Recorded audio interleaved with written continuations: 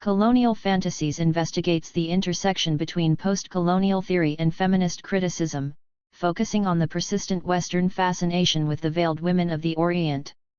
In her original and compelling book, Meyda Yegenoglu examines the veil both as a site of fantasy and of nationalist ideologies and discourses of gender identity.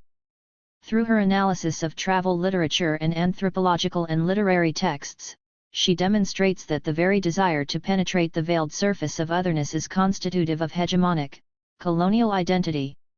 She also shows how representations of cultural difference are inextricably linked to representations of sexual difference. Recognizing that the figure of the Oriental woman has functioned as the veiled interior of Western identity, she calls into question dualistic conceptions of identity and difference, and of West and East. She draws on recent critical theory to challenge both traditional masculinist assumptions of Orientalism and those Western feminist discourses which seek to liberate the veiled woman in the name of progress. Meyda Yegenoglu is Associate Professor in the Department of Sociology, at the Middle East Technical University, Ankara. She has also taught in North America and published in Turkish and English on Orientalism, and cultural and women's studies. She is the co-editor, with Mahmut Mutman, of Orientalism and Cultural Differences, a special issue of the journal Inscriptions Introduction. This book explores the discursive dynamics that secure a sovereign subject status for the West. It is about the cultural representation of the West to itself by way of a detour through the other. With the proliferation of post-colonial studies, we are witnessing a number of studies investigating the operating principles of Orientalism. Moreover, studies that explicate the articulation of gender with Orientalism are also flourishing. Part of the reason that motivates me to write this book is to provide an analysis of Orientalism that does not relegate the question of sexual difference to a subfield in the analysis of colonial discourse, and this study focuses on the unique articulation of sexual and cultural difference as they are produced and signified in the discourse of Orientalism. I have found that investigations into the question of gender in Orientalism often fall short in recognizing how representations of cultural and sexual difference are constitutive of each other and thus risk reproducing the categorical distinction between the two that feminist theory attempts to combat. With a few exceptions, questions of sexual difference in the discourse of Orientalism are either ignored or, if recognized, understood as an issue which belongs to a different field, namely gender or feminist studies. My decision to explore this question came with an awareness that the critiques of Orientalism and colonial discourse manifest a persistent reluctance to examine the unique nature of the articulation of cultural and sexual difference in the case of Orientalism. Hence the writing of this book grew out of a concern that the gendered categories of Orientalism warrant a more complicated analysis than what is available. It requires a reformulation of the nature of Orientalist discourse itself. By intervening in such debates, my aim is to call into question the usefulness of simply adding the gender variable to the accounts of Orientalism. It is the contention of this book that if we are to engage the complex significations that constitute Orientalism, we need to examine closely how the discursive constitution of otherness is achieved simultaneously through sexual as well as cultural modes of differentiation. A more sexualized reading of Orientalism reveals that representations of sexual difference cannot be treated as its subdomain. It is of fundamental importance in the formation of a colonial subject position. Understanding the sexualized nature of Orientalism requires an examination of its unconscious structure. It has been demonstrated time and again that colonialism was and is an economic as well as a political and cultural phenomenon. That colonialism is also structured by unconscious processes, however, is rarely discussed. In addressing the question of sexual difference, it needs to be recognized that fantasy and desire, as unconscious processes, play a fundamental role in the colonial relation that is established with the colonized. In introducing the concepts of fantasy and desire, I am fully aware of the risk of psychologizing structural processes by reducing them to individual psychological motivations. I use these concepts to refer to a historically specific construction and to a collective process. In other words, by colonial or Orientalist fantasy I refer not to biologically or psychologically innate individual characteristics, but to a set of discursive effects that constitute the subject. This book engages with otherness, but it is not an ethnography of the other. Although the necessity of recognizing the self's indebtedness to the other and the need to establish a non-dominating relation with the other are always in between the lines of this study, I remain convinced that such a relation can be established only when the hegemonic position of the Western subject is deconstructed. Therefore, an inquiry into Orientalism cannot afford to ignore the constitution of the Western subject. As I am aware of the metaphysical, ontological, and essentialist connotations of the term Western subject, I feel the need to make some cautionary remarks about the way in which I use the term in this book. The Western subject should not be thought of as an essence. There are many lines of fractures, rifts, discontinuities, and divisions that crisscross the Western subject. The use of such a term carries the risk of disregarding its diversity and the variety of class, gendered, national, ethnic, and other differences that permeate and impregnate it. It is true that there has never been one Western subject, it covers a great variety of differences. The process of becoming a Western subject is not a process that simply homogenizes and makes uniform but that also differentiates. Hence it implies neither an essential unity nor homogeneity. This subject is working class, English, female, male, French, upper class and so on. The intricate processes at work that influence this differentiation require a sophisticated analysis beyond the scope and aim of this book. Although the word covers a great variety of other determinants, the traces and effects of the location I call Western nevertheless wait to be accounted for.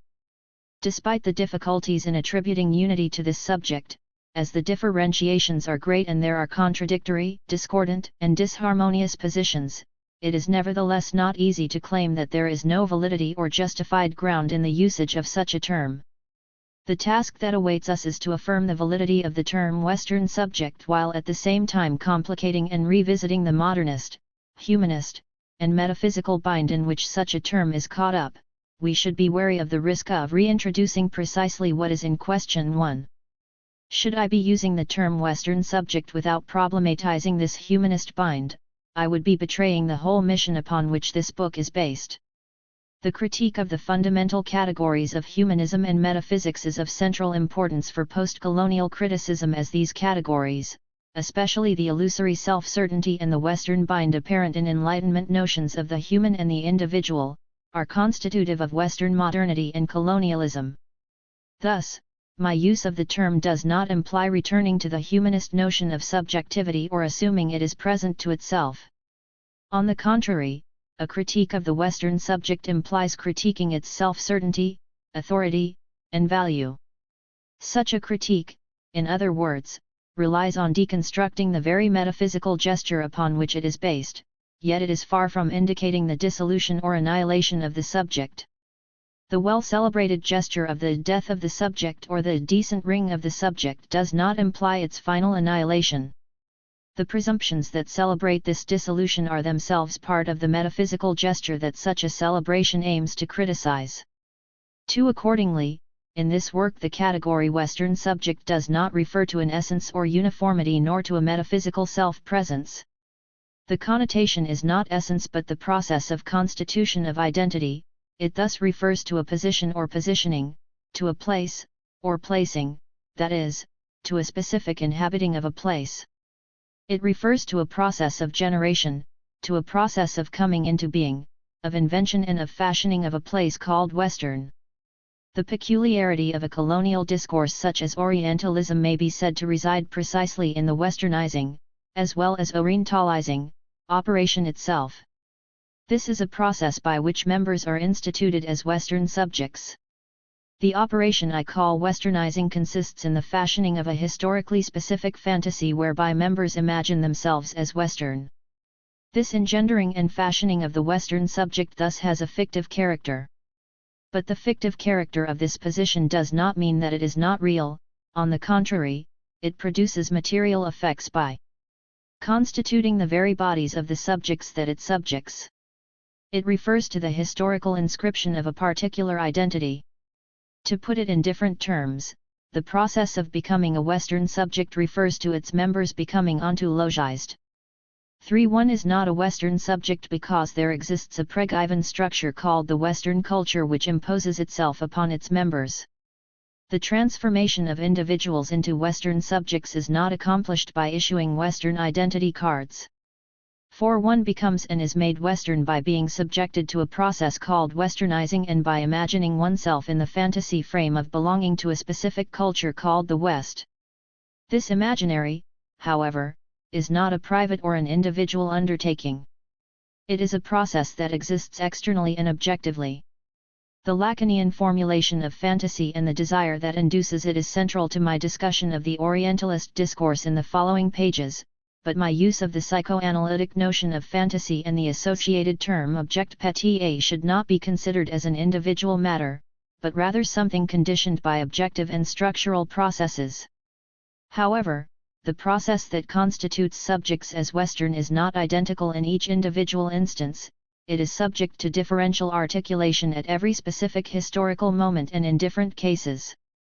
Therefore, I do not claim that the analysis I offer here is valid for every specific instance of Orientalist discourse. What I do here is to chart the unconscious of Orientalism that needs to be rethought and reconfigured at every different instance. The specific instance I address in this book is veiling. The modern subject. This modern idea of the subject has been severely criticized in the last 2 decades. Indeed, as these criticisms and deconstructions have pointed out, the subject itself is a modern idea that came with Enlightenment and humanism.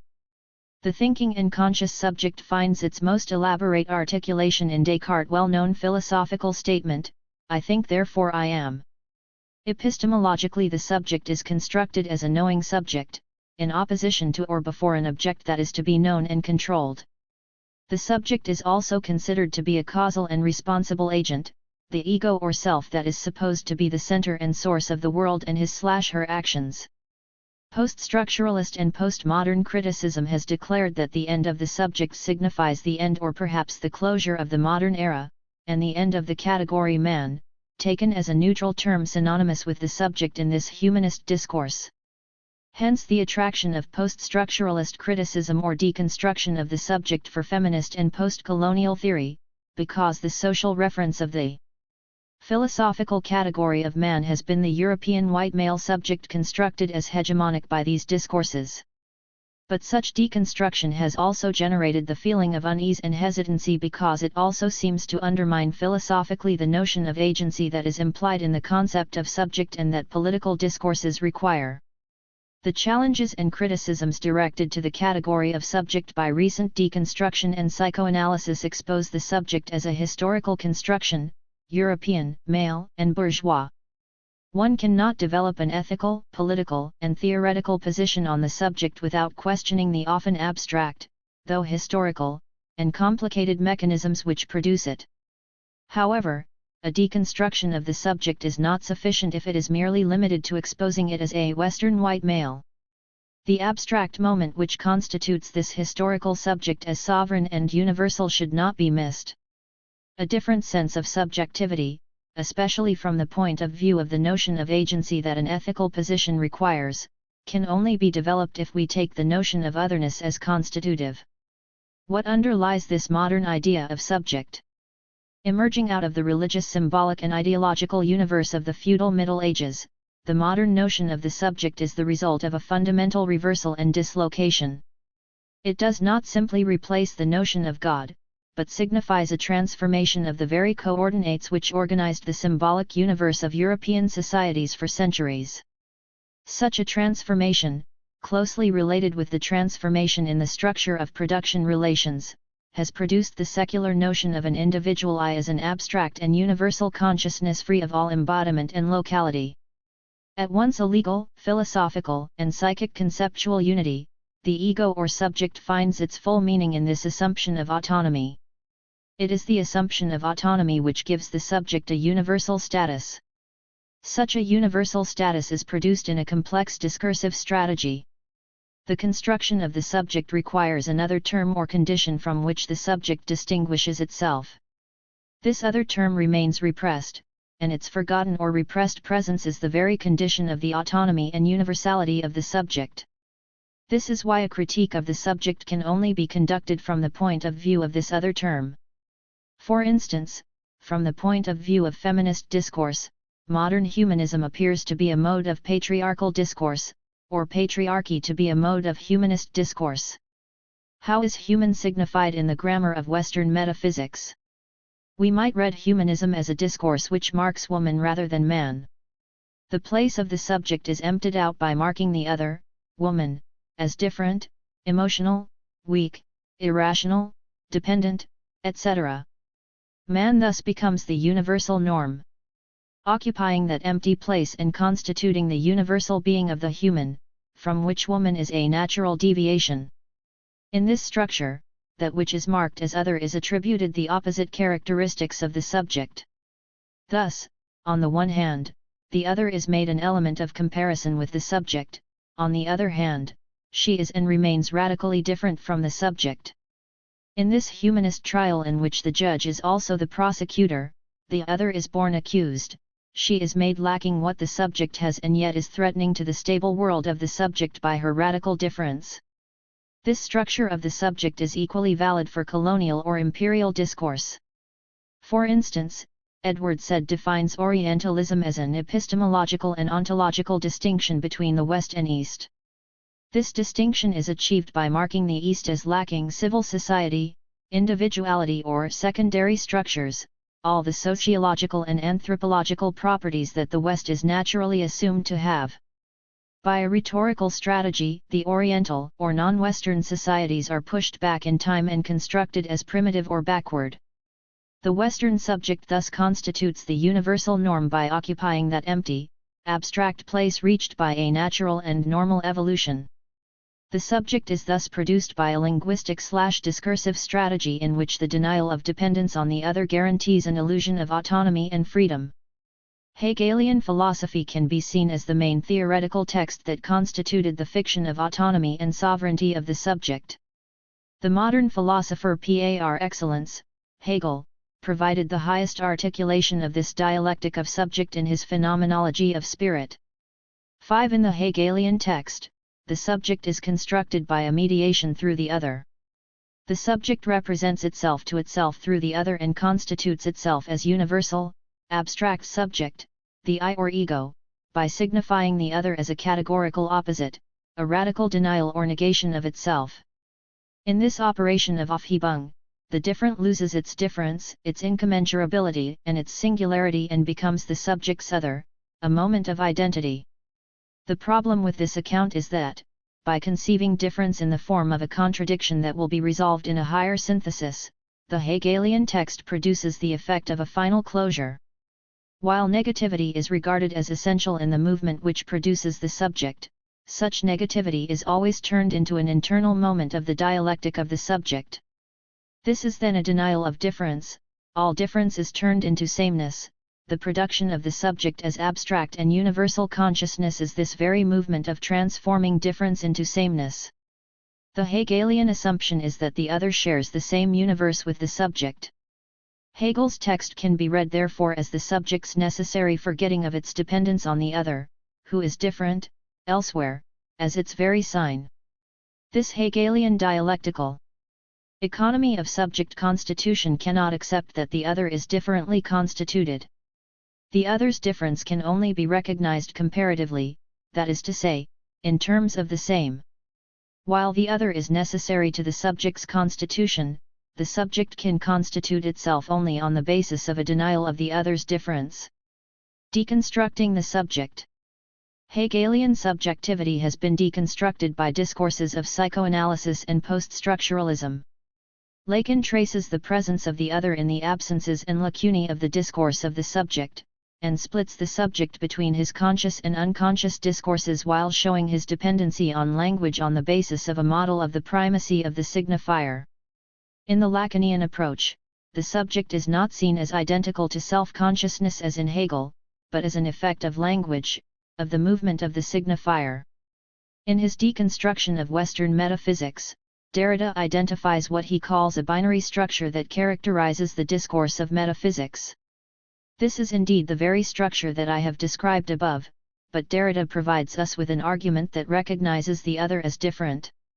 According to him, a binary structure constructs an other as a privileged term, against which the latter can distinguish itself. One term is taken out of a system of terms and is given a positive value, which thus constructs an other or negative of itself which signifies everything that it does not accept. There can be no third term in a binary structure, and no mediation between the two terms. One of them is given a logical priority and a positive value, while the other is characterized as the absence of the positive attributes of the first. The second term is thus denied an existence of its own, it is merely a negation of the first term. Derrida proposes a two-step strategy to deconstruct the binary structure. The first moment is to reverse the hierarchy by revaluing the devalued or subordinate other term. However, this is not sufficient, because reversal in itself does not come to terms with the domination of the first term and it leaves the binary structure unquestioned. A second step is necessary to break the structure apart, this is the procedure of displacement. Displacement is the operation of locating the subordinate term into the heart of the dominant one.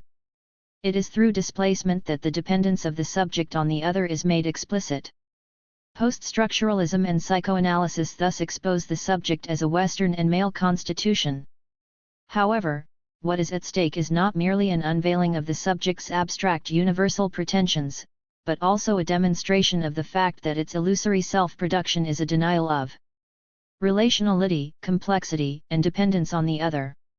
As I have noted above, theoretical discourses of post-structuralism and psychoanalysis are often criticized for leaving no space for a concept of agency.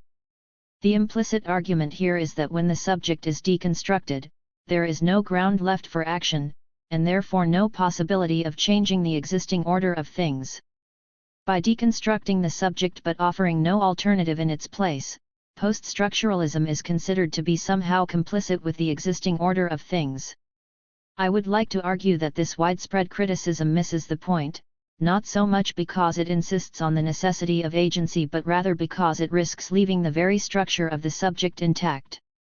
The dangerous result of this attitude is to reverse the structure and to enact the same subject, to repeat the same desire for a sovereign, autonomous position on the side of the subordinate, hegemonized, second term. The very structure of the production of subject implies that the subordinate term cannot be a subject in the way that the dominant term is. How do we account for this different sense of the subject where embodiment, relationality, difference, and otherness are not denied but are turned into a productive moment? Obviously this is not simply a question of giving a subject his or her right. How could one, who, give his or her right to the oppressed subject while his/her subjectivity/subjectness carries a sense and a force that always remains different? How could the oppressed be the same as or equal to the subject whose presence and rationality always requires an other? Derrida's strategy of deconstruction is essential here. To many, deconstruction seems to be an overly theoretical reading of texts or an obsessive calculation of minute details. But this too careful reading, an analysis of all possible givens in a situation, in Derrida's words, which so often bores his readers and frustrates his political critics, is not without an aim. The fact that deconstruction is a two-step operation or strategy of reversal and displacement puts it in a different position vis-à-vis the question of the subject. Rather than continuing a certain economy of the subject, deconstruction interrupts it. Such an interruption would be a merely negative operation if it were limited to demonstrating the presence of a hegemonic structure. The genuine aim of deconstruction is not yet realized by this demonstration, which implies a reversal of terms. The aim of shaking the structure itself is possible only when the other and otherness is located in the heart of the subject. In other words, displacement is the move by which the desire for a sovereign, possessive, and unitary position is itself interrupted. The binary structure is the very structure which produces the desire for sovereign subjectivity, i.e. the economy of the subject. The sovereign subject is based on the fiction of an absolute limit by which he excludes others and recognizes himself as autonomous. A reversal of terms is not sufficient precisely because it maintains the economy by which the same absolute limit is sustained, whereas the whole point of deconstruction is to turn that limit into a passage, hence its difference from relativism.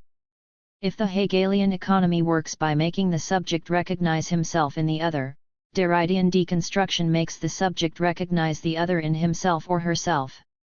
Such a recognition implies a different concept of the subject, one that is not fixed but open and changing.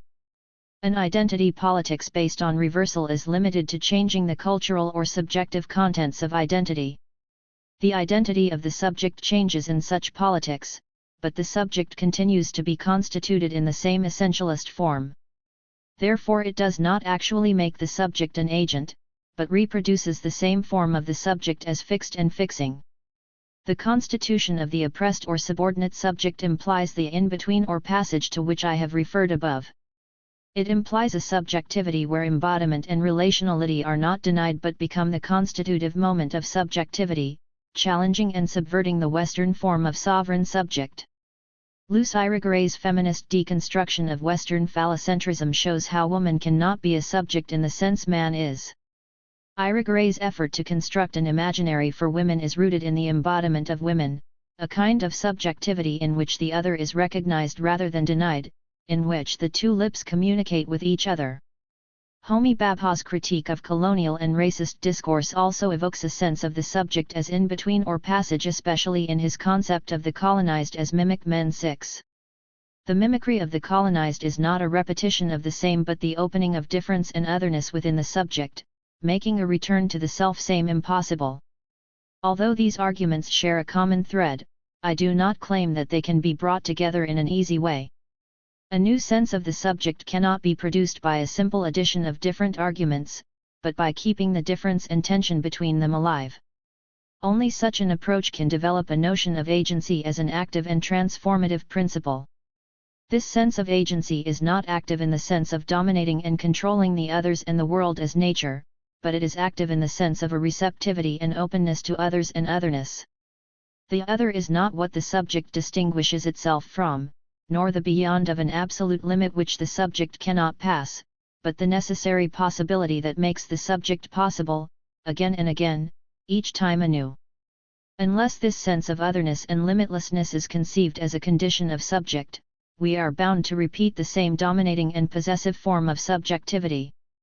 Chapter 1 offers a discussion of the issues and concerns that Edward Said's Orientalism opens up. Throughout the project I acknowledge his major theoretical achievement, establishing a field of study which has today come to be called colonial discourse studies and which has become one of the most contested fields in cultural studies. Focusing on the epistemological dualism Said sets between the real Orient versus its representation, I suggest that although Said refutes an appeal to a notion of real or true Orient as preceding its discursive constitution, his analysis is nevertheless bound to remain dualistic as he does not go beyond conceptualizing discourse as a linguistic activity. Said's important proposition regarding the Orientalization of the Orient can be further deepened by acknowledging the involuted relationship of the referent with discourse or textuality. To be able to overcome this epistemological dualism, the Orient needs to be conceptualized as a material effect of Orientalist signification. Rather than simply giving up the referentiality of the Orient, I suggest that it be seen as an embodiment of a certain discursive production. Although I follow in many ways the path Said has opened up, I critically engage with his relegation of the questions of gender and of sexuality to a subdomain of Orientalism. I suggest that the distinction Said makes between the manifest and latent content of Orientalism can be utilized as a useful guide for this purpose and can enable us to formulate the articulation of sexuality with Orientalism. I then turn to Homi Bhabha's psychoanalytic theory of colonial discourse and acknowledge his attempt to integrate the question of sexual difference with the theories of colonial discourse. However, the psychoanalytic formula of fetishism that Bhabha employs for this purpose is fraught with difficulties as it is formulated to understand the representation of sexual difference and therefore cannot be easily translated to comprehend the specificity of the representation of cultural difference. Criticisms directed at the usefulness of the concept of colonial discourse as a unified category are the subject of the last section of this chapter. Focusing on criticisms about undoing colonial discourse as a homogenizing category, I suggest that the totalizing notion of colonialism cannot be called into question by focusing on particularity or by an uncritical celebration of colonialism's one instead of colonialism.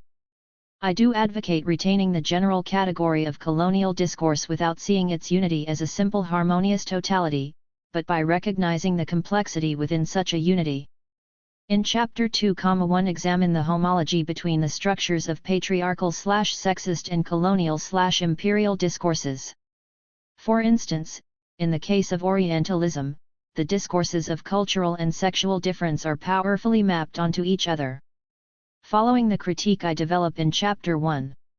Regarding Said's reluctance to engage with what he calls latent Orientalism, I argue in this chapter that this is precisely the site where the unconscious desires and fantasies of the other and otherness appear as powerful constituents of the so-called autonomous and rational Western subject and expose this position as structurally male.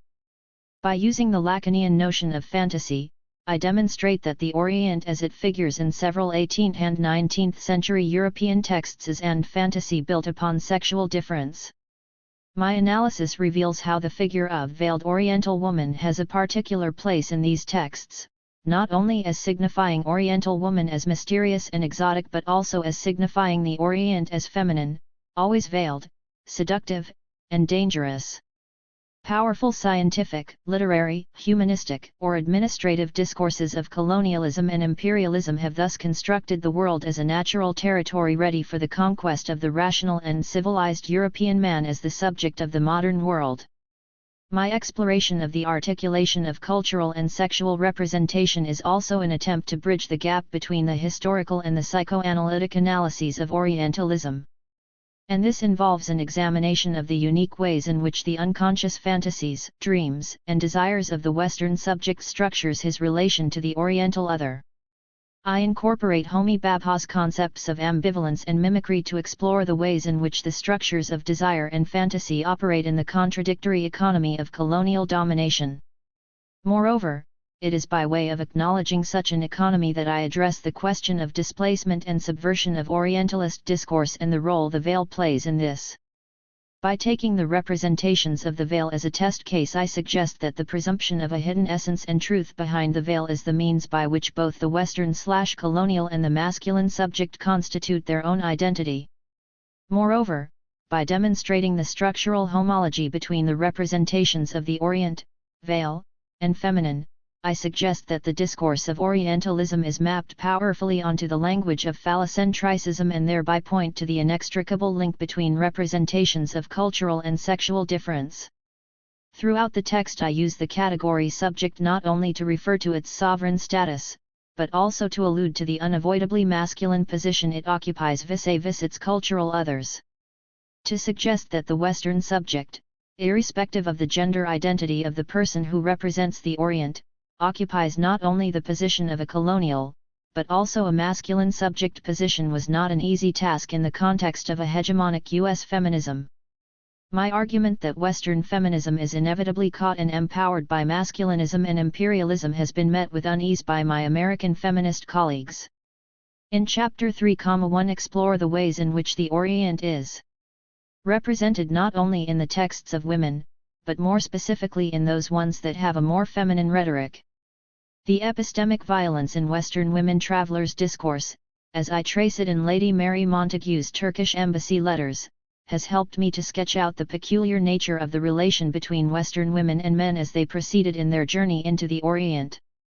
It is the Derridian notion of supplement which helps me to examine this relation and suggest that Western women, as the excluded other of Western men, nevertheless occupy a masculine position in relation to Oriental women. Chapter 4 addresses the complicitous relationship between Western/imperialist interests and the emancipatory project of enlightenment and how this configuration has affected and shaped the emergence and consolidation of an imperial Western feminist gesture. It is again the question of the veil which becomes my test case. I demonstrate the ramifications of this articulation through a reading of ethnographic texts by Western women who have a more visible feminist rhetoric. In reading these texts, my concern is to highlight the point that the Western feminist desire to lift the veil of the Oriental woman in the name of liberating her reflects the historical, cultural, psychical, and political obsessions of the culture that produced Western women. I thus examine the emergence of a colonial feminist position which is both a product of and at the same time constitutive of the modernist/Enlightenment project in the early 20th century ethnographic texts. I also suggest that the colonial feminist discourse to unveil Muslim women in the name of liberation was linked not only to the discourse of enlightenment but also to the scopic regime of modernity, which is characterized by a desire to master, control, and reshape the body of the subjects by making them visible. Since the veil prevents the colonial gaze from attaining such a visibility and hence mastery, its lifting becomes essential. I argue that the desire to unveil women should not be seen simply as an uncovering of their bodies, but as a reinscription, for the discourse of unveiling is no less incorporated in the existential or embodied being of Oriental women than the discourse of veiling. Chapter 5 examines Third World nationalisms as a Western/Orientalist construct and hence traces the project of enlightenment in the discourse of nationalism. I therefore propose to see the discourse of nationalism as the inscription of Western hegemony in the Third World as part of the many-leveled and complex Orientalist discourse. By offering a different reading of nationalism, I contest nationalism's own narrative, which offers itself as the means of emancipation from colonialism. Contrary to such claims of emancipation, I propose to trace it as one among several effects of colonial inventory.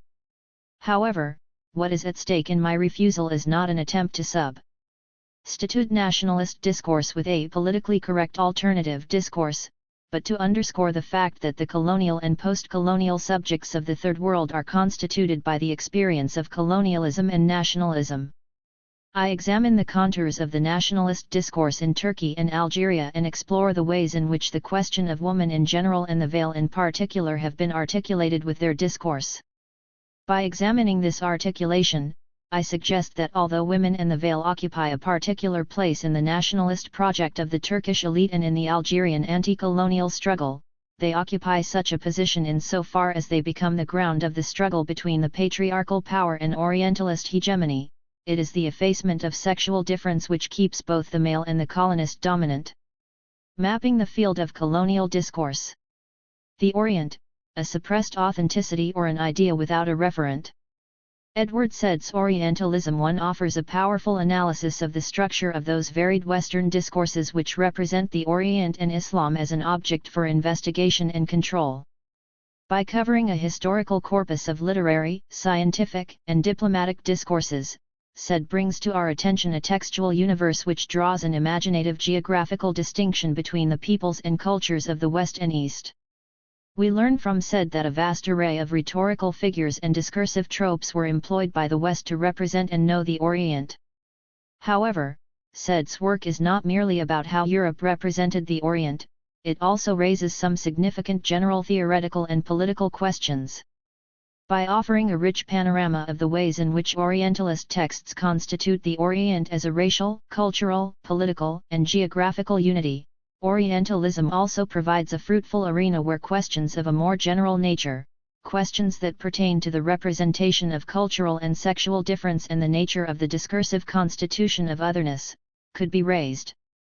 Said's analysis demonstrates that what is at stake in the constitution of the Oriental other is the West's desire to set boundaries for itself as a self-sustaining, autonomous, and sovereign subject. He illustrates the dialectics of self and other that is at play in Orientalist discourse by continually alluding to the establishment of a binary opposition between the Orient and Occident as the primordial technique operating at its very core. Said's analysis also focuses on how the Western desire to represent the Oriental other is interlocked with its will to power. Situating the emergence of Orientalism within the peak period of colonialism, Said extends Michel Foucault's concept of power/knowledge nexus to the representation of the Orient and demonstrates the close ties between Western knowledge and its will to power. The relationship between colonial expansion and Orientalism that Said's analysis demonstrates has been picked up by his critics. For example, Lotte Mani and Ruth Frankenberg argue that Said's definition of Orientalism alludes to the complicity between Orientalism and imperialism and how Orientalism has informed and shaped the colonial enterprise too. Likewise, Robert Young, by referring to Orientalism's close ties with enabling socio-economic and political institutions of colonialism, argues that Said's analysis demonstrates how Orientalism justified colonialism in advance as well as subsequently facilitating its successful operation, emphasis added. 3. James Clifford is another critic who points to this important connection and argues that said correctly identifies how the essentializing and dichotomizing discourse of Orientalism functions in a complex but systematic way as an element of colonial domination. 4. However, a closer look at Said's work reveals that in referring to the power of Orientalism, he does not in any simple and limited way refer to the economic, political, and administrative institutions of colonial domination, although such institutions constitute a significant part of it. By pointing to the configurations of power, Said also emphasizes that Orientalism is an apparatus of knowledge with its will to truth. However, this connection is not given sufficient consideration in the analysis of the above commentators. This enhanced emphasis upon the articulation of Orientalism with forces of colonial domination implies a confinement of the efficacy of Orientalist discourse to an ideological supplement and thus to an effacement of the power implied in the production and dissemination of academic and other forms of knowledge. Seen from the perspective of power/knowledge nexus, Said's analysis could very well be extended to historical periods that exceed territorial colonialism. To emphasize this connection, we need to pay close attention to the nature of the relation Said establishes between representation, knowledge, and power. As a distinct style of representation, Orientalist discourse offers an interpretive strategy or a body of knowledge about the cultures and peoples of Oriental localities. By emphasizing the discursive mechanism of Orientalism, Said aims to go beyond Marxism's base superstructure model in which the role of ideology is understood to be the legitimation of the material, or economic conditions. 5. His insistence on Orientalism as a discursive regime constitutes a valuable intervention against an understanding of Orientalism as an ideological instrument that is fabricated in the service of colonial power. As I noted above, by using Foucault's notion of discourse, Said unravels how Orientalism is intimately connected with apparently objective academic scholarship. This emphasis on the complicity between academic knowledge and the forms of subjugation and administration of other cultures shifts the analysis towards an examination of the discursive mechanism of Orientalism, which prescribes what can be said and recognized as the truth of the Orient. Thus, for Said, the process of the production of the knowledge of the Orient and the process of its subjugation by colonial power do not stand in an external relation to each other. The incorporation of Foucault's insight in the analysis of Western ethnocentrism needs to be understood as an effort to understand the productive nature of the discourse of Orientalism. However, although Said occasionally alludes to the constitutive role of Orientalist discourse, we still need to question to what extent he successfully elaborates this important point. Let us first delineate briefly Foucault's notion of power. He objects to a notion of power understood in a narrow sense, a notion according to which the effects of power are assumed to be negative or repressive. Contrary to the understanding of power that is presumed to be independent of knowledge or truth statements, Foucault wants to capture its productive nature. Power induces forms of knowledge and forms of discourse. Seen in this way, power produces effects of truth, which are in themselves neither true nor false. Following Foucault's argument, Said suggests that the effect of Orientalist discourse is to formulate the Orient, to give it shape, identity, definition with full recognition of its place in memory, its importance to imperial strategy, and its natural role as an appendage to Europe. 6. The conclusion we can derive from the above statement is that the truth, identity, or reality of the Orient is not something that stands in an external relationship to the discourse of Orientalism and something against which we can measure the truthfulness of representations. Indeed, to use the formulation Judith Butler 7 develops in a different context, both the category of the Orient as well as the declaration of its exteriority to discourse is constituted by the very discourse of Orientalism as the founding principle of its claim to legitimacy. Said suggests that the discursive strategy deployed by Orientalism is homologous to realism. The utilization of this realist mode of representation creates the Orient. As he puts it, philosophically, then, the kind of language, thought, and vision that I have been calling Orientalism very generally is a form of radical realism. Anyone employing Orientalism, which is the habit for dealing with questions, objects, qualities, and regions deemed Oriental, will designate, name, point to, fix what he is talking or thinking about with a word or phrase, which is then considered either to have acquired, or more simply to be, reality. 8. The figures of speech associated with the Orient are all declarative and self-evident, the tense they employ is the timeless eternal. For all these functions it is frequently enough to use the simple copula is. 9. Therefore, the Orientalness of the Orient, foresaid, is not something that is given as a fact of nature. Rather, the essentializing discourse of Orientalism, which is achieved by the copula, is not only construes the Orient as the place of sensuality, corrupt despotism, mystical religiosity, sexually unstable Arabs, irrationality, backwardness, and so on, but also makes the Orientalists' inquiry into the nature of Islamic mind and Arab character perfectly legitimate. It is precisely through such essentializing claims that the Orient is orientalized. The repertoire of these images, figures, tropes are the very means by which the Orient is made oriental. As Said puts it, the Orient was orientalized not only because it was discovered to be oriental in all those ways considered commonplace by an average 19th-century European, but also because it could be made oriental. 10. Knowledge of the Orient, because generated out of strength, in a sense creates the Orient, the Oriental, and his world. 11. By following the above line of reasoning, we can suggest that geography must not be understood simply as a knowledge about a natural referent, but is inextricably linked with cultural signification. The very knowledge produced in and by the Orientalist discourse creates the Orient.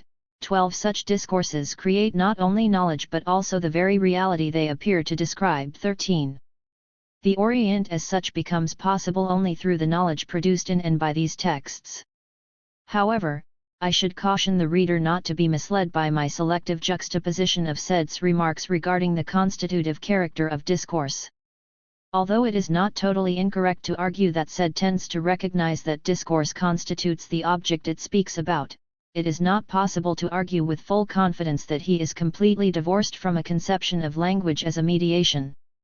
This prevents him from radically calling into question the economy that underwrites the binary opposition between the real and representation. 14. The interrogation of such a dichotomy would first of all, among other things, require questioning the notion of an extratextual referent which we do not attest in Said's work. Rather, the theoretical status of representation in his work can at best be characterized as fraught with dilemmas and ambivalences. James Clifford draws our attention to such a methodological ambivalence in Said's text. According to Clifford, Said's position vacillates between accepting something called the real Orient and regarding the Orient as the construct of a questionable mental operation. 15. It is to these contradictory methodological positions that I want to turn now. It is his apparent refutation of any appeal to a notion of a real, authentic, or true Orient that sets Said's work apart from many mainstream analyses of the representation of other cultures. Rejecting an understanding of Orientalism as a misrepresentation of the truth of the Orient, Said argues that the methodological problems of Orientalism cannot be delineated by simply claiming that the real Orient does not correspond to the image depicted in Orientalist texts. He explicitly refutes the thesis that there is such a thing as a real or true Orient, Islam, Arab or whatever. 16. Instead, his analysis exposes the category of the Orient as an effect of a specific formation of power. He does not seem to look for a genuine or authentic Oriental identity/reality, but aspires to examine the processes by which institutions, practices, and discourses posit and designate an essential or original Oriental identity and the political stakes involved in such processes. Hence Said disputes the notion of an Oriental culture which can be defined on the basis of some essential quality. Contrary to such widespread assumptions, Said suggests that the Orient itself is a constituted entity. 17. Having argued that the Orient was reconstructed, reassembled, crafted, in short born out of the Orientalists' effort, 18. Said then proposes to look at styles, figures of speech, setting, narrative devices, historical and social circumstances, not the correctness of the representation nor its fidelity to some great original. 19. However, Said's attempt to understand the constitutive power of Orientalist discourse is not very convincing at times, for his analysis poses a set of theoretical problems that he does not fully engage with.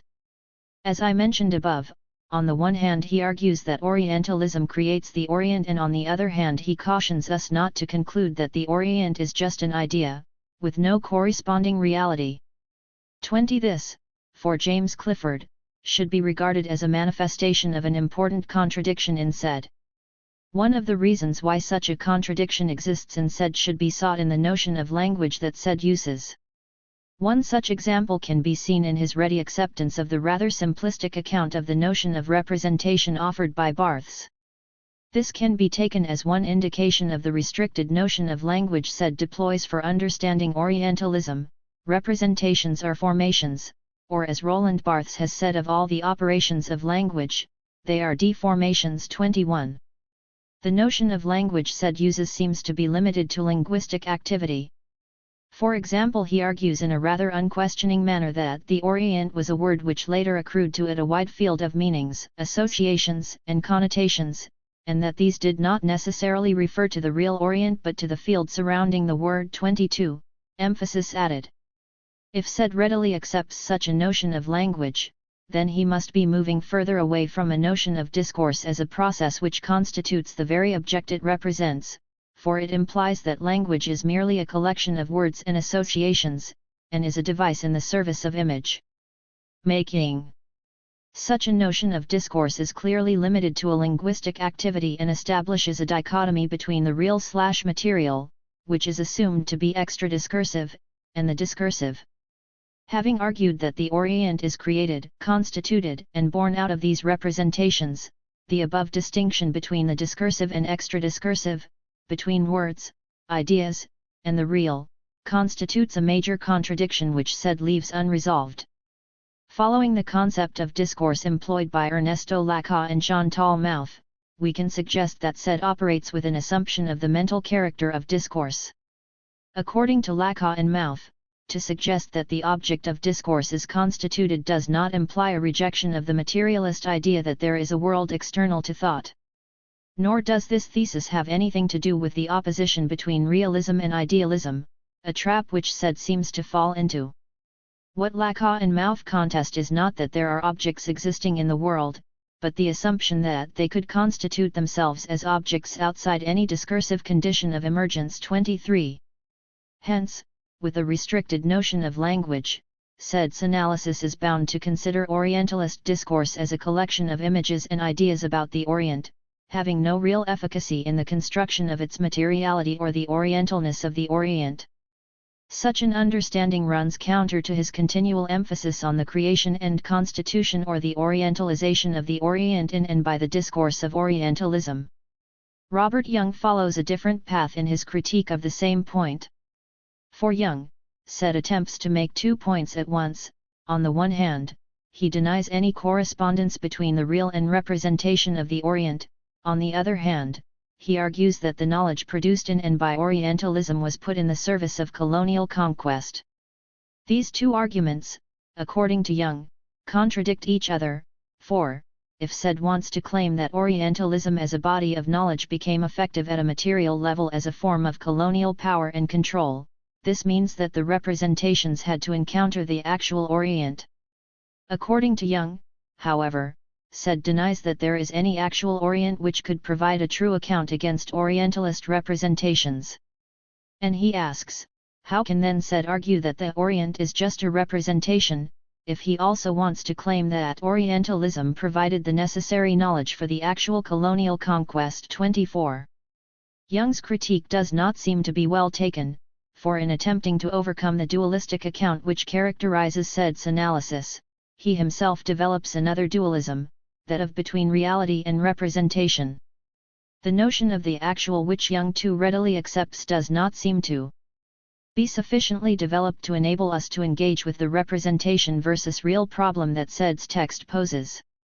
It is rather naive to approach said's work as if he is claiming that there is no actual geographical place called the Orient, or there are no actual Oriental people living on these geographical spaces, or the actual colonial conquest did not happen.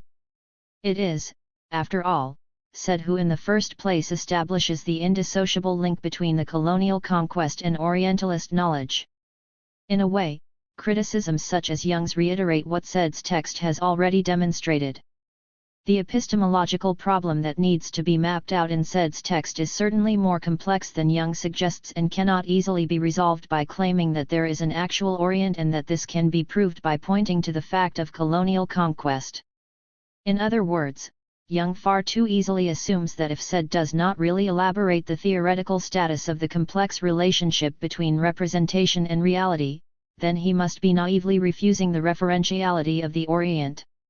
While there is no doubt that the theoretical status of the notion of representation or discourse in said's text is cryptic, the pressing theoretical question cannot easily be reduced to the question of the actualness of the Orient. If we want our analysis to exceed the common understanding of discourse as a kind of linguisticism, then we should entertain the possibility that the materiality of the Orient is indistinguishable from the essentializing discourse of Orientalism. The efficacy of the discourse of Orientalism should thus be sought in its power to produce the phenomena it names and speaks about. Moreover, we also need to acknowledge that the notion of the actual Orient as preceding language is itself posed retrospectively by the very discourse that orientalizes the Orient. A deconstructive reading of Orientalism would reckon that the Orient is always already articulated in a discursive field and that this articulation entails the materialization or incorporation of the Orient within such representations. The evocation of the Orient's always already constituted character within discursivity need not imply suspending reference altogether, but should be seen as an invitation to think about the complex nature of the referentiality itself. 25 The status of the referent and its involuted relationship with discourse or textuality has been preoccupying critics working in various different fields who aim to reformulate the reference material and at the same time discursively constituted character. The question of discursive constitution of the object has also been on the agenda of feminist criticism. One such exemplary attempt comes from Judith Butler. 26 In interrogating the worthiness of the ostensible duality between discursive and non-discursive, Judith Butler's aim, in Bodies That Matter, is to rethink the complex nature of the referent called the body. 27 Her refutation of the notion of a pure body is an attempt to alter the meaning of referentiality and theorize its materiality by questioning the common assumption that accords it an extra-textual status. As she suggests, to refer naively or directly to such an extra-discursive object will always require the prior delimitation of the extra-discursive. And insofar as the extra-discursive is delimited, it is formed by the very discourse from which it seeks to free itself. 28. Thinking that materiality is the most productive effect of power, Butler locates this materialization as a kind of citationality, as the acquisition of being through the citing of power. 29. Thus the materiality of the referent needs to be seen as the materialization and citational accumulation of this regulatory norm. Critical of the constructivism versus essentialism opposition, Butler reminds us that the point is not simply to suggest that everything is discursively constructed but to understand construction as a process of materialization which is stabilized over time through a forcible reiteration of a founding interpellation that reinforces a naturalized effect. 30. Of course such attempts do not remain unchallenged. Critics who reduce discursive constitution to determinism claim that agency has been foreclosed in such constructivist arguments. Engaging with such an interlocutor, Butler counters the notion of a voluntarist subject whose resistance is assumed to require its existence detached from the regulatory norms. For her, the question of agency needs to be located in the appropriation or re-articulation of the regulatory norm, for the citing of the law implies that it can be produced differently. For Butler, the necessity of reiteration demonstrates that this materialization is never fully completed or the body never completely complies with norms. The need for rematerialization indicates a potential for turning the regulatory norm against itself. Reiteration must not, therefore, be understood as a final fixing or reduced to determinism, for it is through this reiteration that gaps and fissures are opened up as the constitutive instabilities in such constructions. 31. Such instabilities, for Butler, demonstrate a deconstructive possibility as the object constituted escapes or exceeds the norms. Moreover, as Foucault's notion of subjectivation assujtasamini suggests, discourses which constitute the subject are at the same time the condition of possibility of its empowerment. Therefore, the critical question does not lie merely in positing the agency of the subject, but in acknowledging the double-bind logic of the process of subjectification, a bind that subjects as well as enables. If we turn to the question of the constitutive force of Orientalism, conceptualizing the Orient's reality as a material effect of the process of signification requires redefining the Orientalist discourse as a process of materialization. The Orient as such needs to be comprehended as a discursive effect, as a textual referent which is always already entangled with its representation, always articulated within a political field of signification. The point here is not to give up on the idea of the referentiality of the Orient, but to reconceptualize this referentiality as an embodiment of a certain discursive production, to understand the process of signification as an orientalization of the Orient.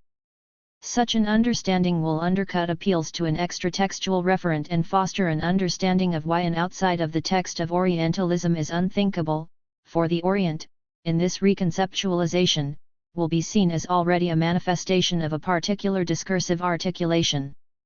The emphasis on the material constitution of the Orient by the discourse of Orientalism also implies not divorcing language from the constitution of subjectivity.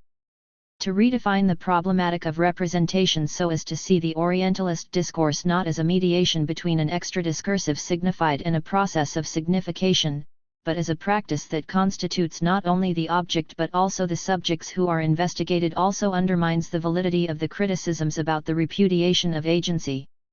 The foreclosure of agency in counter-histories is one of the widespread criticisms advanced against Said's analysis.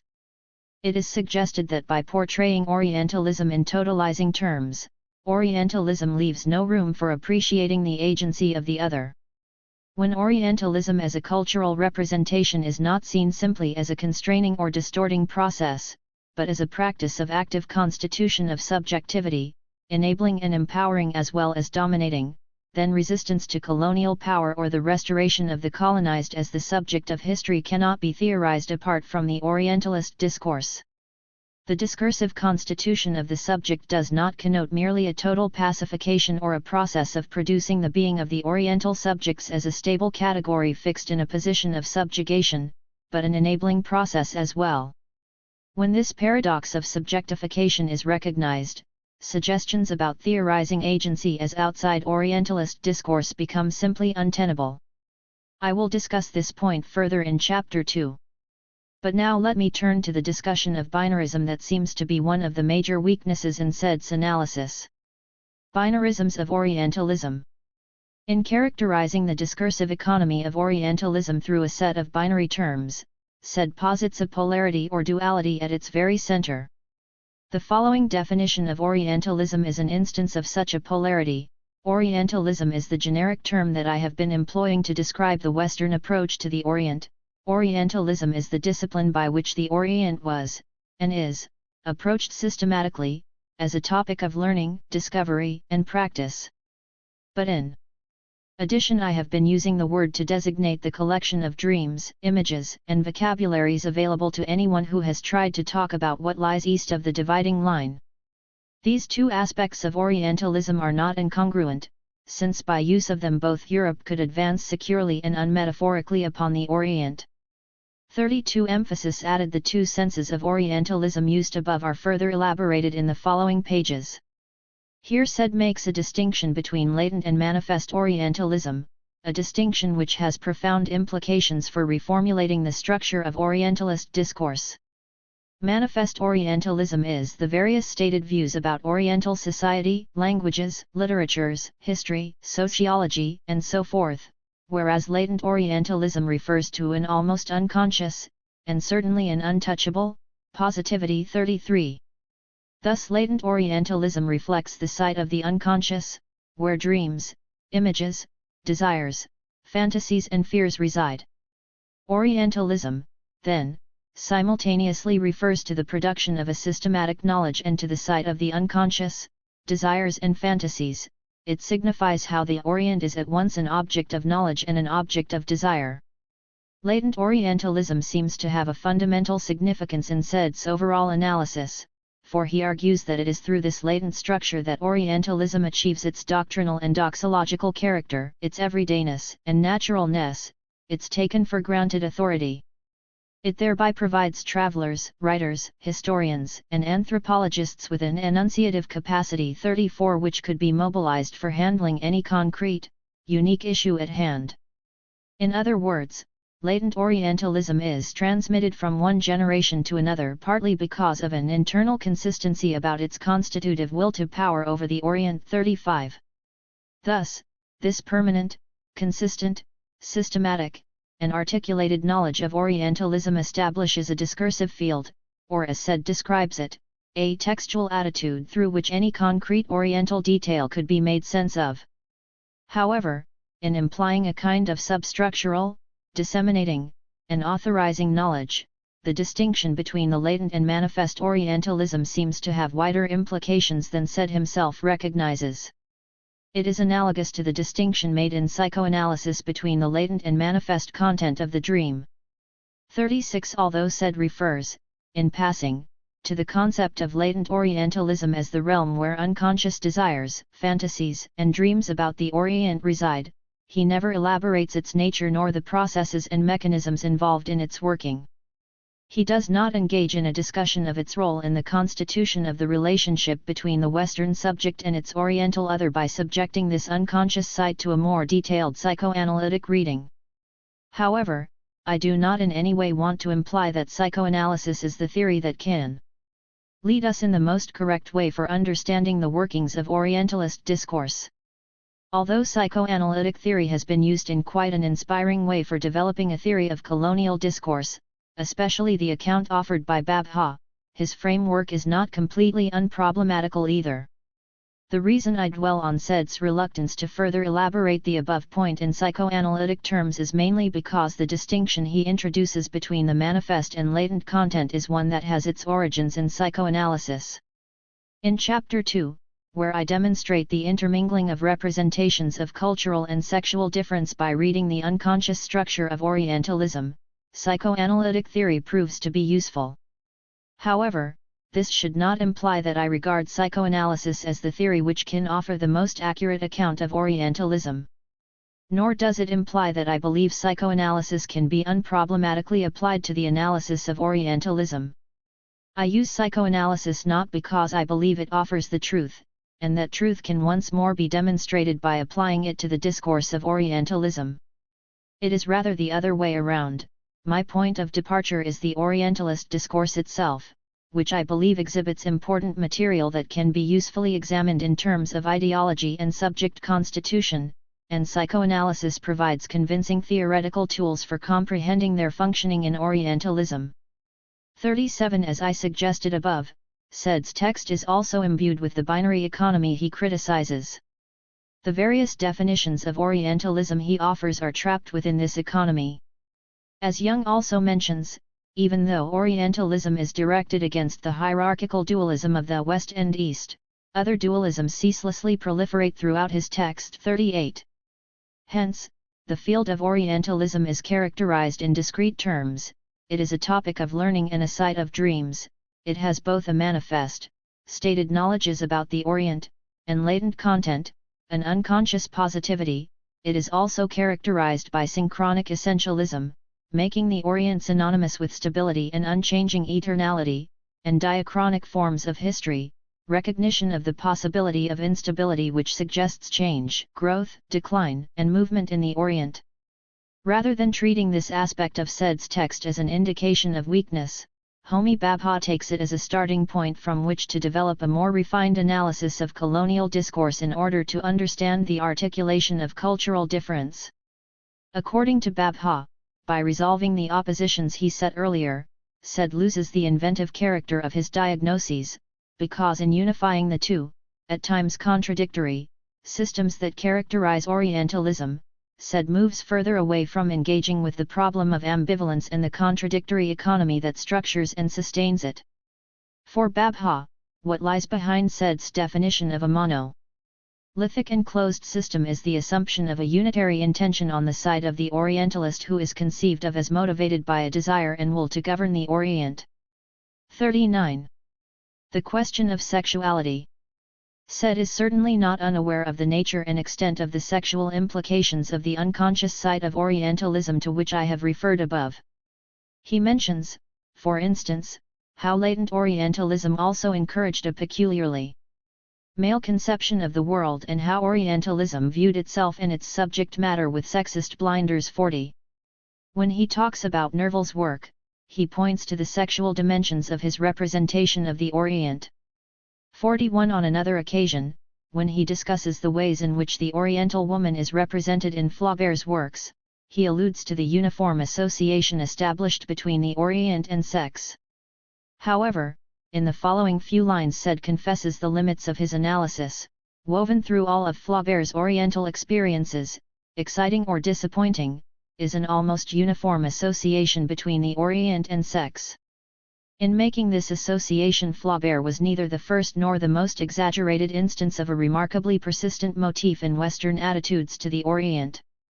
Why the Orient seems still to suggest not only fecundity but sexual promise, and threat, untiring sensuality, unlimited desire, deep generative energies, is something on which one could speculate.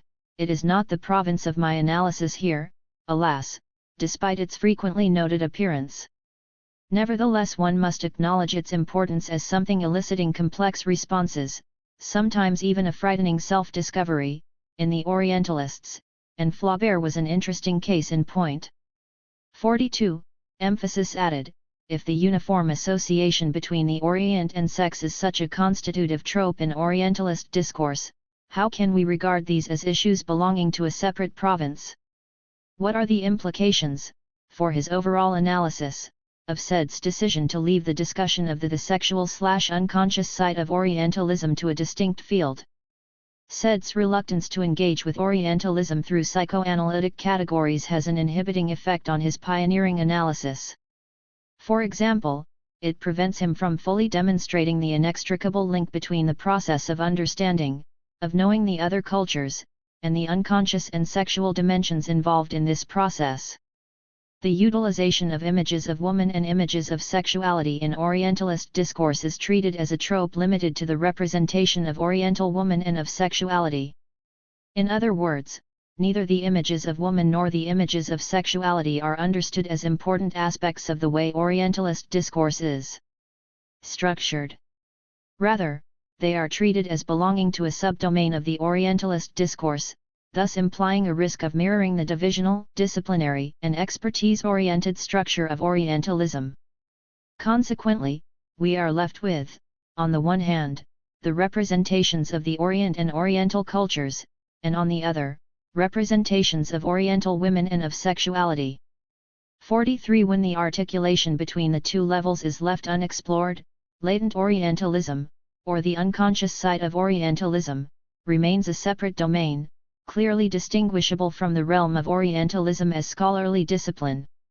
To engage in an analysis of the unconscious side of Orientalism should not be seen as an alternative to its historical analysis.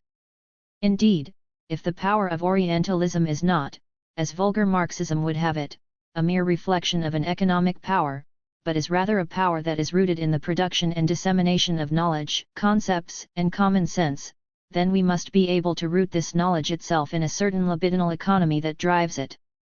Therefore we need to subject Orientalist discourse to a more sexualized reading. By doing so we can understand how the representation of otherness is achieved simultaneously through sexual as well as cultural modes of differentiation. The Western acts of understanding the Orient and its women are not two distinct enterprises, but rather are interwoven aspects of the same gesture. Thus, in referring to the scene of the sexual and the side of the unconscious, I do not simply mean the ways in which the figure of the Oriental woman or Oriental sexuality is represented.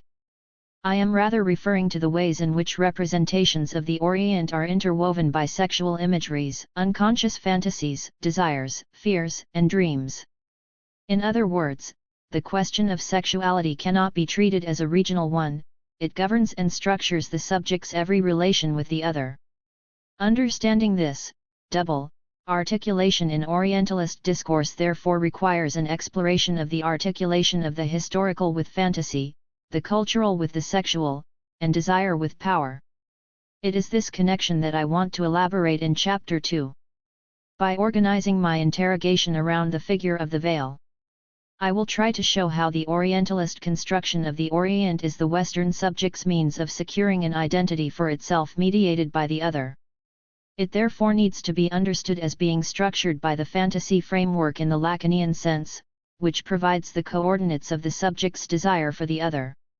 However, before engaging in such an analysis, let me turn to Homi Bhabha's psychoanalytic approach about the question of representation of cultural difference in colonial discourse. Bhabha attempts to fill in the lacuna left by said's analysis, especially by addressing the questions regarding the effectiveness of colonialism as a subject constituting practice and by relating the question of sexual difference to his analysis of colonial discourse. The limits of Bhabha's analysis. The originality of Bhabha's approach lies in the way he articulates the problematic of cultural representation with the problematic of subjectivity.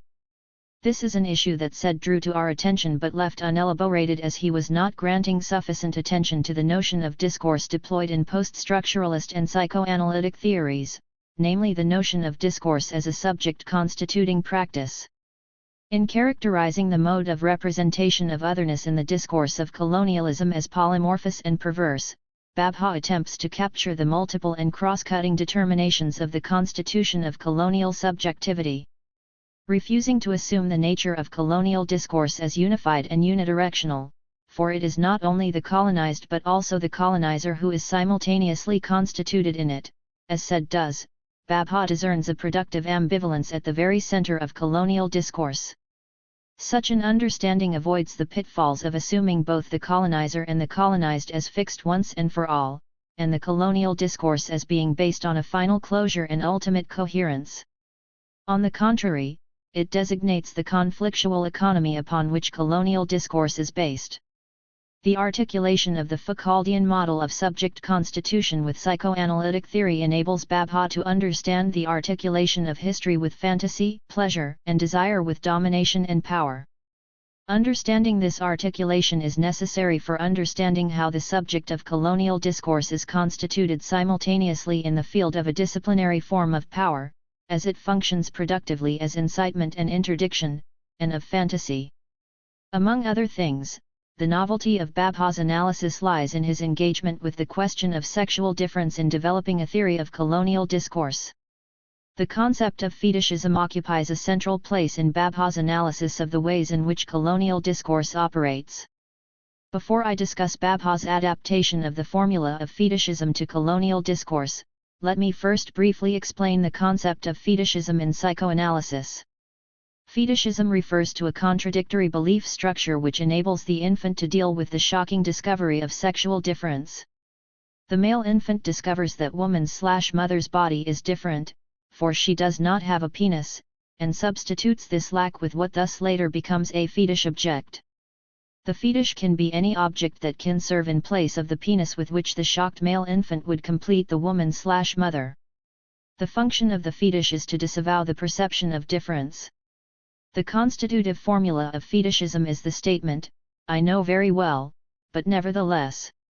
In other words, the notion of fetishism refers to the structure of a belief which maintains a phantasmatic unity and sameness in the face of contradiction and difference. The belief, that the woman/mother does not have a penis, is retained, but it is also denied and is substituted with a fetish object. This implies that the structure of fetishism as a contradictory belief is always characterized by an ambiguity or ambivalence, by a productive tension that results from the simultaneous recognition and refusal of difference. It is this implication of fetishism that Bhabha is concerned with. In the construction of discriminatory knowledges, fetishism provides a process of splitting and multiple/contradictory belief at the point of enunciation and subjectification.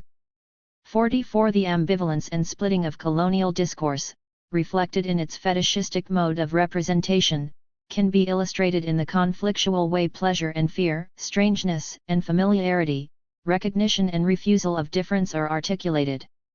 The irreconcilable logic of fetishism offers the subject of colonial discourse a primordial either/or structure which in turn facilitates its denial of recognition of difference. By applying the psychoanalytic theory of fetishism to explain the mode of operation of colonial discourse, Babha elucidates the ways in which cultural difference is represented. Babha translates penis into skin/race/culture and formulates the following structure to explicate the constitutive ambiguity in the articulation of otherness. As he puts it, fetishism is always a play or vacillation between the archaic affirmation of wholeness/similarity, in Freud's terms all men have penises, in ours all men have the same skin/race/culture, and the anxiety associated with lack and difference. Again, for Freud some do not have penises, for ours some do not have the same skin/race/culture. 45 Babha is certainly aware of the problems of translating the theory of fetishism, which is developed primarily to understand the construction of sexual difference, into the domain of colonial discourse as part of his effort to understand the nature of the representation of cultural difference. For example, he tries to delineate the significant differences between the general, read sexual, theory of fetishism and his specific use of it for understanding the discourse of colonialism. First, he argues that, unlike the fetish of sexual difference, the fetish of colonial discourse is not a secret. The skin, which is quite visible, is a key signifier of racial and cultural difference and thus functions at the center of the racial drama which characterizes the colonial encounter. Second, the fetish of cultural difference. Unlike the sexual fetish which is registered as a good object and is lovable and facilitates sexual pleasure, validates the colonial relation which is based on power. Although Babha acknowledges the problem such a translation poses, the solution he offers for resolving it is a rather uninspired one. For this purpose he goes back to Freud, who states that in the treatment of the fetish, affection and hostility run parallel to each other, for they both are based on disavowal and acknowledgement of castration. However, Babha fails to recognize that the problems involved in transferring fetishism from the domain of sexual difference to the question of cultural difference are more complex than being two sides of the same coin. The main reason why the perceived lack of woman/mother is disavowed and then substituted for with another object is that such a lack poses a threat of castration and hence induces fear and anxiety in men. One of the avenues available to dissipate the anxiety provoked by castration is to substitute a fetish object to disavow sexual difference. Given that castration anxiety and hence the threat it constitutes is key in the theory of fetishism, it is not clear how the perceived lack, all men do not have the same skin/race/culture, of the cultural other constitutes a threat for the colonizer. Moreover, it is not clear how a specific color is translated into lack. Babha, in specifying the conditions and defining features of the discourse of colonialism, attempts to articulate the representation of sexual difference with cultural difference. This is certainly a remarkable endeavor, for most of the analyses of representation of difference ceaselessly reproduce the dualistic framework in which the representation of cultural difference is treated as belonging to a separate domain, clearly distinguishable from the representation of sexual difference. And we should also remember that Said's analysis was not free from this dualism. However, despite Babha's efforts to breach this dualism and conjure up the much more complicated nature of constitution of difference, he nevertheless leaves the question of sexuality unexamined. He recognizes this problem in a footnote, yet this does not quite help him in resolving the dualism in the analysis of cultural and sexual difference. As Jung rightly observes in elaborating the structure of colonial discourse, the question of sexuality and of sexual difference is elided in Babha's analysis. The question of a gendered colonial subject is not worked out in detail, but simply regarded as a metaphor of colonial ambivalence in Babha's analysis. 46. A new binary, theoretical unity versus historical particularity. In recent years Said's work has stimulated a wide range of discussion and hence has become an indispensable reference point for the work done in the field of post-colonial theory. Not only the conceptual pairs of the colonized and colonizer, West and East, but also the term post-colonial have been met with skepticism. In this section I would like to discuss the debates and reasons surrounding this skepticism. In a recent collection entitled Colonial Discourse / Post-Colonial Theory, 41 critics such as Ella Shohat, Peter Hume, and Anne McClintock point to the pitfalls of using such general categories to account for the particular texts produced in particular historical contexts. Criticisms voiced by Nicholas Thomas in his recently published book Colonialism's Culture 48 and to a certain extent by Robert Young in his Colonial Desire 49 are generally centered around the usefulness of the concept of colonial discourse as a general category. The question of the legitimacy of employing colonial discourse or the colonized as a general category in dealing with a diversified and heterogeneous phenomenon such as colonialism has been raised quite frequently in the studies of colonial discourse. It has been suggested that the prevalent perception of colonialism and of colonial discourse is characterized in unitary and essentialized terms.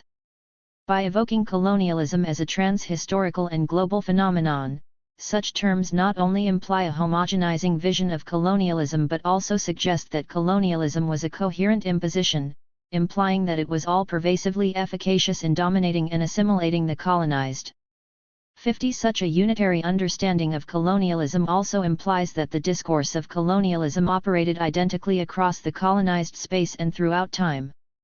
51. In this respect, it is claimed that by employing the Manichaean division between self and other, colonizer and colonized, colonial discourse theory perpetuates the terms and dominance established by colonial history that it aims to scrutinize.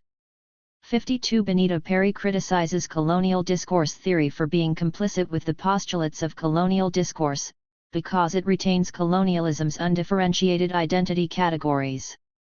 In opposition to this, she suggests that the range of possible subject positions can never be wholly determined by any system of coercion. 53. Belief in the geographical homogeneity and all-encompassing nature of colonialism has also been criticized on the grounds that by exaggerating colonial power, colonial discourse studies elide the subjectivity of the colonized and the various forms of indigenous resistance against colonialism.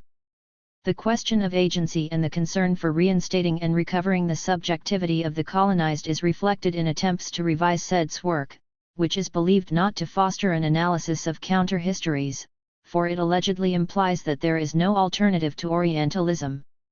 Moreover, Said's work is thought not to encourage inquiry into the actual and historically specific conditions of colonialism. 54. For Perry, by implying a totalizing potency for the colonial apparatus, colonial discourse theorists misrepresent the colonized as being produced as a stable category fixed in a position of subjugation. 55. This understanding, for her, precludes the possibility of theorizing resistance and affirming the power of the reverse discourse and anti-colonialist writing that subverts the colonial ideology. Similarly, for Thomas, the prevalent understanding of colonial discourse entails a denial of the sovereignty and autonomy of the colonized and fails to show how colonial histories were shaped by indigenous resistance and contestation. Thus for Thomas, subjectivity is elided in post-structuralism in general, and in colonial discourse theory in particular. In contrast to this, he suggests that emphasis should be placed on agency. 56. This concern about undoing colonial discourse as a homogenizing category and pointing to its historically specific articulations so as to give the local and the particular due consideration can be regarded as the most salient feature of Nicholas Thomas's work. A similar concern, though is not quite strongly expressed, also prevails in Young's study.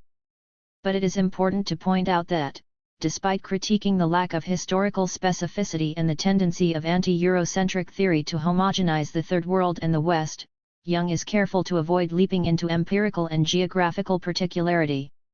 For example, he reminds us that Third World theorists, such as Fanon, Said and others, felt it necessary to construct such a general category in order to be able to constitute an object of analysis and resistance.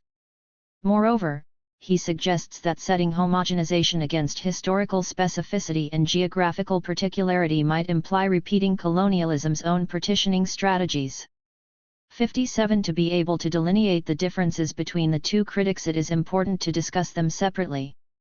Thomas's main interest is to localize and pluralize colonialism by historicizing it. By suggesting that colonial projects and relationships are inevitably fractured, he wants to point to the dispersed and conflicted character of colonial discourse and thereby challenge the common fundamental division set between the colonizer and colonized, to undo the notion of colonialism as a coherent object. In an effort to bring attention to the complex, variable, and ambivalent nature of colonial ideologies, he aims to reveal the enormous variation in different colonial contexts and different historical moments.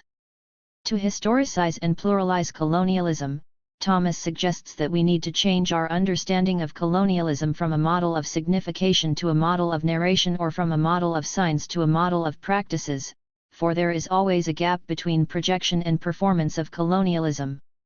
The endurance of colonial relations and their representational codes are not due to their reproduction as a structure, but due to performance and practical mastery.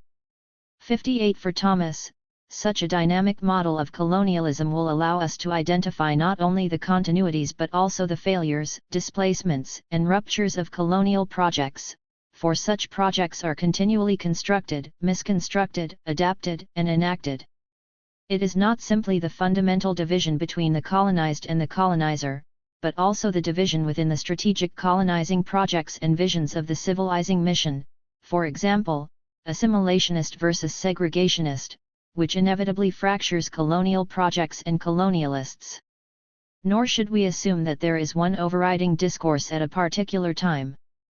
Thus, historicization of colonialism necessitates that we localize colonialism in encounters so as not to see it as an inescapable system. By referring to the inevitable fissure at the heart of colonialism, Thomas does not refer simply to its degree of success or failure, but to the ways in which colonial projects are altered, contested, adapted, and redefined by indigenous societies, as well as to the internal debates and contradictions within colonial projects. Thomas is not unaware of the risk that such pluralization carries, the danger of restricting analysis to mere empirical particularity. While he is concerned with identifying the epistemological breaks and ruptures, and hence with establishing the distinctiveness of different historical periods, he is also careful to recognize continuity across periods and the ways in which perception of otherness remains salient and available in varying degrees over time. 59 Thomas suggests that by describing the distinctive characteristics of colonialist imagination of each period, we will avoid setting up a binary opposition between empirical particularity and an essentialist idea of Orientalism. 60 But then one wonders whether this periodization is any different from empirical particularity or from a designation of the peculiar characteristics of different national styles, say British versus French colonialism, that Thomas himself does not necessarily endorse as a way of getting out of the totalizing notion of colonialism. He suggests that although it might be useful to identify the contrasts between French and British models of colonialism, this can only be done at the expense of ignoring the diversity within French and British practices. But we should ask to what extent this emphasis on epical frame or historical typification, or the designation of historical peculiarity, is useful in overcoming the problem of empirical particularity. One is also tempted to ask, after this emphasis on internal contradictions and debates within colonial ideologies, whether this historical typification does not also imply another unified or homogeneous notion of colonialism. In other words, by doing this, does not one simply displace the criterion for the unity of colonialism from space to time? Although Thomas seems to promise a theory of colonialism that can accommodate multiple histories, cultures, and geographies, what we are offered eventually is a historicist periodization which is no less unifying than the predominant conceptions of colonialism. Therefore, we can bring the same objection to Thomas that he himself develops against the idea of contrasting different national styles. The identification of the salient features of a historical period can be made only at the expense of masking the diversity and multiplicity within that specific period. Anticipating such a possible objection, Thomas develops his defense as follows: at this heuristic level, an analytical fiction that postulates distinctions between colonial epochs is more valuable than a history of colonialism, though it needs to be understood that such a fiction is a rhetorical device. It is constructed in order to subvert easy totalities or progressive histories. 61. If the designation of defining characteristics of an epoch can be treated as a rhetorical device, why can one not also accept the general category of colonialism as a rhetorical device? In other words, if the issue here is simply a matter of constructing a rhetorical device, one wonders why totalizing implications of one device but not the other is preferable and acceptable. Does not this epical rhetorical device disguise diversity? Although I am not particularly concerned with the diversities existing within a historical period, what I want to point out here is the sterility of the framework that posits multiplicity as a solution to homogenization, essentialism, or unity. What I want to underline here is the impasse we hit when we imagine that we can challenge essentialism when we simply reverse it and privilege multiplicity and plurality instead. I will try to elaborate this point further in the following pages, but let me turn now to a discussion of Robert Young's study. In Colonial Desire, Robert Young expresses his dissatisfaction with how post-colonial criticism has constructed the colonizer and the colonized or self and the other as two antithetical groups. For him, post-colonial criticism tends to reproduce the static and essentialist categories that it aims to dismantle by constructing such Manichaean divisions. Questioning the legitimacy of colonial discourse as a general category, Young points to the difficulty of avoiding the accusation of idealism involved in the use of such a general category as a way of dealing with the totality of discourses of and about colonialism. 62. Although he is prepared to accept that colonialism was to a noticeable degree geographically and historically homogeneous, nonetheless he is not fully convinced that the category of colonial discourse warrants its general use so as to imply that colonialism has operated everywhere in a similar enough way. The differences between French and British colonialism, for example, as well as the varieties within racism, constitute the basis of Young's reluctance to claim that theoretical paradigms of colonial discourse analysis work equally well for all the different versions of colonialism. For example, French colonialism, which was designed to assimilate, was based on egalitarian Enlightenment assumptions of the sameness of all human beings, and British colonialism, which was designed for indirect rule, was based on the assumptions of difference and of inequality.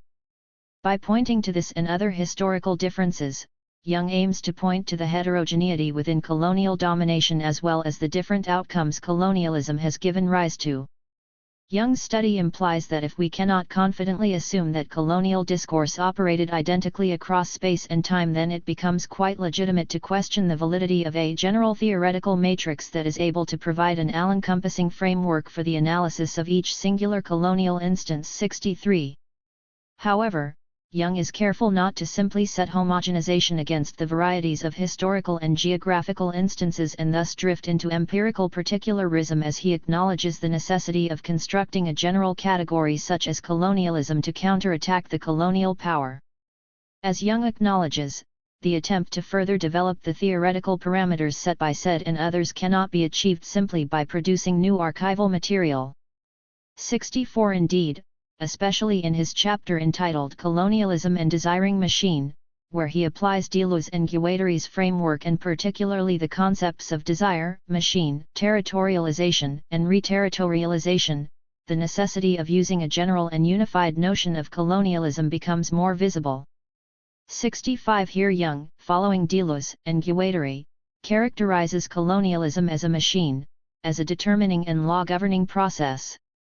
His endorsement of David Trotter's understanding of colonialism as a text without an author should be seen as part of the same attempt to emphasize the importance of retaining the notion of colonialism as a general category.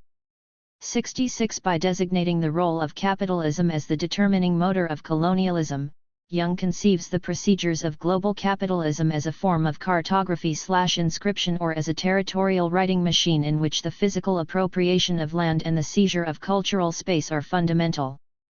But Young warns us that such processes of appropriation and seizure should not be understood as a simple destruction of native cultures or a simplistic grafting of one culture onto the other. In an effort to point to the complexities involved in such processes, he proposes to see the decoding and recoding processes through which colonial practices are inscribed on the territories and peoples subjected to colonial power, as a layering of cultures on top of each other. Such imbrication of cultures with each other shows that colonial culture never simply repeats itself.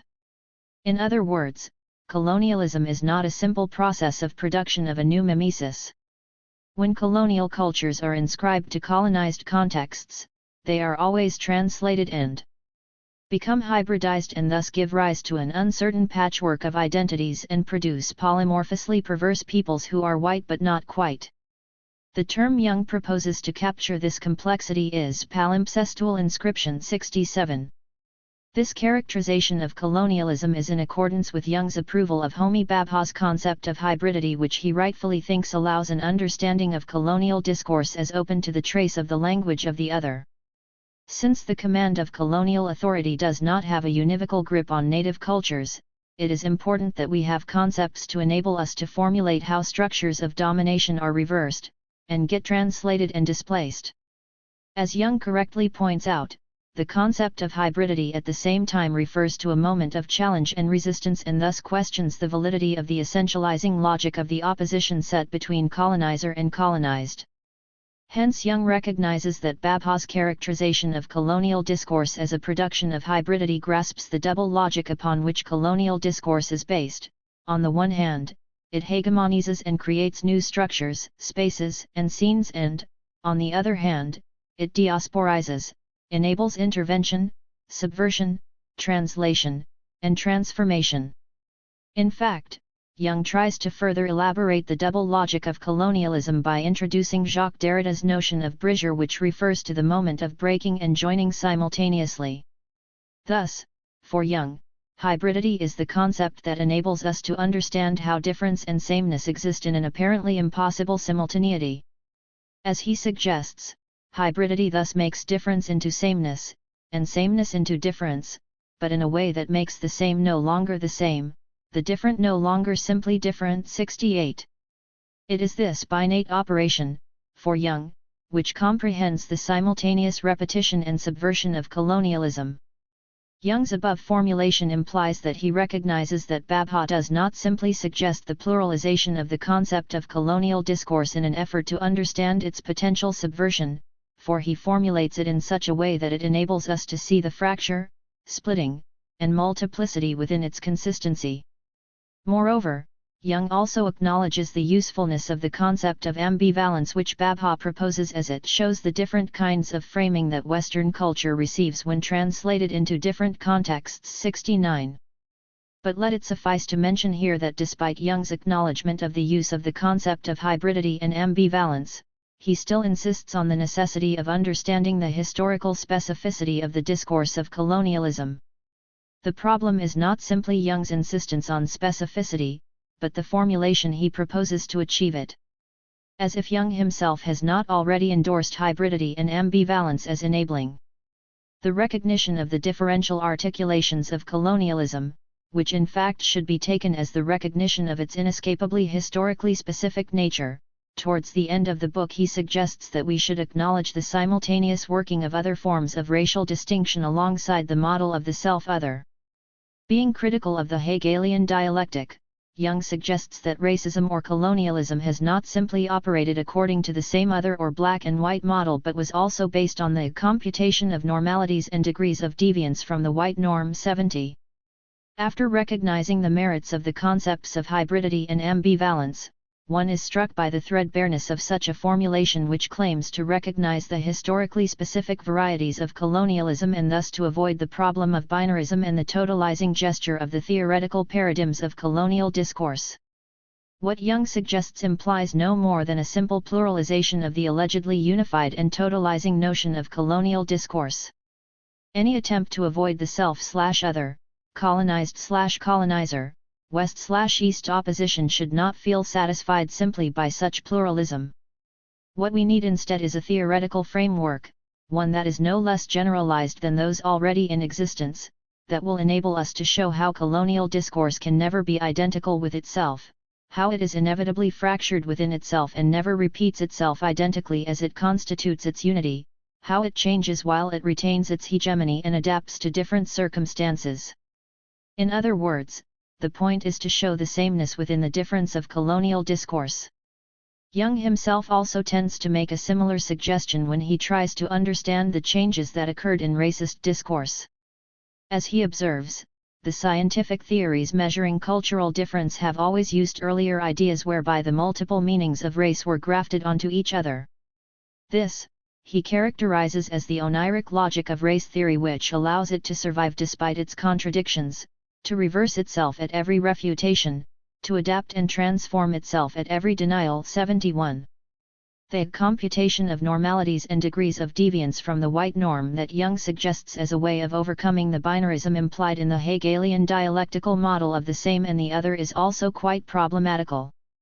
Such a model can be interpreted not simply as referring to two antithetical groups, but more productively to understand a model where the other represents the excluded side against which the subject constitutes its identity. While being expelled from the privileged domain of subjectivity, the other is nevertheless an integral part of the subject as its effaced foundation. The force of this effacement ensures the subject's illusory claims for self-sufficiency and self-certainty. 72. The same other dialectic should be taken as the prototype of an exclusionary scheme by which the subject is constituted as sovereign and autonomous.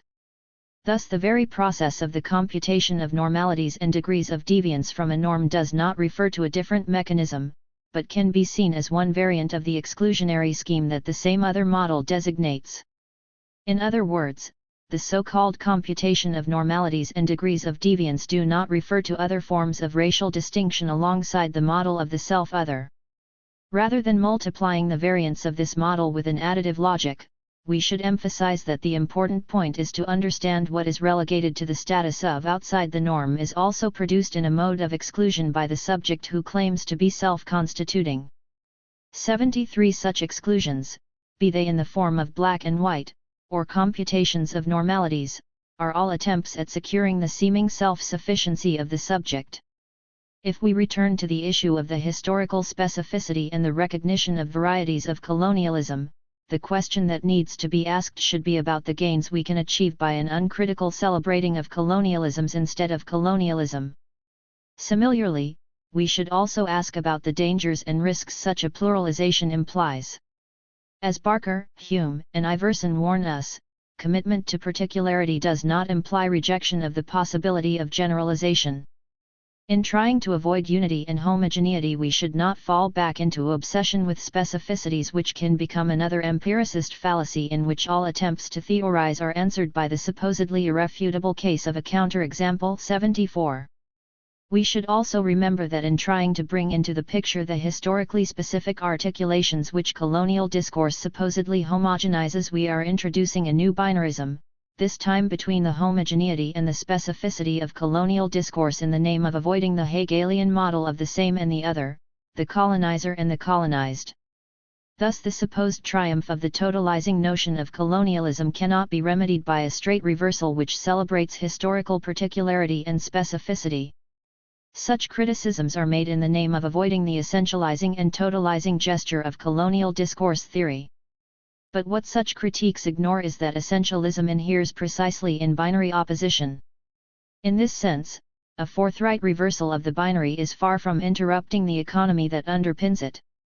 As Vicky Kirby notes, essentialism is not an entity that can be identified and dissolved by saying yes or no to it. 75. Rather, the question, as she suggests, should pertain to the how of essentialism, to the ways in which essence is made proper and naturalized within our thought or being. 76. There are other good reasons also why we have to retain the general and generalizing term colonialism. In talking about the term neocolonialism, Spivak notes that historically these terms are always heterogeneous, and so is neocolonialism.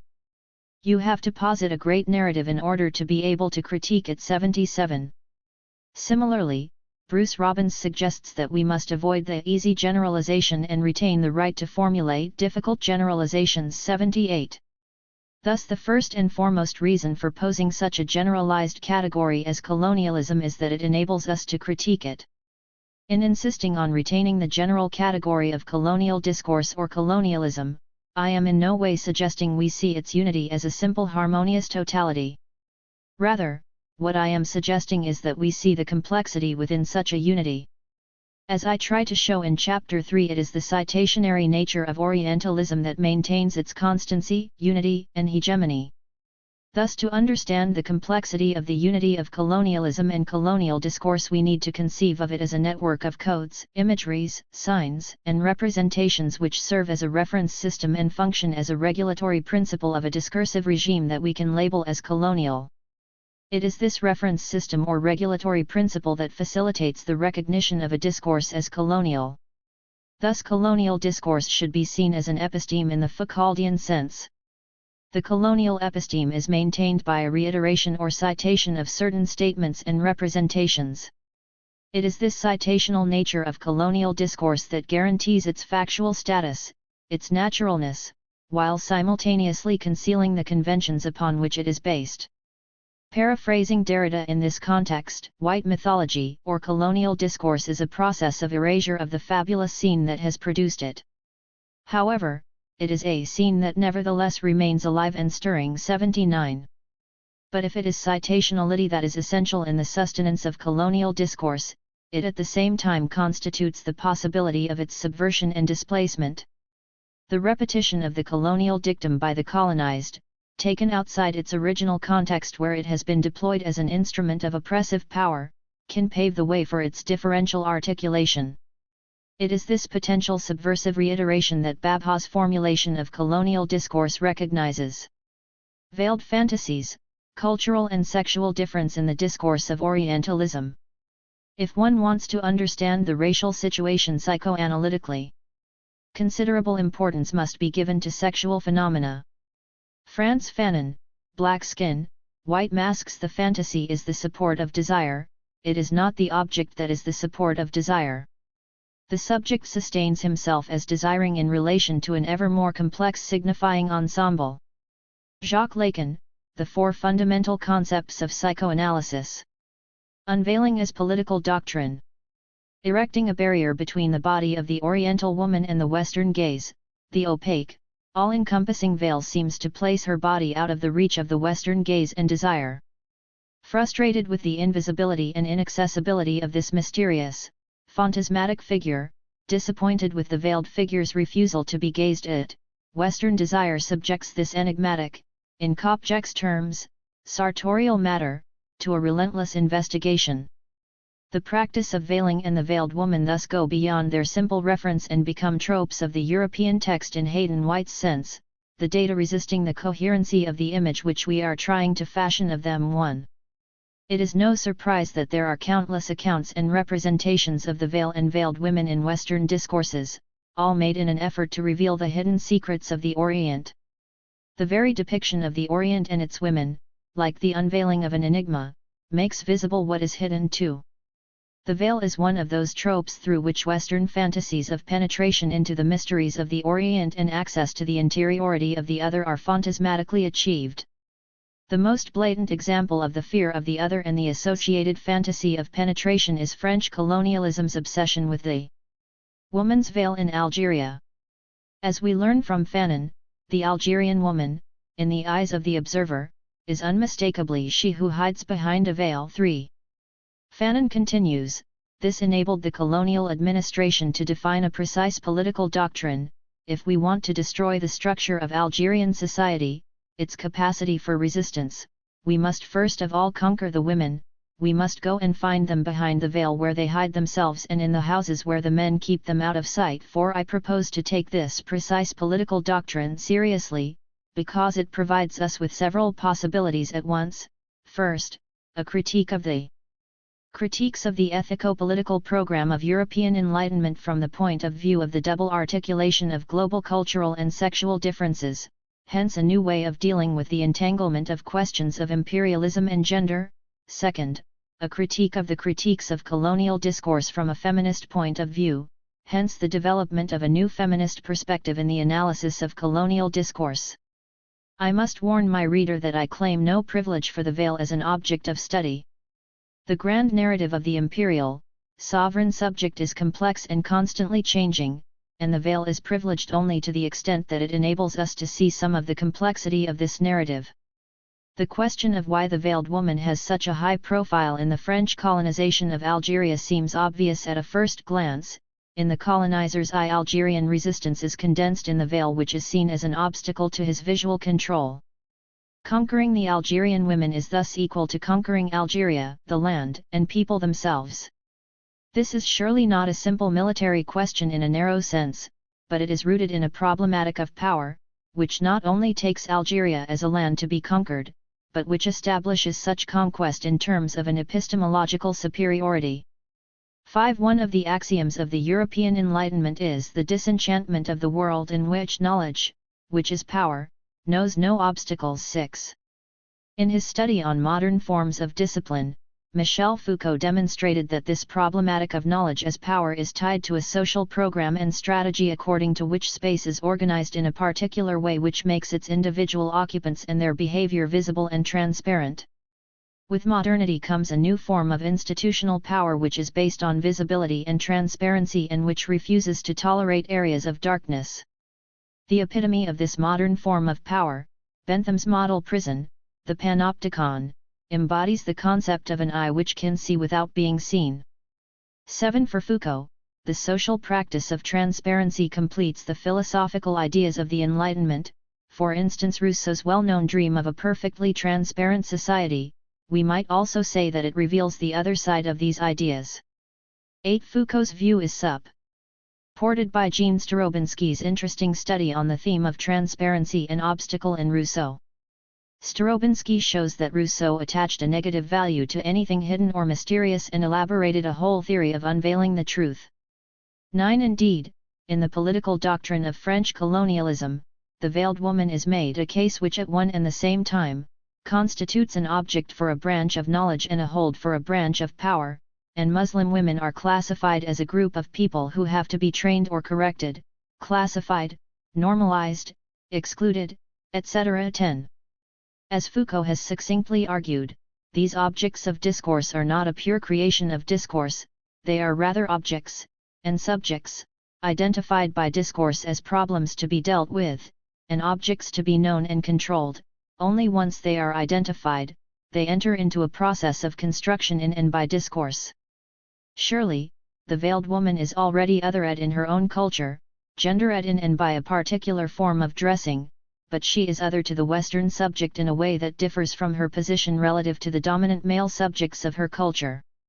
I would like to argue here that the case or troology of the veil is not simply a signifier of a cultural habit or identity that can be liked or disliked, be good or bad, but in a world bewitched by the invisible powers of the other for a subject, i.e., for the European subject in our case, it signifies the production of an exteriority, a target or threat, which makes possible for that subject to postulate a place that can be delimited as its own and serve as the base. 11. This enables him to produce himself vis-a-vis an other while simultaneously erasing the very process of this production. The veil can be seen as the resisting data or troology of this modern power whose program aims to construct the world in terms of a transparency provided by knowledge as power. However, limiting itself to Europe as the sovereign subject of history, Foucault's analysis of such power has remained blind to the role played by these technologies and their epistemological and subjective import in the European colonization of the world. Gayatri Spivak suggests that we write against the possibility that the intellectual is complicit in the persistent constitution of other as the self's shadow. I take her words as a warning. The clearest available example of such epistemic violence is the remotely orchestrated, far-flung and heterogeneous project to constitute the colonial subject as other. This project is also the symmetrical obliteration of the trace of that other in its precarious subjectivity. It is well known that Foucault locates epistemic violence, a complete overhaul of the episteme, in the redefinition of sanity at the end of the European 18th century. But what if that particular definition was only a part of the narrative of history in Europe as well as in the colonies? What if the two projects of epistemic overhaul worked as dislocated and unacknowledged parts of a vast two-handed engine? Perhaps it is no more than to ask that the subtext of the palimpsestic narrative of imperialism be recognized as subjugated knowledge. 12. The subtext of the palimpsestic narrative of imperialism is demonstrated in the fact that, whether he likes it or not, for the European subject, there is always more to the veil than the veil. A very interesting example is Gaëtan Gauchin de Clerambult, the 19th-century French psychiatrist who was fascinated with the foldings of North African dressing and took hundreds of photographs of veiled people. Clairambelt seems to constitute the unique instance of a subjective approach to North African Islamic culture which needs to be explored further. According to Gilles Deleuze, if Clairambelt's interest in Islamic folds manifests a delirium, it is because he discovers the tiny hallucinatory perceptions of ether attics in the folds of clothing 13. The Islamic veil is considered by Clairambelt and Deleuze as providing a unique form of perception of a world of figures without objects 14. I see this as a legitimate area of research into the Islamic veil/fold, but I am interested here in a dialectics of seeing and gazing. Although Deleuze considers this a more restricted area of the optical fold, 15.1 argue that its ethico-political implications exceed its epistemological limits. A general study of the fold and of its varieties remains limited in a different way, if we remember that, writing against the always already existing possibility of the constitution of the other as the self's shadow, Spivak's two-handed engine would ask for a reinscription of the Islamic fold/veil as subjugated knowledge of the Western imperial palimpsest in Clairambelt's psychological discoveries. And Malak al-Allah's well-known colonial harem undeniably demonstrates the place of sexual difference in the signification of the Islamic fold/veil. Al-Allah's semiological classification and reading of erotic postcard pictures of half-veiled Algerian women opens up the problematic of cultural difference into a problematic of sexual difference. Although his approach is a semiological/Barthian one which does not employ a thematics of fold, I suggest that we take this work as a warning for the Deleuzian overlooking of sexual, and cultural, difference in the fold/veil. 16. The rhetoric of the veil. Orientalist travel writing in the 19th century in a sentence which predicts al-Allah's work, in the Arab world writes Fanon, the veil worn by women is at once noticed by the tourist. It, generally suffices to characterize Arab society 17. Can this immediate attention be considered as an instance of the celebrated Lacanian triumph of the gaze over the eye? 18. If I am wary of Foucault's complicity with the very form of power he analyzes because he overlooks its working outside Europe, or of Deleuzian analysis of the fold, I am also wary of a kind of psychoanalysis which is blind to the historical inscription of its conceptual apparatus. The question posed by Francois Wall to Jacques Lacan in his seminar on the gaze is instructive in this sense. Against Lacan's insistence that all eye is evil eye, Wall brings up the example of the prophylactic eye, an eye that protects one from disease, in the Mediterranean cultures. Lacan's answer is that the prophylactic eye is allopathic, i.e. it cures the disease by exciting a dissimilar affection, and that the prophylactic objects are clearly symbols of the phallus. In the same place, he refers to the North African Islamic Baraka and, despite a few places where he admits that he hesitated, concludes that the eye is always maleficent rather than beneficent.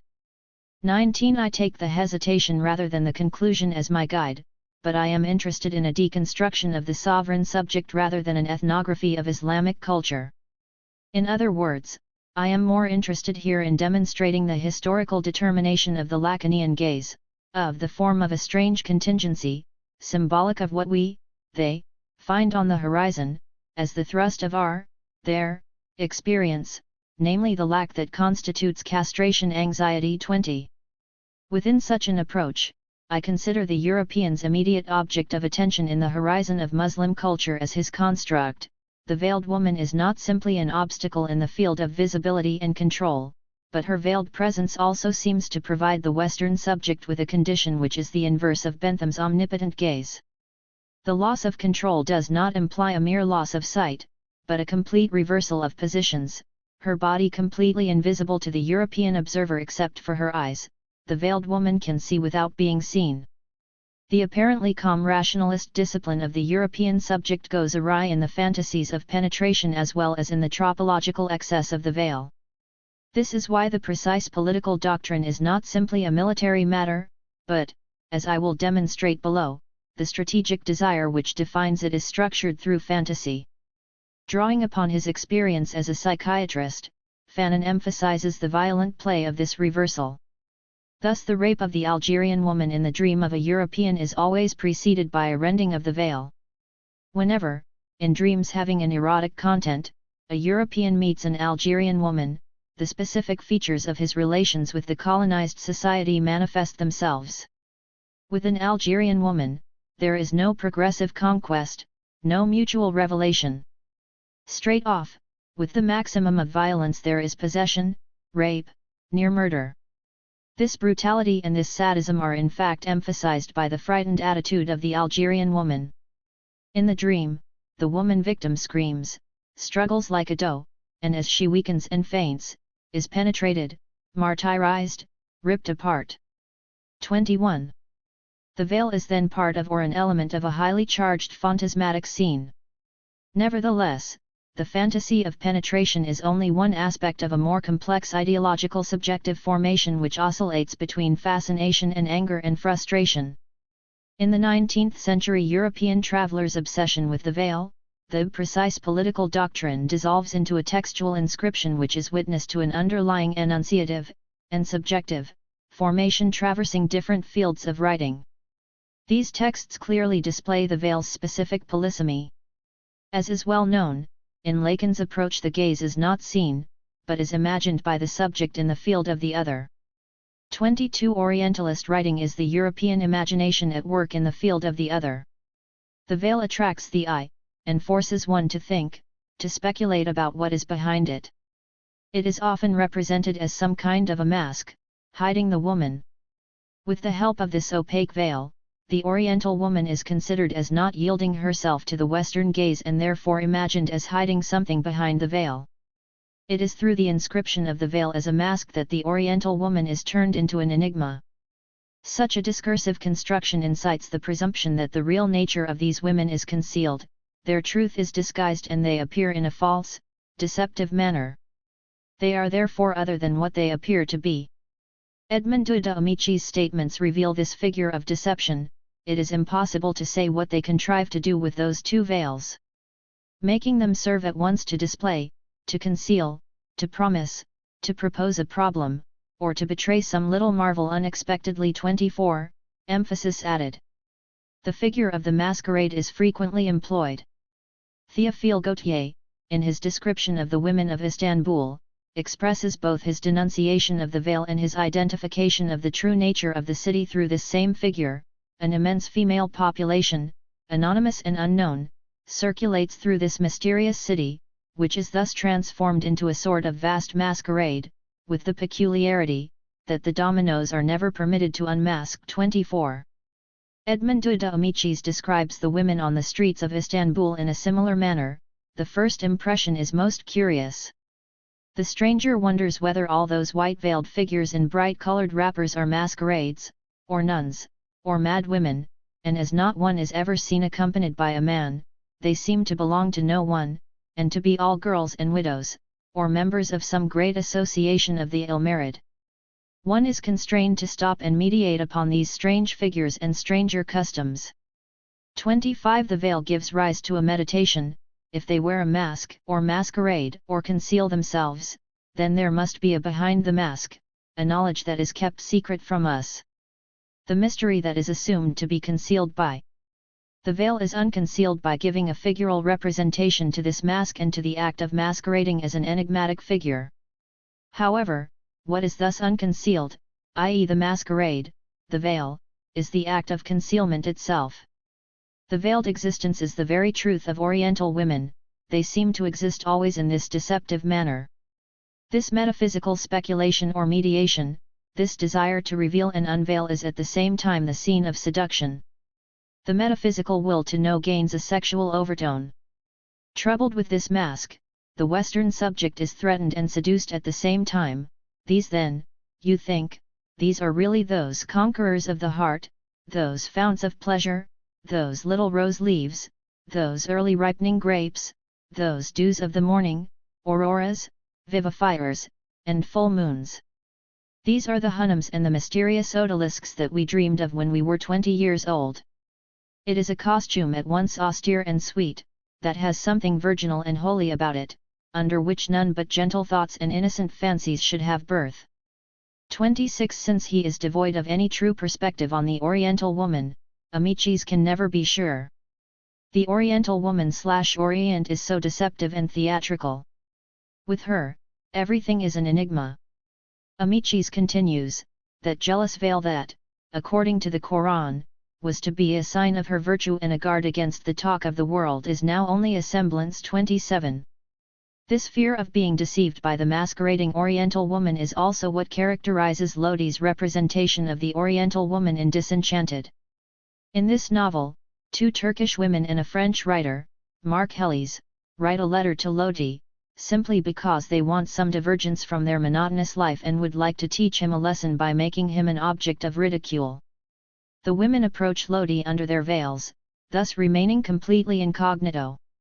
28. Uncomfortable with their invisible presence, Lodi asks them to remove their veils, but they refuse to do so. During their conversations, when the women speak a few Turkish words with each other, Lodi immediately warns them that he knows the language sufficiently well and would be aware if any uncivil remark was being uttered about himself. This short scene sums up the whole theme of the novel. It is about how Lodi is seduced but at the same time mocked by these veiled women. As they themselves express through their attitude, it is precisely with their veils that Oriental women can seduce, mock, and threaten him. The veil places them at a distance Lodi cannot reach. In warning them that he knows Turkish, that he can understand them, he in fact expresses his own anxiety. This anxiety is caused by his lack of a true, fixed perspective. He cannot position himself vis-a-vis them. He reminds them of his knowledge of their language precisely because this knowledge does not seem sufficient to him to gain control over their veiled presence, for they masquerade and their dress is deceptive. It is this incapacity to fix and control that is unsettling and terrifying and yet so seducing. A variety of reasons are offered by the European subject to explain this obsession with the Oriental veil: civilizing, modernizing, and thereby liberating the backward Orient and its women, making them speaking subjects. These are the manifest terms of the political doctrine.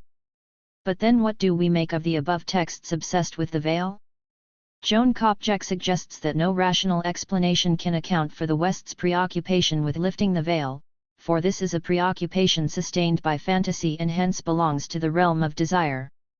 According to Kopjak, what was capital in this fantasy was the surplus pleasure, the useless puissance which the voluminous cloth was supposed to veil and the colonial subject, thus hidden, was supposed to enjoy.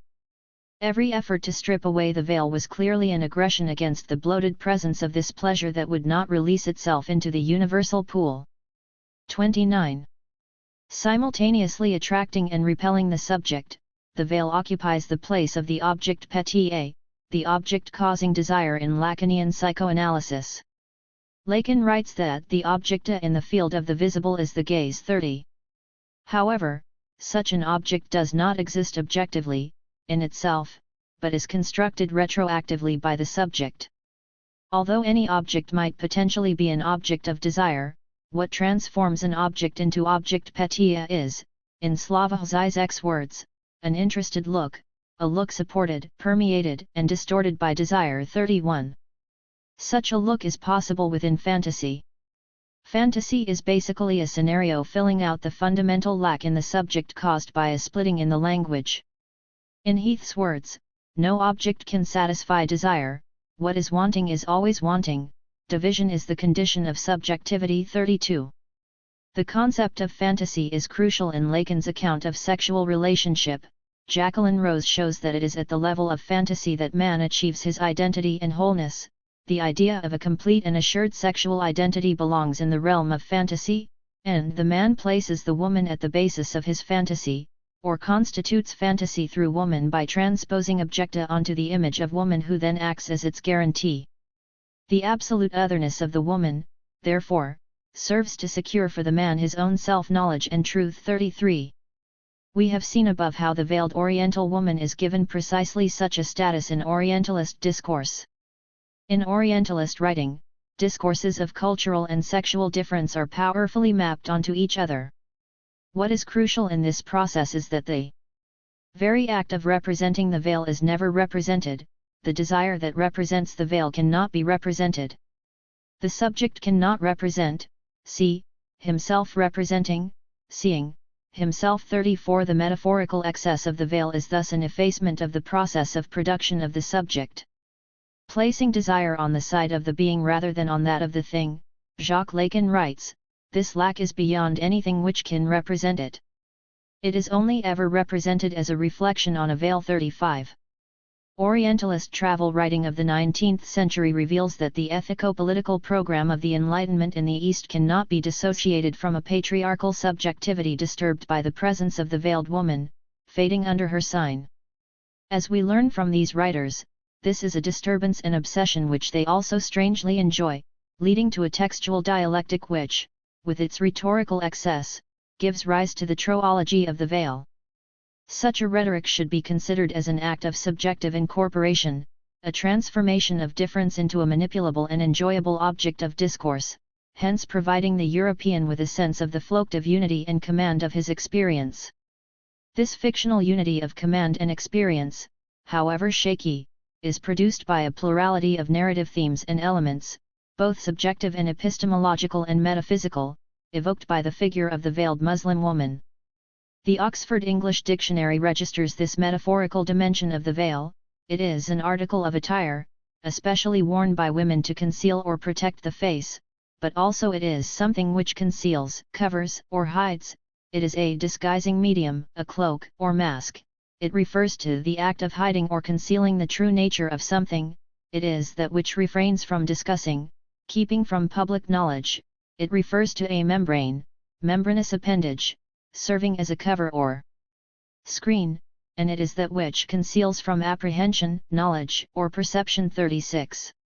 Whenever the signifier veil is used in the Orientalist context, all these different, yet interrelated meanings work as tropes of representing the Orient, its women, and their dressing. Veil is thus a multilayered signifier which refers at once to an attire which covers the Muslim woman's face, and to that which hides and conceals the Orient and Oriental woman from apprehension. It hides the real Orient and keeps its truth from Western knowledge/apprehension. It is also a metaphor of membrane, serving as a screen around which Western fantasies of penetration revolve. It is this polysemous character of the veil which seems to play such a crucial role in the unique articulation of the sexual with cultural difference in Orientalist discourse. The reference of the veil thus exceeds its sartorial matter. It is in everything that is Oriental or Muslim. The Western eye sees it everywhere, in all aspects of the other's life. It covers and hides every single Oriental thing that the Western subject wants to gaze at and possess. It stands in the way of his desire for transparency and penetration. Writing on Cairo, Nerval observes that the town itself, like those who dwell in it, unveils its most shady retreats, its most delightful interiors, only by degrees. 37. In the Orientalist chain of signification, the veil signifies not only Oriental woman, but also the Orient itself. And it is precisely through this excess that the veil and woman come to represent, in Mary Harper's words, the most characteristic aspect of the mysterious East, the quintessential Orient. 38. The metonymic association of the figure of the veiled woman and the Orient constitutes an overdetermined totality whose residue persists in the unconscious of the subject. The veil is thus turned into a privileged concept metaphor in the construction of the reality of Orient, its very ontology. We cannot overlook the important role it plays in the production of an essential Orientalness. The veil is central to the discursive constitution of the referent, namely what the Orient is. It constitutes the condition of possibility of the copula is. But this is a unique strategic rhetorical move, precisely because it is assumed to conceal not only Oriental woman but also, through her, the very being of the Orient. It incites an inquiry into an ontology or presence which does not just remain beyond knowledge but is closed to it as a requirement of its essential being. In Western eyes, the Orient is always more and other than what it appears to be, for it always and everywhere appears in a veiled, disguised, and deceptive manner. It is by way of its veiled appearance, by the very act of its concealment, that the Orient reveals itself, reveals that there is Orient, a place, a culture, an essence that needs to be grasped, known, and apprehended. But precisely because this essence is grasped in and as concealment, the essence as essence is never grasped. One always misses it. The veil is that curtain which simultaneously conceals and reveals. It conceals the Orient's truth and at the same time reveals its mode of existence, its very being, a being which always exists in a disguised and deceptive manner, a being which exists only behind its veil. Therefore, the veil represents simultaneously the truth and the concealment of truth. The truth of the Orient is thus an effect of the veil, it emerges in the traumatic encounter with its untruth, i.e. veil. 39. As Oliver Rickon suggests, these Orientalist motifs of uncovering and unveiling a hidden essence imply a metaphysical fantasy. 40. Hegel's theory of subject provides Orientalist rhetoric with a metaphysical framework. As Slavoj Žižek explains, in his dialectic of the production of meaning and of subject, Hegel does not simply oppose appearance to essence, but shows their unity. If there is deception, we cannot subtract it from the thing, it constitutes its very heart. If, behind the phenomenal veil, there is nothing, it is through the mediation of this nothing that the subject constitutes himself in the very act of misrecognition. 41. The doctrine of unveiling is more interested in the constitution of veil as object and target than in unveiling Muslim women. The veil is necessary to the European, and it is irrelevant in this sense whether there is nothing or something behind it. What is important is the fact that the European subject is able to secure his identity through this supposition or through, to use Teresa Brennan's phrase, this imaginary anchor. 42. The veil and the reality that is presumed to be hidden by it serves the subject's need for an imaginary component, the Lacanian object petie, in the act of constituting himself. It is not that the question of what is behind the veil that is more than the veil does not bother him. It is precisely this kind of vexation which constitutes his subjectivity. In other words, the answer is the question by which the European traveler or colonizer establishes the required imaginary anchor for himself to securely assert his subjectivity as sovereign. In imagining this hidden Oriental/feminine essence behind the veil as the repository of truth, the subject turns the Orient into an object that confirms his identity and thereby satisfies his need to represent himself to himself as a subject of knowledge and reason. It is not for nothing that I have not said a word on the veiled woman herself so far, as my analysis here concerns man's question, his subjectivity, and not hers. The attempt to represent what is concealed behind the veil and what the veiled being of the Orient/feminine is one that starts and ends with the subject of representation. Hence the Orientalist's production of his identity through difference. The method of this constitution is to make the veiled Muslim woman other, that is to say, to turn her into an object of curiosity or marvel, and an exterior target or threat. 43. In his excellent book Colonizing Egypt, Timothy Mitchell argues that Orientalism does not simply provide knowledge about Oriental societies, but is itself constitutive of absolute differences which enable the European to code the Oriental as his reverse image or as the exterior of the West. However, as Mitchell points out, what is outside is paradoxically what makes the West what it is, the excluded yet integral part of its identity and power. 44. Once constructed as signifying the truth of the Orient, and particularly of the Islamic Orient, the veiled woman is not necessary for the employment of the veil as a rhetorical figure. Edmondo de Amici's description of Turks as an Oriental people reveals the presence of an enigmatic gaze, frozen, mute and deadening, imagined by the subject in the field of the other. The Turks have the aspect of people who are thinking about some remote and indeterminate thing. They look like philosophers all bent upon one thesis, or somnambulists, walking about unconscious of the place they are in, or the objects about them.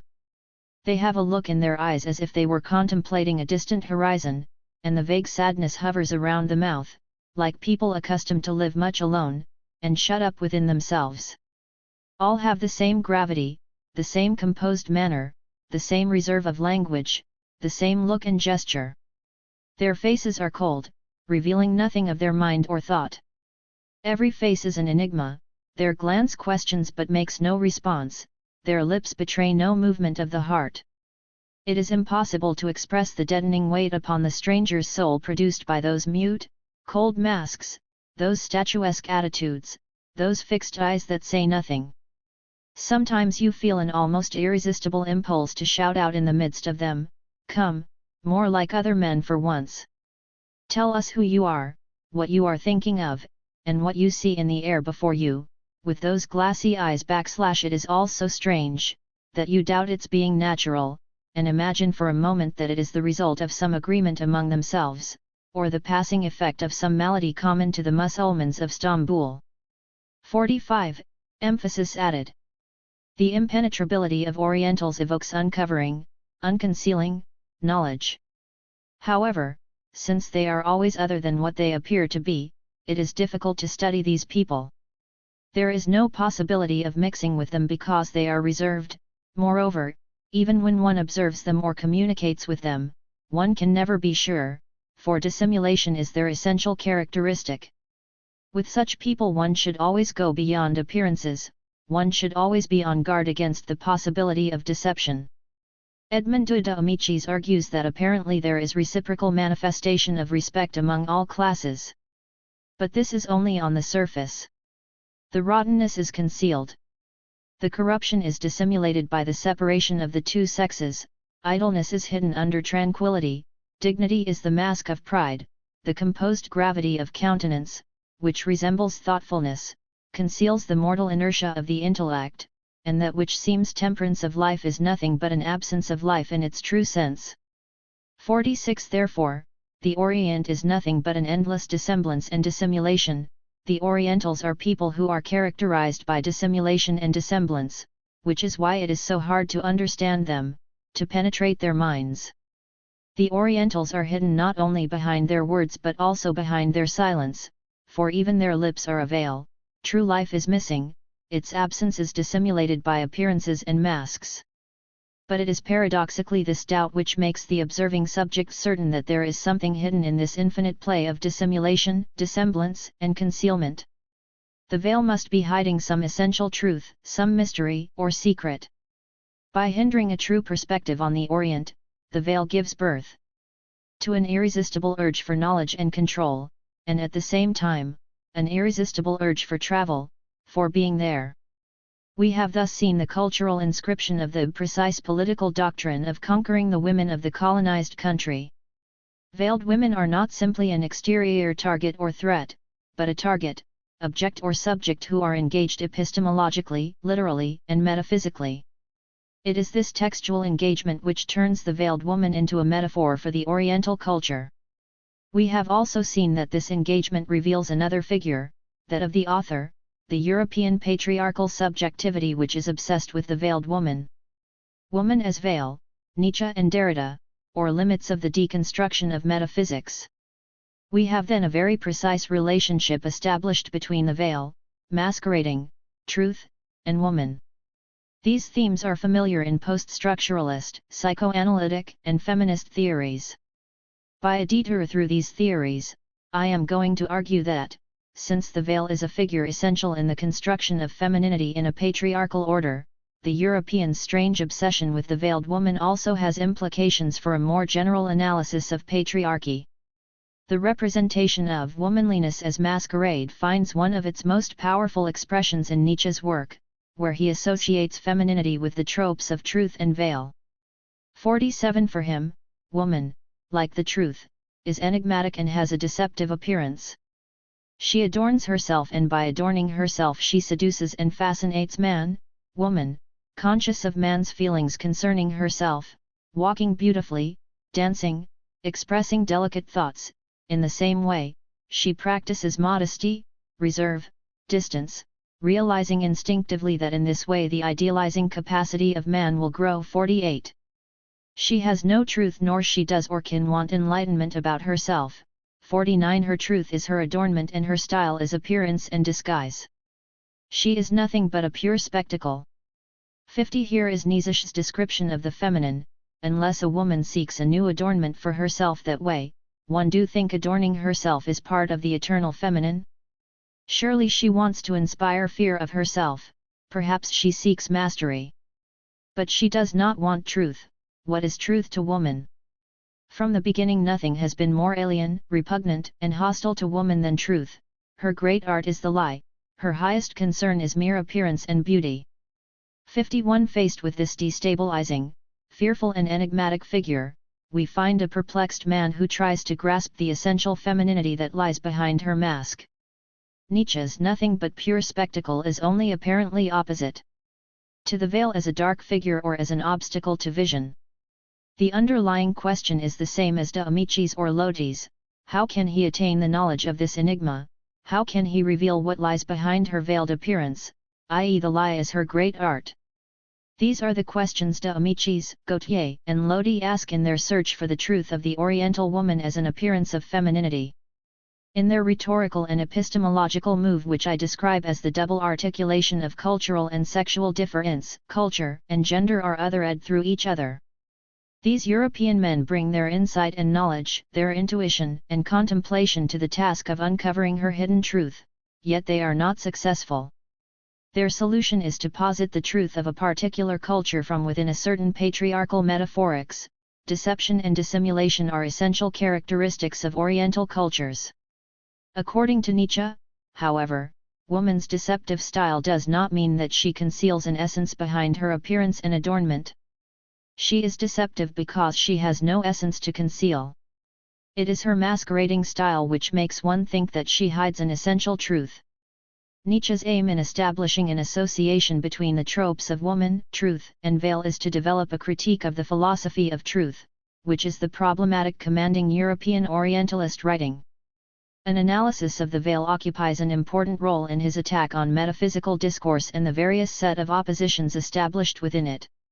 The parallelism he establishes between the movement of truth and the deceptive feminine gesture enables Nietzsche to criticize, but at the same time to reinscribe the tropological system of metaphysics. The veil functions to make truth profound, to ensure that there is a depth that lurks behind the surface of things. 52.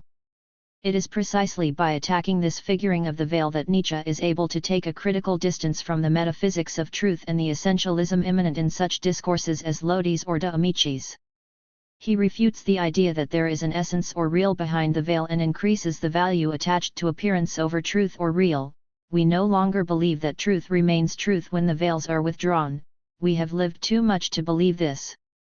Today we consider it a matter of decency not to wish to see everything naked, or to be present at everything, or to understand and know everything. 53. Metaphysical discourse is able to secure the various sets of oppositions it constructs between appearance and reality, surface and depth, precisely through the figuring of the veil as that opaque curtain which conceals, covers, hides, or disguises an essential nature.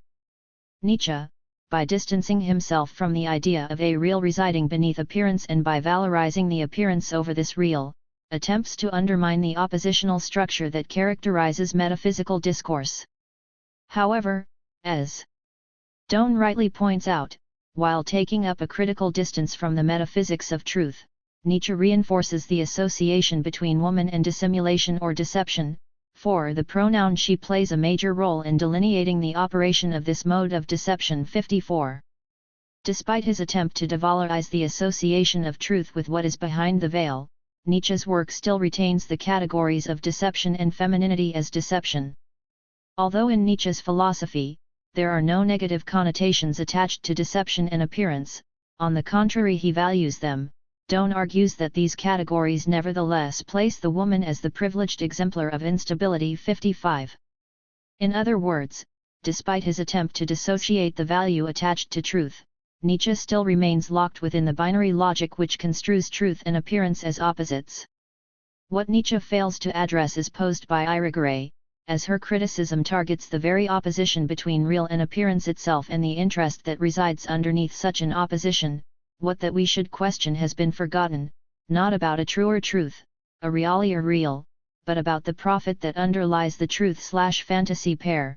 56. The prophet that underlies the truth/fantasy pair is what I have described as the Europeans' fictional unity and command of experience, i.e. the production of their subjectivity, which de Amicis, Gautier, and Lodi had managed by a textual proliferation of discourses through the troology of the veil. Joan Riviere's important work Womanliness as Masquerade also brings out an implicit criticism of the Nietzschean critique of metaphysics by providing us with a powerful discussion of how the figures of woman or femininity and veil/mask are closely associated in a masculine order. 57. Unlike Nietzsche's approach, Rivière's exposes man as the one who formulates the question. For Rivière, the term masquerade refers to the male's representation of woman on the one hand and how this representation constitutes her identity on the other. These two aspects are closely related, for the question of representation is at the same time a question of constitution. The concept of womanliness as masquerade refers to a male's representation, to masculine construction. The masquerade is a representation of femininity, but then femininity is representation, the representation of woman. 58. This trouble with masquerade is man's trouble, the conception of womanliness as a mask, behind which man suspects some hidden danger, throws a little light on the enigma. 59. It is man's assumption of femininity which turns it into an enigma. As Stephen Heath observes, man's suspicion is the old question, was will das Weib, das Weiblich, what does woman want? Eternal feminine, all the others, always the same. The masquerade is the woman's thing, hers, but it is also exactly for the man, a male representation. 60. The question what does she want? Is paradigmatic here. De Amicis articulates this question when he wonders whether all those white-veiled figures in bright-colored wrappers are masquerades, or nuns, or mad women, or when he cries, in fervor, before the cold mute masks, come, more like other men for once. Tell us who you are. 61. We learn from Rivière's psychoanalytic feminist criticism that the question of what woman wants is the man's question. According to her, it is precisely this characterization of femininity that incites contradictory desires, the desire to know and uncover her truth on the one hand, and the desire to distance her and thus avoid the threat her unpredictability and inaccessibility pose, on the other.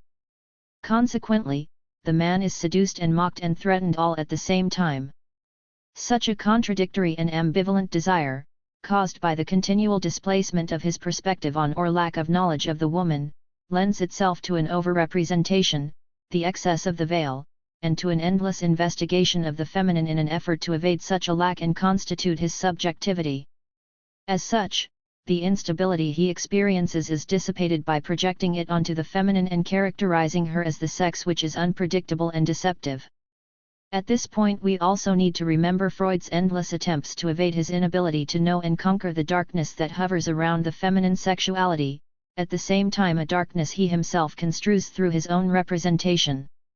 For example, he is as confident to study and know men's sexuality as he is totally puzzled by the other sex, that of women, partly owing to the stunning effect of civilized conditions and partly owing to their conventional secretiveness and insincerity, is still veiled in an impenetrable obscurity, emphasis added. 62. As Doan suggests, the horror or threat of that precariousness, of both sexuality and the visible, is attenuated by attributing it to the woman, over and against the purported stability and identity of the male. The veil is the mark of that precariousness. 63. Derrida is another critic of Nietzsche and the last figure in our detour through post-structuralist theory. Although affirming Nietzsche's attack on the metaphysics of truth through the metaphor of woman as the name of untruth, Derrida nevertheless gives it another twist in his spurs. His concern is, like Nietzsche, to undo the metaphysical discourse that sets truth and untruth as opposites. While Nietzsche compares woman's deceptive veiled gesture to the movement of untruth, Derrida compares the feminine gesture to writing or style. The concept writing is one of the central instruments in Derrida's deconstruction of metaphysical binaries. Refuting the idea that woman has an essence, Derrida argues that there is no such thing as the truth of woman, but it is because of the abyssal divergence of the truth, because that untruth is truth. Woman is but one name for that untruth of truth. 64. The metaphors Nietzsche uses for femininity such as instability and dissimulation are also deployed by Derrida. In his case, she appears as the figure for undecidability, associated with but repressed by metaphysics, but as a figure nevertheless. It is impossible to dissociate the questions of art, style, and truth from the question of woman. Nevertheless, the question what is woman is itself suspended by the simple formulation of their common problematic. One can no longer seek her, no more than one could search for woman's femininity or female sexuality. And she is certainly not to be found in any of the familiar modes of concepts or knowledge. Yet it is impossible to resist looking for her. 65. Derrida represents a step further than Nietzsche in deconstructing the metaphysics of truth. But his deconstruction of metaphysics by way of associating woman with undecidability and unpredictability implies turning woman into a ground or instrument of deconstruction. However radical this aim is, she becomes a vehicle of deconstruction rather than a subject of it.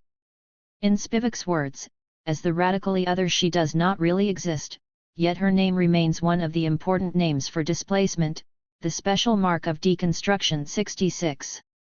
As Spivak rightly suggests, to avoid this double displacement of woman, what is needed is the deconstruction of the opposition between displacement and logocentrism itself. Spivak further argues that the task of deconstructing the sovereign subject cannot be accomplished if we limit our investigation to the question of what woman is, for this is only another way of asking the question, what does woman want? With this question, woman is still posed as the object of investigation. Rather, the feminist gesture requires asking the question that will allow the woman the subject status and the positioning of a questioning subject: what is man? What does he want? It will then be possible to bring back the absolutely convincing deconstructive critiques of the sovereign subject. 67. I take Spivak's suggestion that a deconstruction of the opposition between displacement and logocentrism is necessary in order to pose the question of the itinerary of man's desire in an attempt to deconstruct the imperial European subjectivity. 68. The question of what man wants, of the itinerary of his desire, does not only make women subjects of inquiry, but it also opens the inquiry to a global socio-economic and cultural inscription, for which 19th-century Orientalist writing is but one remarkable instance. We are now in a better position to ask what interest is involved here and what is the profit that underlies the truth/fantasy pair. The constitution of the European subject as sovereign two modes of differentiation, the sexual and the cultural, are thus not simply two distinct, singular moments in the representation of difference, but rather, as Homi Bhabha phrases it, within the apparatus of colonial power, the discourses of sexuality and race relate in a process of functional overdetermination. 69. The structural affinity between the two with respect to the display of difference establishes a chain of equivalence in which woman is the Orient is woman, woman like the Orient like the woman, exists veiled, she is nothing but the name of untruth and deception. If the Oriental is feminine and if the feminine is Oriental, we can claim that the nature of femininity and the nature of the Orient are figured as one and the same thing in these representations. This equivalence positions the Orientalist/Western colonial subject as masculine, the other culture is always like the other sex. 70. This is why the Western subject, whether male or female, is always fascinated by the veil or harem, the truth of culture in the space of woman, in the body of woman. But then what does he see when the mask is lifted? Is it ever lifted? How can the subject of knowledge know and be certain about what lies behind the mask? Nietzsche refutes the view there is an essence behind the veil. Rivière reinscribes the question as man's, but then reads it also as constitution of femininity, which is representation of woman. 71. Irigaray also resists differentiating between the veil and what exists underneath it, by writing that beneath the veil subsists only veil. 72. But for her, and especially we might say, if representation is constitution, there is an interest in the question and a profit in the discourse which it produces. What do we make of these Orientalist and masculine representations which presuppose and pose a place and a cultural/sexual secret behind the Oriental feminine veil? We have seen that European writers first posit the Oriental veil as an object of investigation and presuppose that there is something behind it, but then this very presupposition is both denied and accepted by the conclusion that the very nature or being of the Orient is veiled. On the surface, this is a process in which the veil is incorporated as an object of discursive and textual play. These two processes, however, political and cultural, as separate they are not simply chronologically ordered. While the political project has been a precise strategy of unveiling, i.e. an implementation of the European principle of government based on an ideal of transparency and visibility, the textual and conceptual dimension, the inscription of the veil in the European text is witness to a constitution of subjectivity, an imaginary unity and command of experience in the encounter with the other. A careful reading of this constitution might enable us to see that the profit that underlies the truth/fantasy pair is not a simple plus on the side of European subjectivity. Since such profit, such surplus of subjectivity is in the excess of the troology of the veil, it is subjected to a mechanism which remains beyond its control. What the Orientalist texts manifest in their paradoxical attempt to other the veil is that the reference is always veiled and remains other to what it signifies. This is the point where real politics, the world of conflict, and textual sublation, belles lettres, are necessarily conflated with each other. What appears through this conflation might be called an ethos. The ethos in question, that of the sovereign subject of Europe, is described by Marx in his critical reading of Hegel. Gayatri Spivak observes that, according to Marx, Hegel's picture of the subject appropriating the object was really charged by a deep hostility. In Marx's own words, the appropriation must proceed from indifferent alienness to real hostile engagement. 73. If Europe's outside is made an integral part of its identity and power in discourses such as Orientalism, this is, paradoxically, only by the creation of such outside in terms of an absolute and essential difference. If the veiled woman/culture remains always different or infinitely dissimulating in Orientalist logic, this is not because of the complexity of her/their being in the world, in which one might find continuities as well as discontinuities with one's own culture/subjectivity, but because they are always and absolutely different. They should remain different, because I should remain the same. They are not/should not be a possibility within my own world, which will thus be different. This is the deep hostility which is pointed out by Spivak and Marx, in resonance with essentialism conceived as a philosophy of the proper. That is to say, such hostility does not refer to a mere prejudice or uncultivated aggressive behavior which can be corrected or repaired by simply taking a more peaceful, good-natured, tolerant, or sympathetic attitude. Deep hostility is not merely a subjective or personal characteristic, changing from one person or group to another, and thus adaptable or normalizable. While personal or even group characteristics might well be affected by education, to think that such an education will thus erase the subject position is rather disingenuous.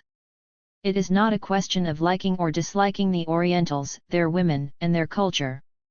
The hostility expressed here is the force of negation which constitutes the subject as sovereign, that stern force which drives the machine of his self-production in the dialectical, restricted economy of the production of the self as same. It is therefore a necessary moment in his encounter with the culturally/sexually different. The hostility in question must perhaps be associated with fear and anxiety. What is in the other than the other is a persistent inquiry that we come across in representations of cultural, racial, and sexual difference. By posing and presupposing that the veil is hiding something, concealing some ungraspable essence, the subject turns the veil into a mask behind which the other is suspected of hiding some dangerous secret threatening his unity and stability. If they are wearing those masks, then there must be a behind the mask that needs to be penetrated. What does veiled woman want? What does Jesse Jackson want? What is in Saddam's mind? 74. The question has something to do with the subject's inability or incapacity to engage the other's desire in a positive way, to respond to her.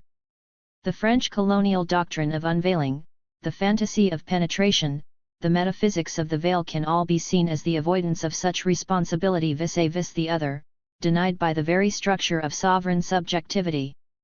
The grand narrative of colonial gaze is a deaf troology of the veil, made up of tales of unveiling, fantasies of penetrating the inaccessible world of the other, the metaphysics of discovering her truth, fantasies of domesticating and reforming and thus controlling her.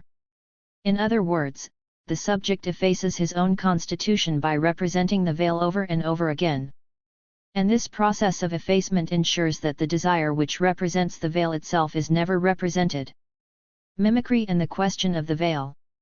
I have argued above that if the concept figure of veil provides the Orientalist with an imaginary control of his colonial displacement, its textual inscription nevertheless remains beyond his control. I have thus located an incessant movement of desire at the center of Orientalist discourse.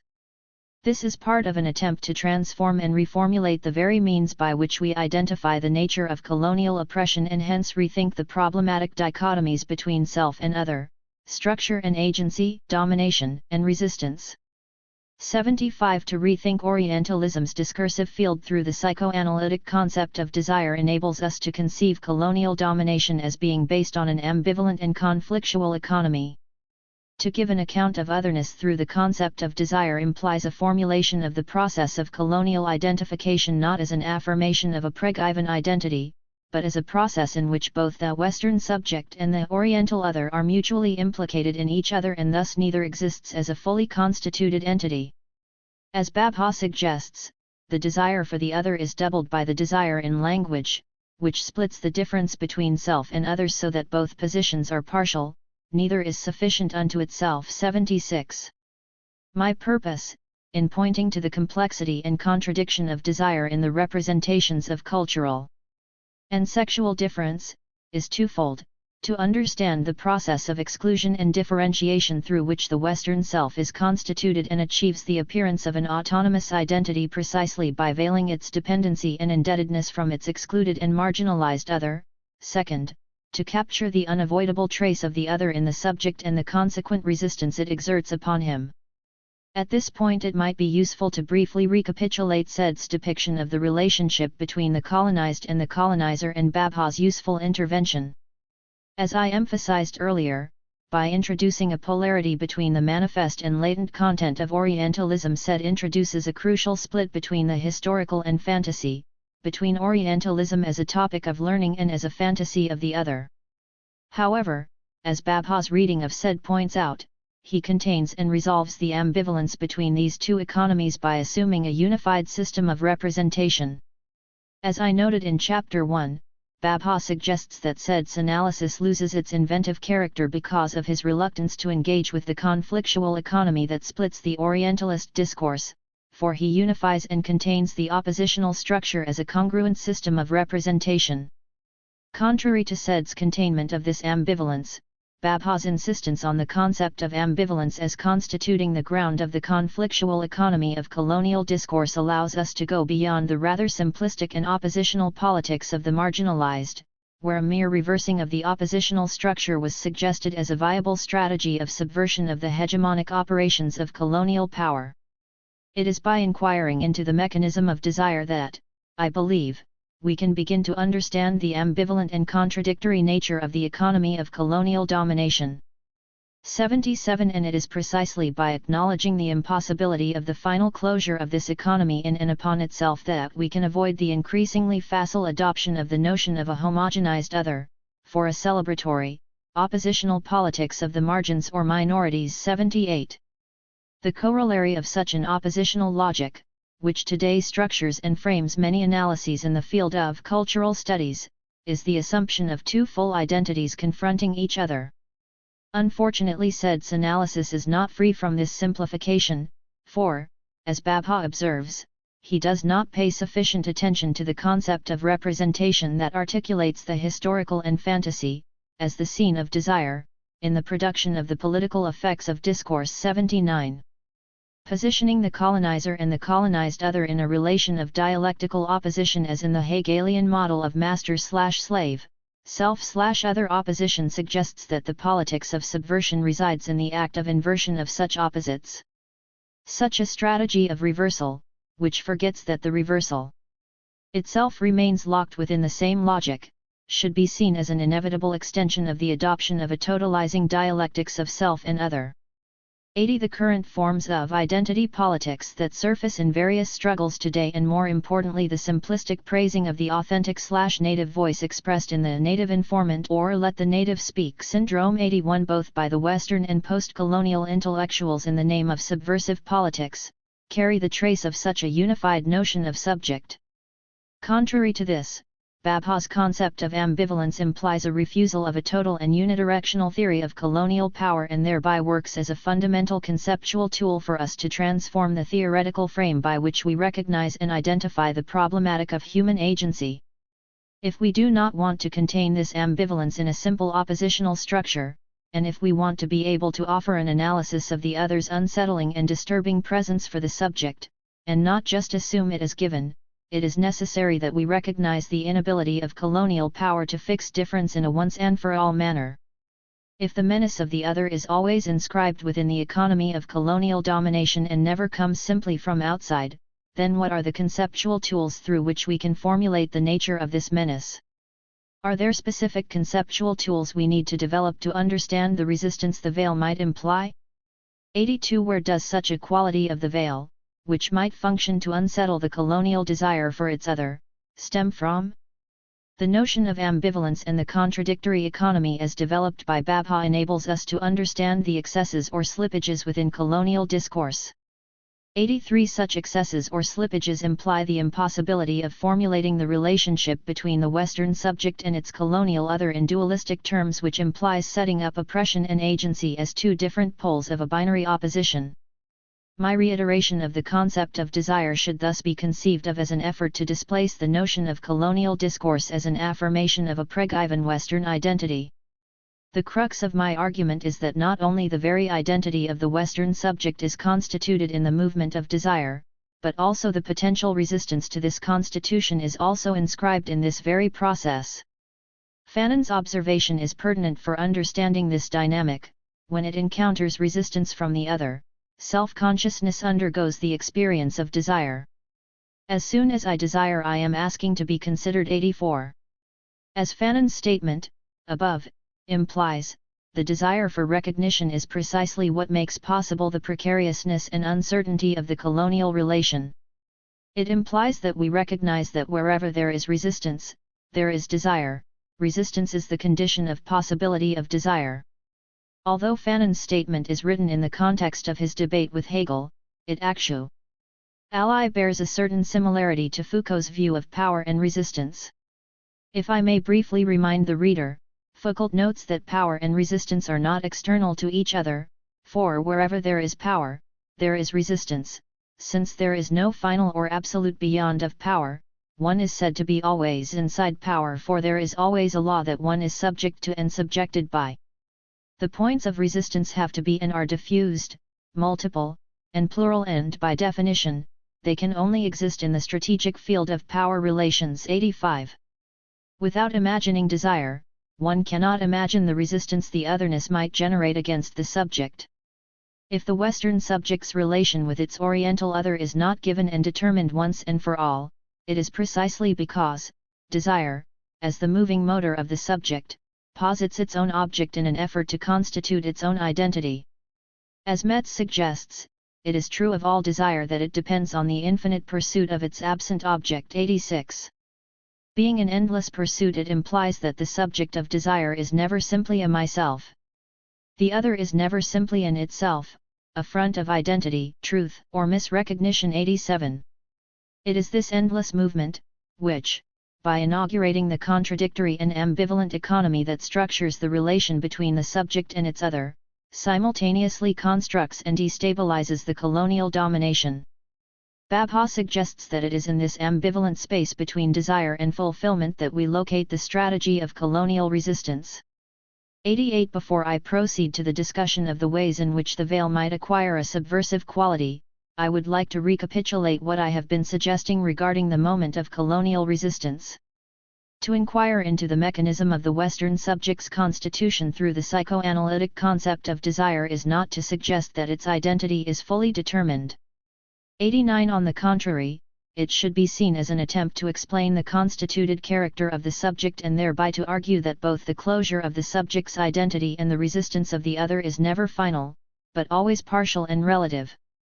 As Judith Butler warns us, it is erroneous to assume the subject in advance so as to protect its agency, because to argue the constituted character of the subject is not to suggest that it is determined. In other words, the power that constitutes the subject does not cease to exist after constituting its subject, for the subject is never fully constituted, but is subjected and produced time and again. 90. Therefore, if we are not in search of an a priori guarantee for the agency of the subject, then we cannot afford not to scrutinize the process of the constitution of the subject. The inquiry into the agency of the subject can be made only when it is not presumed, and such an inquiry is contingent upon understanding its constituted character. How does the desiring subject's ceaseless pursuit of its absent object and the disruption of the stability of this desire refigure itself in the context of colonial discourse?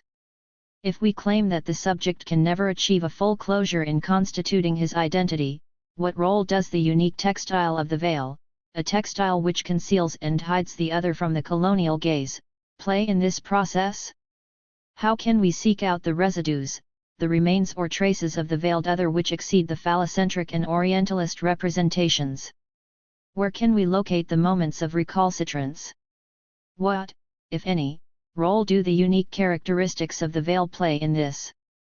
We have seen above that the colonial subject's desire to control and dominate the foreign land is not independent from his scopic desire, from his desire to penetrate, through his surveillant eye, what is behind the veil.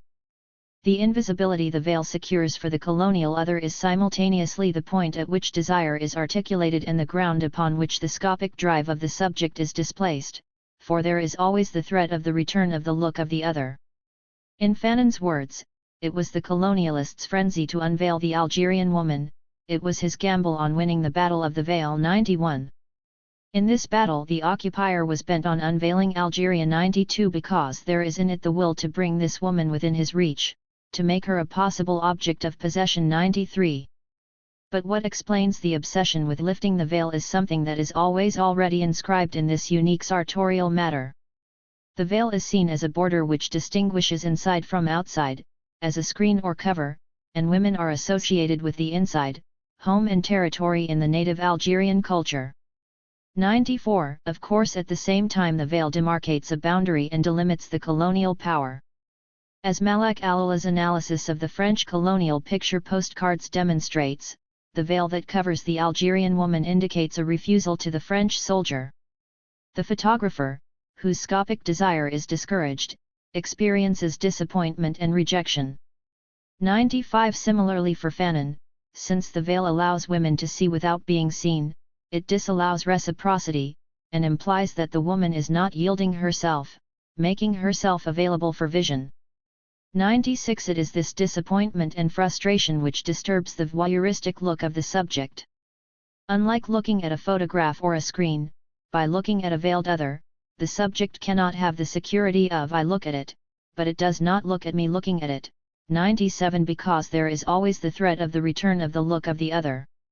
This implies that the pleasure of seeing is not entirely on the side of the subject, but he himself is subject to a look and hence is not inscribed, to borrow from Metz again, as an invisible subject.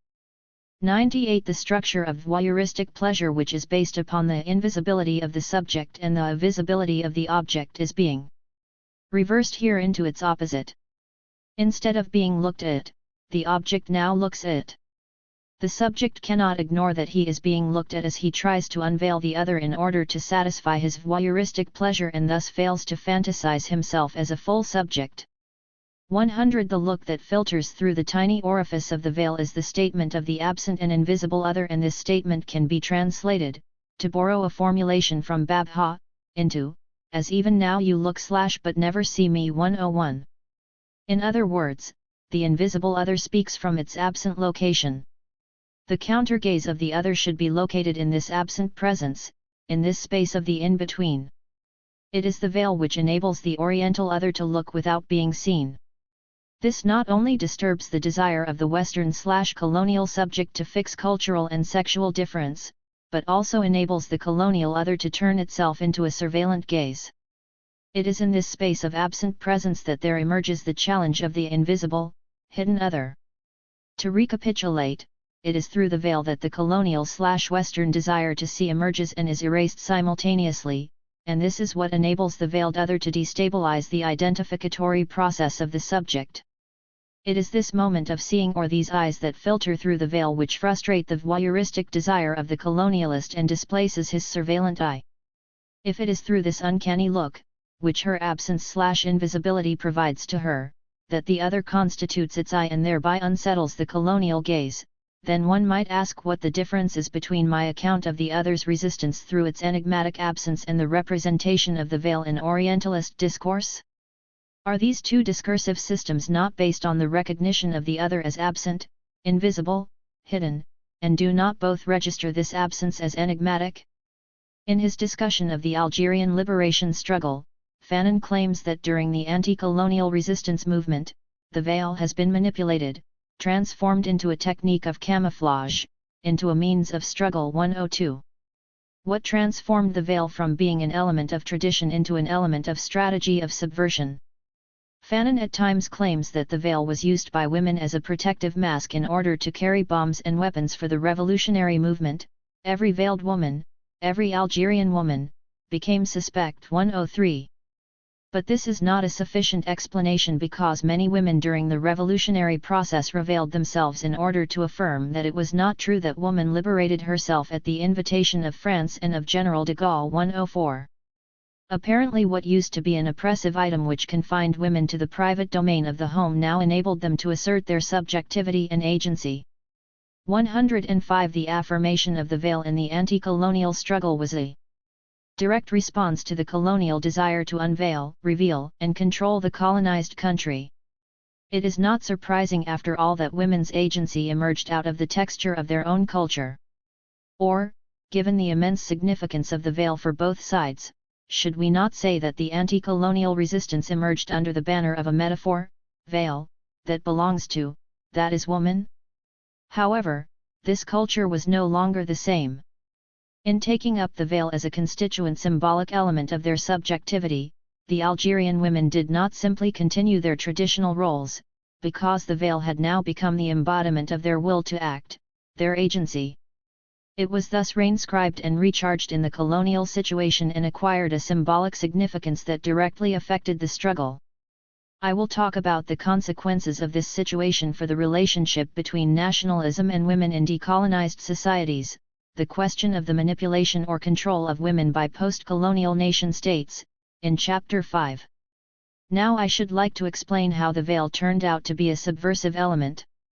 In order to do this, I want to use the concept of mimicry as explained by Luce Irigaray. In her critique of phallocentrism, Irigaray insists that a mere reversal of this system cannot constitute a subversive politics, for it remains locked within the same economy that it aims to shatter. What could displace and hence shake the ground of the phallocentric representations is a purposeful but distorted imitation of the characteristics attributed to the feminine. There is, in an initial phase, perhaps only one path, the one historically assigned to the feminine, that of mimicry. One must assume the feminine role deliberately. Which means already to convert a form of subordination into an affirmation, and thus to begin to thwart it. To play with mimesis is thus, for a woman, to try to recover the place of her exploitation by discourse, without allowing herself to be simply reduced to it. It means to resubmit herself, inasmuch as she is on the side of the perceptible, of matter, to ideas, in particular to ideas about herself, that are elaborated by masculine logic, but so as to make visible, by an effect of playful repetition, what was supposed to remain invisible, the cover-up of a possible operation of the feminine in language. It also means to unveil the fact that, if women are such good mimics, it is because they are not simply resorbed in this function. They also remain elsewhere. 106. Following Irigaray's formulation, I suggest that by claiming and playfully repeating the very attributes of concealment and dissimulation, the Algerian women managed to stay elsewhere, indeed to create an elsewhere, an outside that displaced the French colonial power. But how does one distinguish between a subversive repetition and a loyal one? For Irigaray, parodic repetition differs from mere loyal repetition, for it consists of simultaneous recognition and denial of the dominant codes of feminine ity. However, repetition of the dominant norms in and of itself may not be enough to displace them, for there is a risk involved in it. The trap here is becoming complicit by receding back into the old definitions that one seeks to combat. Hence mimicry does not automatically produce a subversive outcome, it can achieve such an effect to the extent that it is, as Bradotti notes, being sustained by a critical consciousness. 107. That is, it can be subversive on the condition that the naturalized gender codes are critically reflected upon. The rearticulation, reworking, and resignification of the discursive characteristics of phallocentrism can open the possibility of an in-between ambivalent zone where the agency of the female subject can be construed. In our case, the colonization of land and culture in Algeria was strategically entangled on the body of women, such as the articulation of the historical and fantasy. This created a unique situation for native women and produced a historically specific kind of critical consciousness. Always already articulated as the most inner core of culture, of the very nativity and territoriality of culture, Algerian women had become able to embody their difference vis-à-vis the hostile foreign power. It is in this very particular kind of historical conjuncture that the veil shifted from a traditional to a subversive role. This is no doubt a historically specific situation or conjuncture of our modern times, that is repeated in so many anti-colonial and national resistance struggles, a strange and unique historical moment or process in which tradition does not simply disappear in loyalty to the forward march of progress but instead ceases to be traditional and loyal and becomes the signifier of an active, resistant, and transformative subjectivity, a moment of empowerment and agency. Surely this is not an unproblematical moment, given the nationalist elite's patriarchal framework. But blindness to women's irreducible power and seeing their difference as simply contained within nationalist leadership is indeed to reinscribe the power of female agency into the grand illusion of the forward march of history. I will turn to this question in Chapter 5. The Algerian women thus turned the Orientalist representation into an affirmation and thereby instilled a new definition of the act of concealment by, in Mary Ann Doan's words, enacting a defamiliarized version of the Orientalist representations of the veil. What the colonial gaze saw in the Algerian women's disturbing mimicry was a displacement of its own representation of the veil. Hence what was once familiar and recognizable as concealment, mask, masquerading, has now become unfamiliar, disturbing, and uncanny. Therefore, what was implied in this manipulative use of the veil was not a strategy of reversal of the Orientalist discourse, for such a strategy would have implied an effort to demonstrate that they were hiding nothing behind colonialism's so long held object of suspicion. Mimicry revealed that there was nothing but the veil behind the veil. In resuming and reclaiming the veil, Algerian women parroted the Orientalist discourse which construed the veil as a mask. Their strategic use of the veil thus doubled the Orientalist representation of cultural and sexual difference, and this doubling brought a new mode of representation of the veil as a positive, self-affirming political force. The calling into question of Orientalism's claim on the naturalness of the veil through a mimetic repetition enabled women to constitute a space where they engendered their own subjectivity. The subversive quality the veil achieved in this decolonizing gesture was enabled by the very conditions that construed it. There is an affinity between Algerians' women's struggle and deconstruction which, in Derrida's words, operate necessarily from the inside, borrowing all the strategic and economic resources of subversion from the old structure, borrowing them structurally. 108. Naomi Shore, in reading the meaning, of the concept of mimicry in Irigaray, suggests that, in mimicry, difference is signified as a positivity, it refers to the reclaiming of the characteristics attributed to the feminine. The difference that is brought about in this joyful reappropriation is not only beyond masquerade and mimicry, but signifies an emergence of the feminine, and the feminine can only emerge from within or beneath femininity within which it lies buried. The difference within mimesis is the difference within difference. 109. Following Shore, I would suggest that we see the difference within the Algerian women's mimicry as the difference within difference, a difference that came out of their doubling of the Orientalist/masculinist representations of difference. In other words, what is revealed in this doubling is the subsistence of the quite other behind its mere difference. The difference represented in the subversive mimicry of the Algerian women is the unrecuperable or undomesticated difference that the colonial subject has ferociously tried to deny. In Irigaray's words, beneath all those/her appearances, beneath all those/her borrowed finery, that female other still subsists. Beyond all those/her forms of life and death, still she is living. And as she is distant, and in herself, she threatens the stability of all values. In her there is always the possibility that truth, appearances, will, power, eternal recurrence, will collapse. By mimicking them all more or less adequately, that female other never holds firm to any of them univocally. Truth and appearances, and reality, power, she is, through her inexhaustible aptitude for mimicry, the living foundation for the whole staging of the world. Wearing different veils according to the historic periods. 110 In exploring the articulation of sexual and cultural difference in the discourse of Orientalism, I have pointed to the inextricable link between the masculinist and colonialist position the Western subject occupies in relation to its Oriental others. A Western reader, more specifically a feminist reader, might feel uneasy about this suggestion, wondering whether the representations of the Orient, veil, and woman might be different if the gender identity of the representing agency were woman.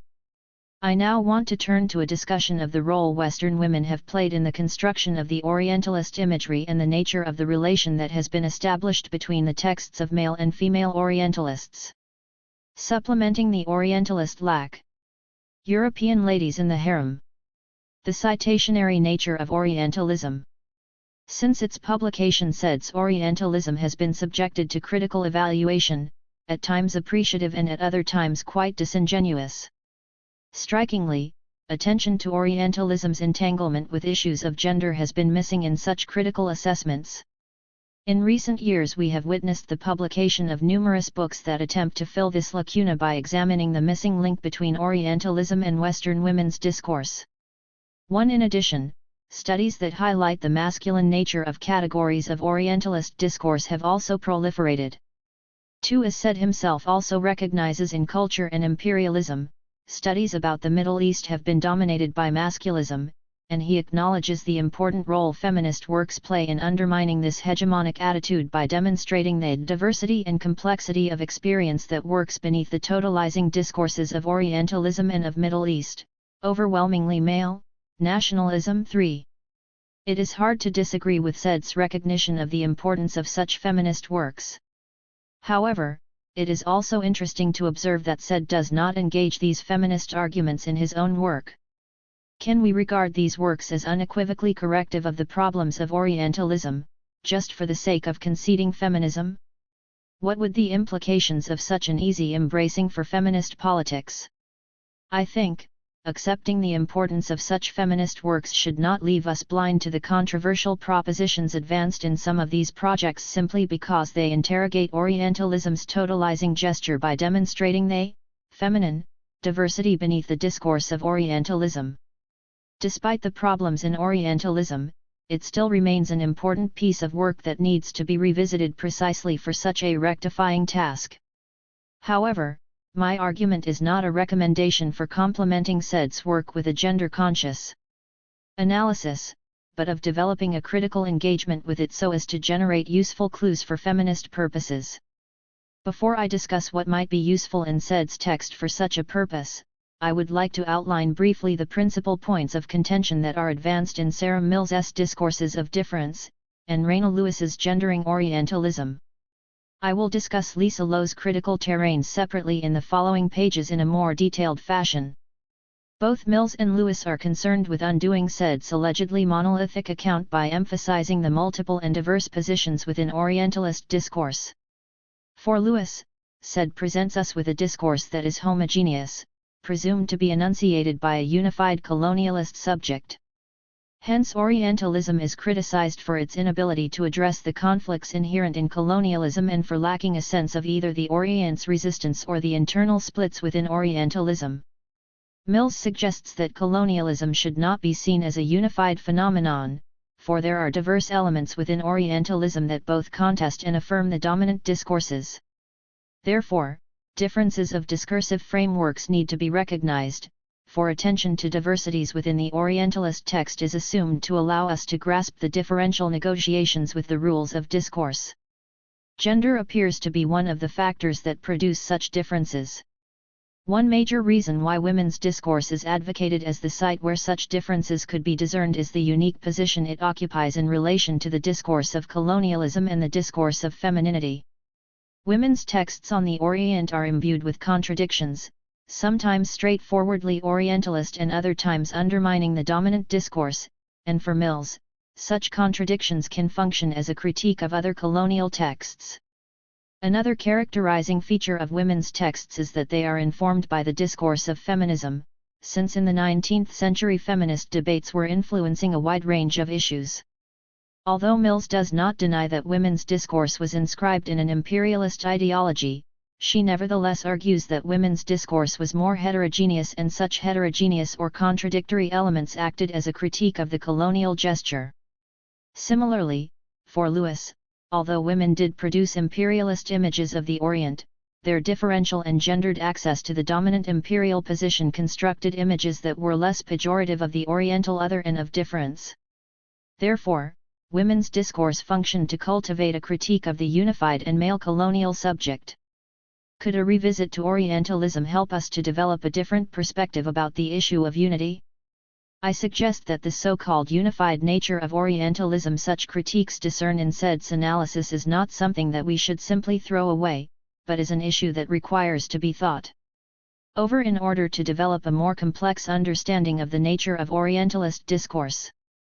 In this text, Said makes a very important suggestion that we can utilize for such a purpose. He suggests that it is the latent structure of Orientalism which provides individual travelers with an enunciative capacity. It is by way of its unanimity, stability, and durability that the Orientalist hegemony maintains its constancy. For however, Said's emphasis on the unity of the Orientalist structure does not preclude the recognition of individual or authorial differences in style and form of presentation. Rather, he encourages us to view such differences in a different register. As his close reading of various Orientalist texts reveals, it is through such differences that the manifest content of Orientalism is constituted. But Said's concern is less with these idiosyncrasies and styles of presentation than with what enables individual writers to keep intact the separateness of the Orient, its eccentricity, its backwardness, its silent indifference, its feminine penetrability, its supine malleability. 5. The manifest content is therefore a function of the West's repetitious consistency about its will-to power over the Orient. 6. Thus we can find variations, differences, deviations, multivalences, and paradoxes, even writings that challenge other Orientalist representations, in various individual accounts of the Orient. Moreover, we can delineate certain features that differentiate British and French Orientalism, differences between the 18th, 19th, and 20th century Orientalisms, and the disparate ways in which the Orient is represented in the texts of male and female Orientalists. But the question that needs to be kept alive is, what is it that compels us to name these representations Orientalist, despite their differences? What enables Orientalism, as Said puts it, to survive revolutions, world wars, and the literal dismemberment of empires? 7. One of the principal mechanisms that sustains this latent structure is what Said calls the citationary nature of Orientalism.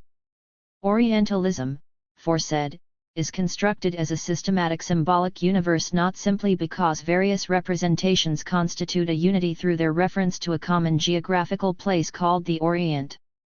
Although the large number of writings on the Orient give the appearance of a multifarious body of work, they are in fact a reworking or direct repetition of earlier descriptions. 8. In this sense, each individual representation functions as a referent for another text. Various writings, by referring back and forth to one another and by borrowing elements from predecessors, constitute a systematic body of knowledge about the Orient. In this systematic body, the Orient for Said, is less a place than a topos, a set of references, a congeries of characteristics, that seems to have its origin in a quotation, or a fragment of a text, or a citation from someone's work on the Orient, or some bit of previous imagining, or an amalgam of all these. Direct observation or circumstantial description of the Orient are the fictions presented by writing on the Orient, yet invariably these are totally secondary to systematic tasks of another sort. 9. Emphasis added. To suggest that Orientalism establishes its systematic character through its citationary nature does not mean that every single text is nothing but a simple repetition of another. These series of representations are not constituted merely through an additive or cumulative process. For, as Said observes, the growth of knowledge is a process of selective accumulation, displacement, deletion, rearrangement, and insistence within what has been called a research consensus. The legitimacy of such knowledge as Orientalism was during the 19th century stemmed not from religious authority, as had been the case before the Enlightenment, but from what we can call the restorative citation of antecedent authority. 10. Following said, and perhaps even taking his suggestion further than he does, I suggest that it is misleading to assume that the contradictions and splits within Orientalist discourse as expressed by different authors, or sometimes even in the same text by an author, constitute a challenge to its unity and hegemony. When we come across texts that question another text's loyalty to the truth of the Orient, it is quite problematical to claim that they constitute an intervention against the symbolic universe of Orientalism. In other words, we should not simply look for the restatement of the Orientalist topos in the act of simple repetition of earlier ideas and images, but also in displacements, divergences, and even in the dissemination of dissenting ideas. Thus the heterogeneous and multivariant character of the texts on the Orient cannot simply be regarded as a refutation of either the hegemonic power or the unity of the Orientalist tradition. In fact, it is not difficult to notice that each Orientalist text opens up its own space within the wider Orientalist hegemony by re-announcing its own truth value, and this announcement is often predicated upon its renunciation of the truth claims of previous texts. This, then, is to claim that the apparent contradiction and heterogeneity that characterize the cluster of texts we call Orientalist belong to the manifest content of Orientalism. Indeed, the manifest content cannot come into existence without the multiplicity, heterogeneity, and contradictions that characterize the relation between these texts. Orientalist hegemony could not possibly sustain itself without its unique articulation in various forms and in different historical periods. To insist on the unity of Orientalist discourse is not to claim that it is a monolithic block.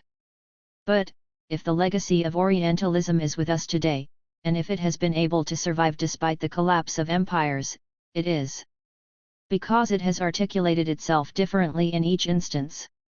As an unconscious memory it reappears through displacement, association, disruption, it intersects with newly emerging discourses. Each intersection, each interruption, and displacement does in fact multiply and complicate as much as it fixes the discursive unity of Orientalism. In the light of these concerns, I would like to inquire into the role and status of representations of the Orient and its women by Western women in the formation, and perhaps contestation, of Orientalist imagery. My concern in focusing on Western women's representations is neither simply to discern the feminine idiosyncrasies assumed to be expressed in their texts, nor to see their accounts as a reflection of their gender. Rather, my concern in examining such texts as a separate cluster is, first, to point to the necessity of recognizing the complicity between Orientalism's imperialist operations and a certain type of Western feminist gesture. For, as Spivak suggests, feminism must recognize that it is complicitous with the institution within which it seeks its space, and varieties of feminist theory and practice must reckon with the possibility that, like any other discursive practice, they are marked and constituted by, even as they constitute, the field of their production. 11. Second, my aim is to discern how Western women's representations are positioned in relation to texts by men. And third, I wish to delineate the specific features that characterize women's texts and how they differ, if at all, from their male predecessors. Understanding these characteristics might be helpful in revealing the specific nature of Western women's relationship to the Orient and Oriental women and how these features have been influenced by already existing tropes of the Orientalist discourse. If, as Timothy Mitchell suggests, the East itself is not a place, but a further series of representations, each one re-announcing the reality of the Orient but doing no more than referring backwards and forwards to all the others. 12. Then we need to understand the nature of this backward and forward movement between men's and women's narratives. Are there specific means by which Western women writers authorize their representation of the Oriental other? If Orientalist imagery is not a simple reproduction of existing tropes and ideas, in what ways do Western women's writings diverge from and converge with men's writings? Western woman as supplement. I have suggested in Chapter 2 that whether male or female, the Western subject's desire for its Oriental other is always mediated by a desire to have access to the space of its women, to the body of its women and to the truth of its women. What explains such an obsession with the Oriental woman is the metonymic association established between the Orient and its women. The Orient, seen as the embodiment of sensuality, is always understood in feminine terms, and accordingly its place in Western imagery has been constructed through the simultaneous gesture of racialization and feminization. As Mary Harper notes, the Orient is its women for many of these travelers. 13. In this imagery, the inquiry into the Orient always implies a need to investigate its women. It is through the simultaneous mobilization of these two lines of inquiry, which are brought together and bear and reflect upon each other, that the Orient is comprehended in feminine terms. The process of orientalization of the Orient is one that intermingles with its feminization. The interlocking of the representation of cultural and sexual difference is secured through mapping the discourse of Orientalism onto the phallocentric discourse of femininity. Consequently, one can not only find sections consistently devoted to women, the harem, and the veil in most texts on the Orient, but also on various spheres of Oriental life that are comprehended through feminine iconographies. Thus one can easily see that within the symbolic economy of Orientalism, the typography of femininity as enigmatic, mysterious, concealing a secret behind its veil is projected onto the iconography of the Orient. The horror and threat of what is assumed to be hidden behind the Oriental/feminine veil is revealed in and by these representations. The desire to penetrate the mysteries of the Orient and thereby to uncover hidden secrets, usually expressed in the desire to lift the veil and enter into the forbidden space of the harem, is one of the constitutive tropes of Orientalist discourse. An obsession with a hidden and concealed Oriental life and with the woman behind the veil and in the harem has led to an overrepresentation of Oriental women in an effort to evade the lack posed by a closed inner space. It is this trope of concealment which has led many male travelers to denounce the hateful mystery of the harem and the veil. However, despite this overrepresentation, the Orientalist's desire is always left unsatisfied. The more the Orientalist subject has tried to know and conquer the zone of darkness and mystery, the more he has realized his distance from authentic, real knowledge of the Orient and its women. It is the nostalgia for the real Orient that motivates the Western subject's irresistible urge to enter this forbidden space. The following lines from Jean-Jacques Ampère illustrates this. Oriental life is only found today in all its splendor within the house, where travelers cannot enter. 14. Ampère repeats most of the common tropes one can find in Orientalist imagery. The real characteristics of the Orient are assumed to be found in the space of its women. It is in this closed domestic space that the Western subject seeks the most glorious and delightful aspects of the Orient. In order to fully grasp the Orient, in order to reveal the truth of it, he has to see this domain, hence not only the primacy of vision as the ultimate guarantor of truth and knowledge, but also the necessity of the gaze in the voyeuristic economy of colonial desire. Moreover, it is no accident that the space where Ampère locates the essence of the Orient is the space of the woman. Hence the Orient is identical to its women, they are its essence. He states this rather explicitly, the Orient is for me, today, like a masked woman who has revealed only her face. 15. He cannot regard himself as having acquired the full knowledge of the Orient without knowing and understanding its essence, i.e. its women. He knows that no matter how hard he tries to rip off the veil of the harem that conceals the Oriental other from the Western subject, his effort is destined to fail. Moreover, not only is the space of the Oriental woman hermetically sealed from men, thus incapacitating their voyeuristic pleasure, but also the native resists giving any information regarding this inner space. Here is Théophile Gautier expressing this battle to gain access to the knowledge of the interiority of the other. It is, therefore, easy to understand, that it would be singularly unbecoming to ask from a Turk any details as to the habits or customs of the harem, or the character and manners of the women. Civilization in this particular, has not advanced a single step. 16. Since the masculine gaze is determined to have access to this hidden space, it uses every single means that is available. Accounts and descriptions of Western women are utilized as a means of evading the lack that lies at the very heart of the Orientalist/masculine desire. Despite his ability to freely enter the Orient and move in and out as much as he wishes, the Western subject is frustrated by the closure of the space of the Oriental woman. He had no option but to speculate on the details of harem life, its mysteries, and the lascivious sexuality the other sex enjoys behind that closed curtain. Moreover, the veil and its mystery, which most Western travelers denounce, is dropped in this inner space. When the inner space is closed in this way, the only available means for the Western man is to rely on the Western woman's accounts of the harem's forbidden space, her description of the unveiled women, the details of their everyday life, etc. It is thus only through the assistance of the Western woman, for she is the only foreigner allowed to enter into the forbidden zone, that the mysteries of this inaccessible inner space and the essence of the Orient secluded in it could be unconcealed. It is she who can remedy the long-lasting lack of the Western subject. The inability to see and have access to the interiority of the other and to the space of woman reminds men of their limit, their lack. It is at this point that they resort to the accounts and descriptions of the Western woman who can remedy this gap. Gautier expresses this as follows: the only method to employ, in order to really obtain any authentic information, is to request some European lady, who is well introduced and has access to harems, to recount to you faithfully that which she has seen. 17. Men's frustration about the inability to see the interiors is so strong as to compel Gautier to suggest that only women should go to Turkey, for what men are able to see is very much marginal when compared to what women can see, which is the real Turkey.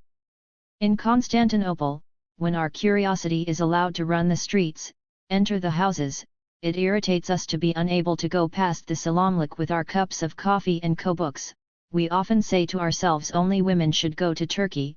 What can a man see in this jealous country? White minarets, galoche fountains, red houses, black cypresses, many dogs, hummels with loaded camels.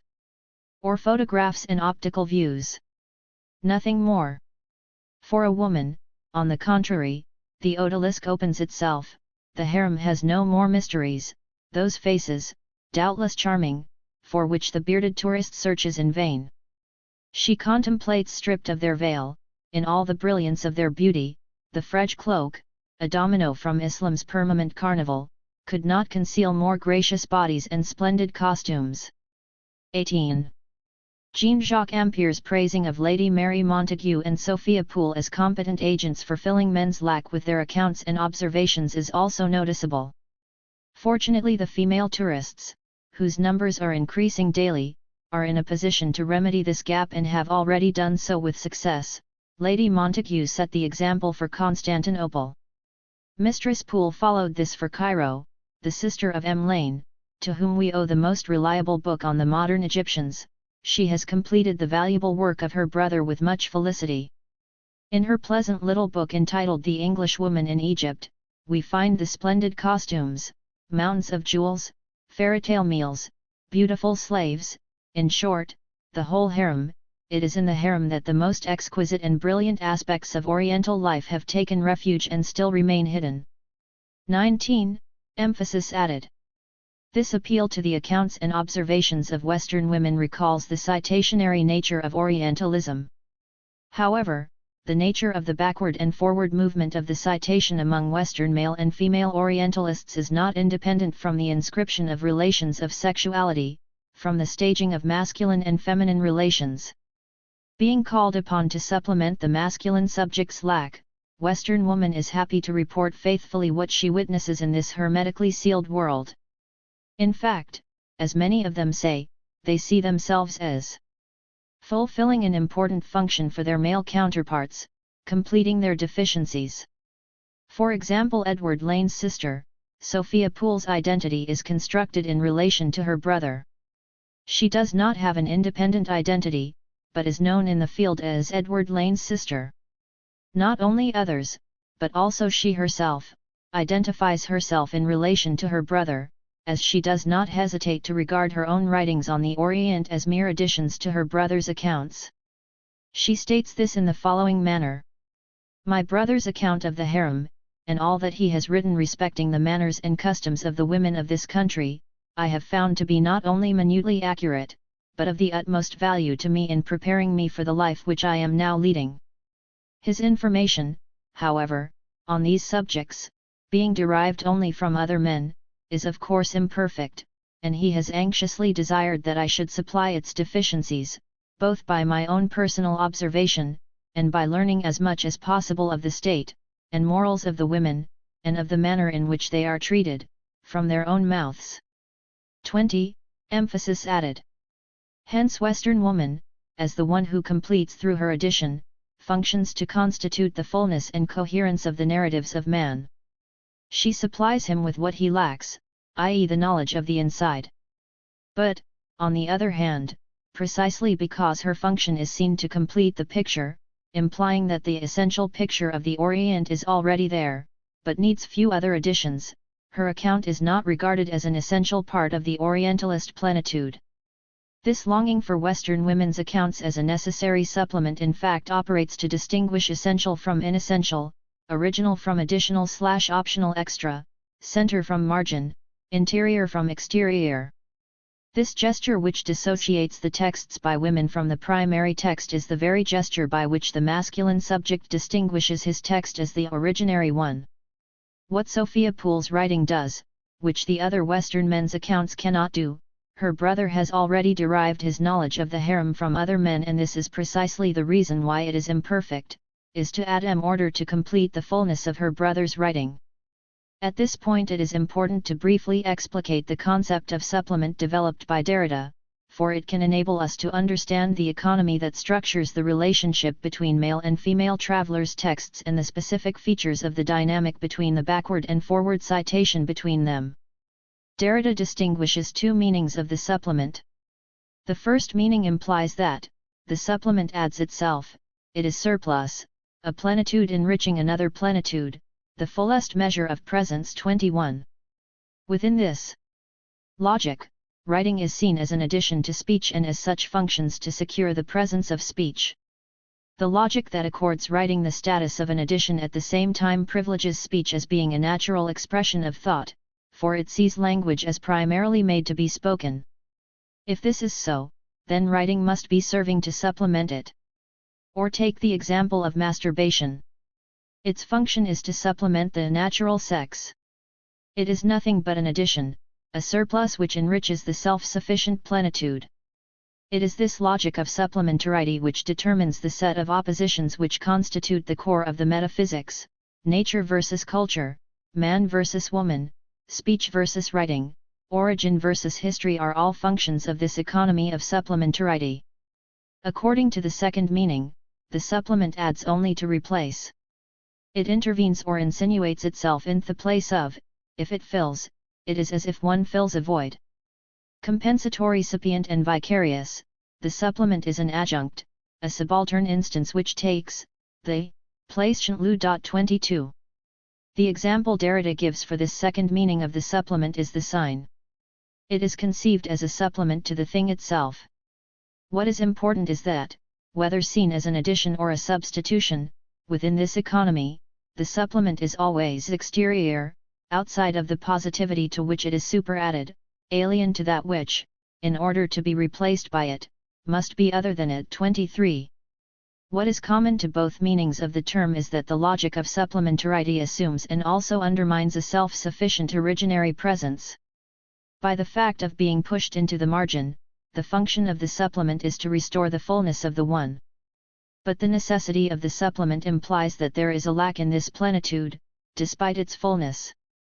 This longing, this necessity for the supplement, the very fact of necessity for something to be added indicates that it fulfills the function of filling a void, of remedying an imperfection in the origin. The very movement of the supplement which restores presence at the same time effaces it and insinuates it as the non-presence. It thus appears as nothing more than an optional extra, an appendix to the original, to what was complete in itself, but it adds in order to compensate for the lack in this presence that is supposed to be complete.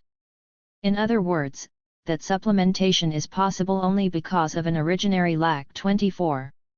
As a non-presence, the supplement, then, is the condition of possibility of the interior and thus cures the deficiencies in the origin or compensates for its lack.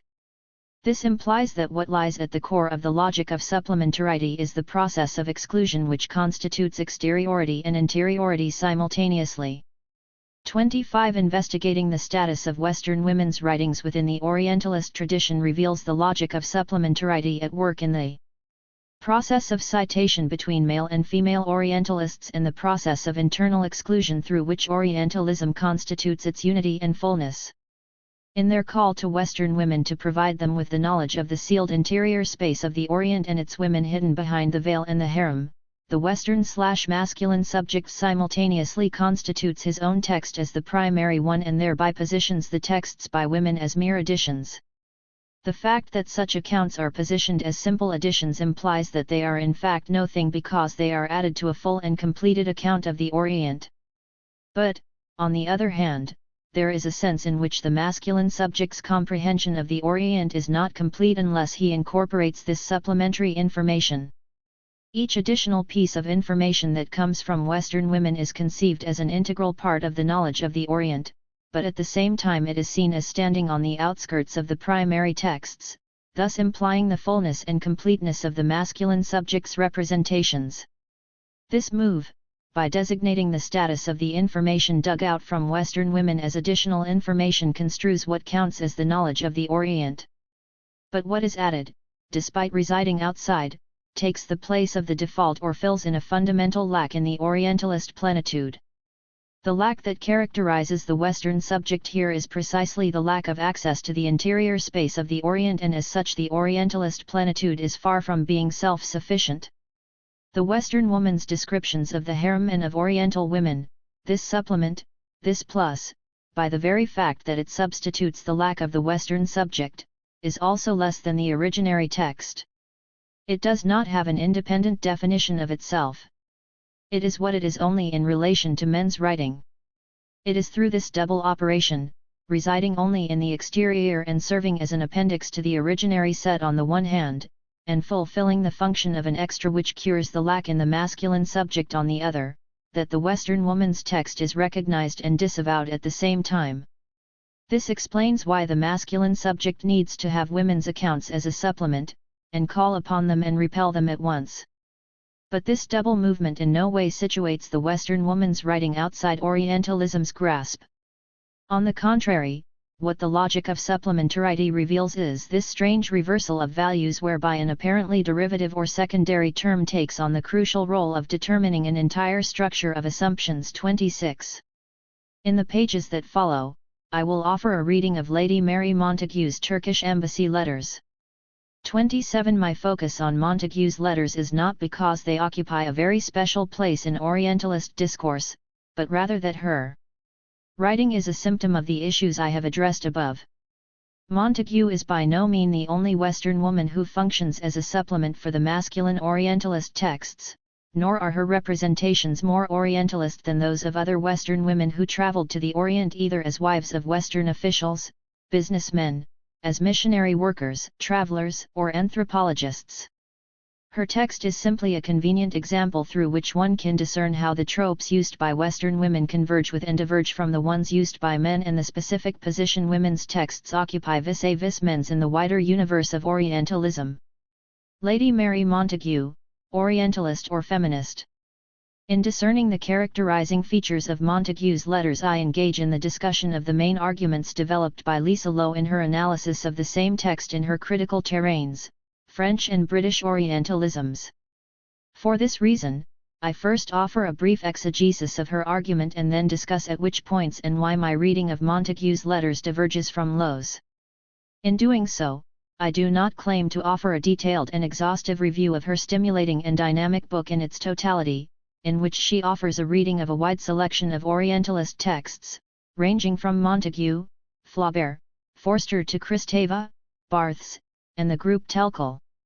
Rather, I will draw on only one strand of her diverse web of arguments, specifically, the one that pertains to Lady Mary Montagu's Turkish Embassy letters. One of the reasons why Lowe is motivated to make a reading of Montagu's letters is that she wants to scrutinize and thereby resist a totalizing and monolithic conception of Orientalism. In fact, she offers this as one of the main concerns of her book. For instance, she detects in Said's Orientalism a tendency to generalize Orientalist discourse as a constant and monolithic entity. 28. In an effort to elucidate the heterogeneous and contradictory sides of Orientalism, Lowe focuses her readings on the junctures at which gendered, racial, national, and class differences may complicate, and even interrupt and displace Orientalism. In locating the moments of what she calls the destabilization of Orientalism in such discursive intersections, Lowe aims to situate the sites of resistance to Orientalism within the very apparatus of Orientalist discourse. Following Foucault, she employs the notion of heterotopicality to refer to such moments of resistance as are articulated against Orientalism from within. Lowe's search for internal sites and re-articulations as a way of understanding the moments of intervention against Orientalism is certainly a very promising project. Indeed, it is precisely by resorting to such notions of textuality and intertextuality and internal sites of resistance that we need to contest the simplistic praising of the authentic voice or the desire to have the other display its cultural difference in a confessional and testimonial mode, a trend which has become widespread among the new ethnographers as a means of overcoming the orientalizing move of classical anthropology. However, despite such a promising concern, Lowe, at times, is too quick to spot sites of resistance to Orientalism. If one instance of such a quick solution lies in her multiplying Orientalism, in contrast to a binary structure, she discerns heterogeneity and multiplicity, the other becomes visible in her, at times not very elaborated, celebration of moments of resistance and intervention in Montague's letters. 29. I will limit my critical dialogue to this aspect of Lowe's text in an effort to situate Montague's letters in a different relationship to Orientalism.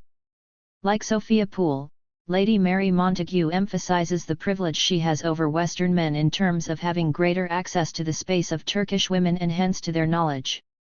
She does not forget to remind her readers that this is mainly due to her being a woman.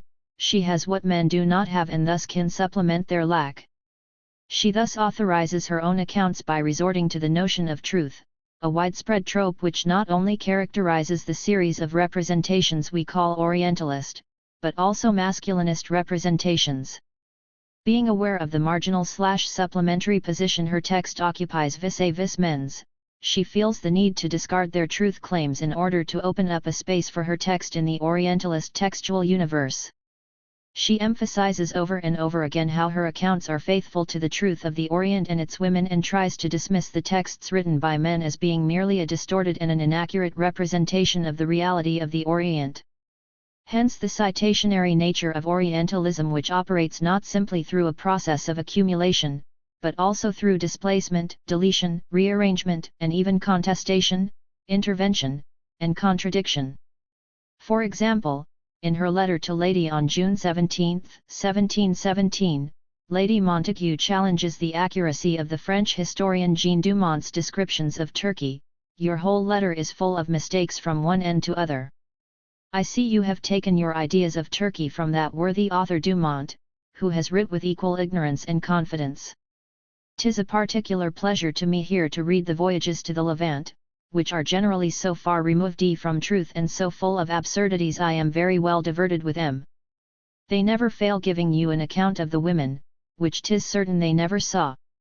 30. Or in her letter to the Countess of in May 1718 she says, I am more inclined, out of a true female spirit of contradiction, to tell you the falsehood of a great part of what you find in authors, as, for example, the admirable Mr. Hill. 31. But I depend upon your knowing me enough to believe whatever I seriously assert for truth. 32. And in her letter to Lady Bristol, she emphasizes her concern with truth. Since my last I have stayed quietly at Constantinople, a city that I ought in conscience to give your ladyship a right notion of, since I know you can have none but what is partial and mistaken from the writings of travellers. 'Tis certain there are many people that pass years here in Para without having ever seen it, and yet they all pretend to describe it. 33. This attempt to authenticate her accounts through resorting to the trope of truth while at the same time renouncing her male predecessors' Oriental pictures is quite widespread not only in Montague's letters, but also in other Western women's writings. 34 As I suggested above, the citationary nature of Orientalism functions to anchor its power. The systematic character of Orientalism is established not only through restoration and confirmation of previous representations, but also by deletion, displacement, and even contradiction. Lowe argues that Montague's text, unlike those of her male predecessors, occupies a paradoxical and multivalent position within Orientalist tradition, for she detects, on the one hand, elements in her texts which resonate with traditional Orientalist tropes, such as the figuring of the Orient as exotic, ornate, and mysterious. On the other hand, she claims that Montague's letters explicitly challenge the received representations of Turkish society by the 17th-century travel writers who preceded her. 35. Thus, for Lowe, Montague distinctly sets herself apart from that tradition by criticizing the representations of women, marriage, sexuality, and custom in the travel accounts of Robert Withers, George Sandi, John Covell, Jean Duman, and Aaron Hill. 36. Seen from the perspective of the citationary process of Orientalism, it becomes quite problematical to claim that Lady Mary Montague's critical stance against the truth claims of her male counterparts situates her texts apart from the Orientalist tradition of travel writing, for as I have suggested above, the symbolic universe of Orientalism is not without any contradictions, displacements, or contestations. Orientalism establishes its unity despite the polymorphous nature of the texts that constitute it. The Orientalist universe, in its unity, is a multifarious or voluminous textuality, but these characteristics do not make it more vulnerable, or these characteristics do not in any simple way constitute a subversive challenge to its power and unity. On the contrary, they enrich the Orientalist discourse. Thus, I would prefer to be more cautious about locating the challenge of Orientalism either in the multivalent position of texts, or in attempts which offer a more positive and good picture of the Orient and Oriental women as opposed to negative and bad images. 37 If we translate Orientalism into a constellation of prejudices or negative images, then it is unlikely that our research can go further than evaluating those images according to a certain moral criterion. As Homi Bhabha suggests, rather than identifying those images as positive or negative, which implies assessing them on the basis of some political normativity, our analysis should focus on the process of subjectification achieved through the production of stereotypes. 38. It is only then, for Bhabha, that we can reveal the productive nature of colonial discourse, i.e. the ways in which it constructs a certain regime of truth by transforming other cultures into objects of analysis. Seen from this perspective, Lady Mary Montague's narrative partakes in the Orientalist construction but through a different gesture. To understand this we need to look more closely at her letters and show how, despite their apparent divergence from male travelers' texts, they are inevitably implicated and caught within the masculinist and imperialist act of subject constitution. In doing so I will maintain my critical dialogue with Lowe's text. Lowe's concern with the intersection of discourses of gender, class, race, and nation with Orientalism in order to illustrate the heterogeneous nature of Orientalism and with moments of intersection which may destabilize the power of Orientalism gains more concrete voice in her reading of Montague's letters. While finding resonances of Orientalist imageries in her text, and thereby characterizing Montague's letters as a work in which Orientalist representations overlap with rhetorics of gender and class, Lowe detects the emergence of a feminist discourse which speaks of common experiences among women of different societies. 39. In the pages that follow, I will focus more extensively on Lowe's characterization of certain discursive elements in Montague's writing as feminist and discuss in more detail how, despite its manifest contestatory and contradictory, multivalent nature, Montague's accounts of the Orient, Oriental women, and their customs cannot be disentangled from the masculinist and imperialist accounts of the Orient offered by male travelers. According to Lowe, Montague's discourse is characterized by a combination of two different rhetorics, the rhetoric of identification, or similitude/similarity, and the rhetoric of differentiation, difference. Lowe argues that one of the points which differentiates Montague's text from those of her male predecessors is the rhetoric of comparison with which she likens the conditions, opportunities, and character of Turkish women to those of her Western counterparts. Montague, for Lowe, articulates her identification with Turkish women by means of an analogy of gender and class. Her comparisons are limited to women of the highest social class, and she herself is an ambassador's wife. The fact that she identifies with Turkish women and their society indicates to Lowe the emergence of a feminist discourse in Montague's text. At the same time, Lowe claims that as well as using a rhetoric of similarity, Montague also employs a rhetoric of difference. It is this latter feature, for Lowe, which makes Montague's text similar to the mainstream Orientalist attitude which differentiates and constructs Orient and Occident as opposites. Thus, the rhetorical strategies Montague employs are simultaneously antagonistic to and supportive of the differentiating rhetorics of culture that characterize Orientalism. 40. Montague's detailed description of herself in Turkish dress is one of the moments, for Lowe, where she establishes a synonymity or identity between herself and Turkish women. 41. Lowe also notes how these two rhetorics are intertwined in Montague's attempt to assert her identification with Turkish women. For example, she notes that the rhetoric of similitude through which Montague displays her intimate identification with Turkish women's culture relies simultaneously on stated and implied differentiations. The rhetorical act of likening herself to Turkish women ironically recalls an established separation of Occident and Orient. 42. The above statement is crucial in that it illustrates how Montague's representation is not in any simple sense outside the traditional discursive strategies of Orientalism. 4. According to Lowe, Montague uses the rhetoric of differentiation for the purpose of establishing inequality between Turkish and English women. Even though she demonstrates how these two strategies can coexist, Lowe's position becomes quite problematical when she identifies only the rhetoric of difference as a strategy that belongs to the traditional Orientalist act of separation of Orient and Occident, whereas the rhetoric of similitude is implicitly regarded as distinct from an Orientalist strategy of knowing and representing cultural difference. The following lines from Lowe not only summarize the interplay of rhetoric of similitude and the logic of difference, but also show how she conceptualizes them. When Montague repeatedly likens English and Turkish women, her rhetoric of similitude directly contradicts the logic of difference that characterizes the observations of the male travel writers. At the same time, to a certain degree the rhetoric of identification through which Montague displays her knowledge of Turkish women's culture inevitably restates an Orientalist topos of differentiation in order to target it, ironically recalling the established separation of Occident and Orient. 43. Emphasis added.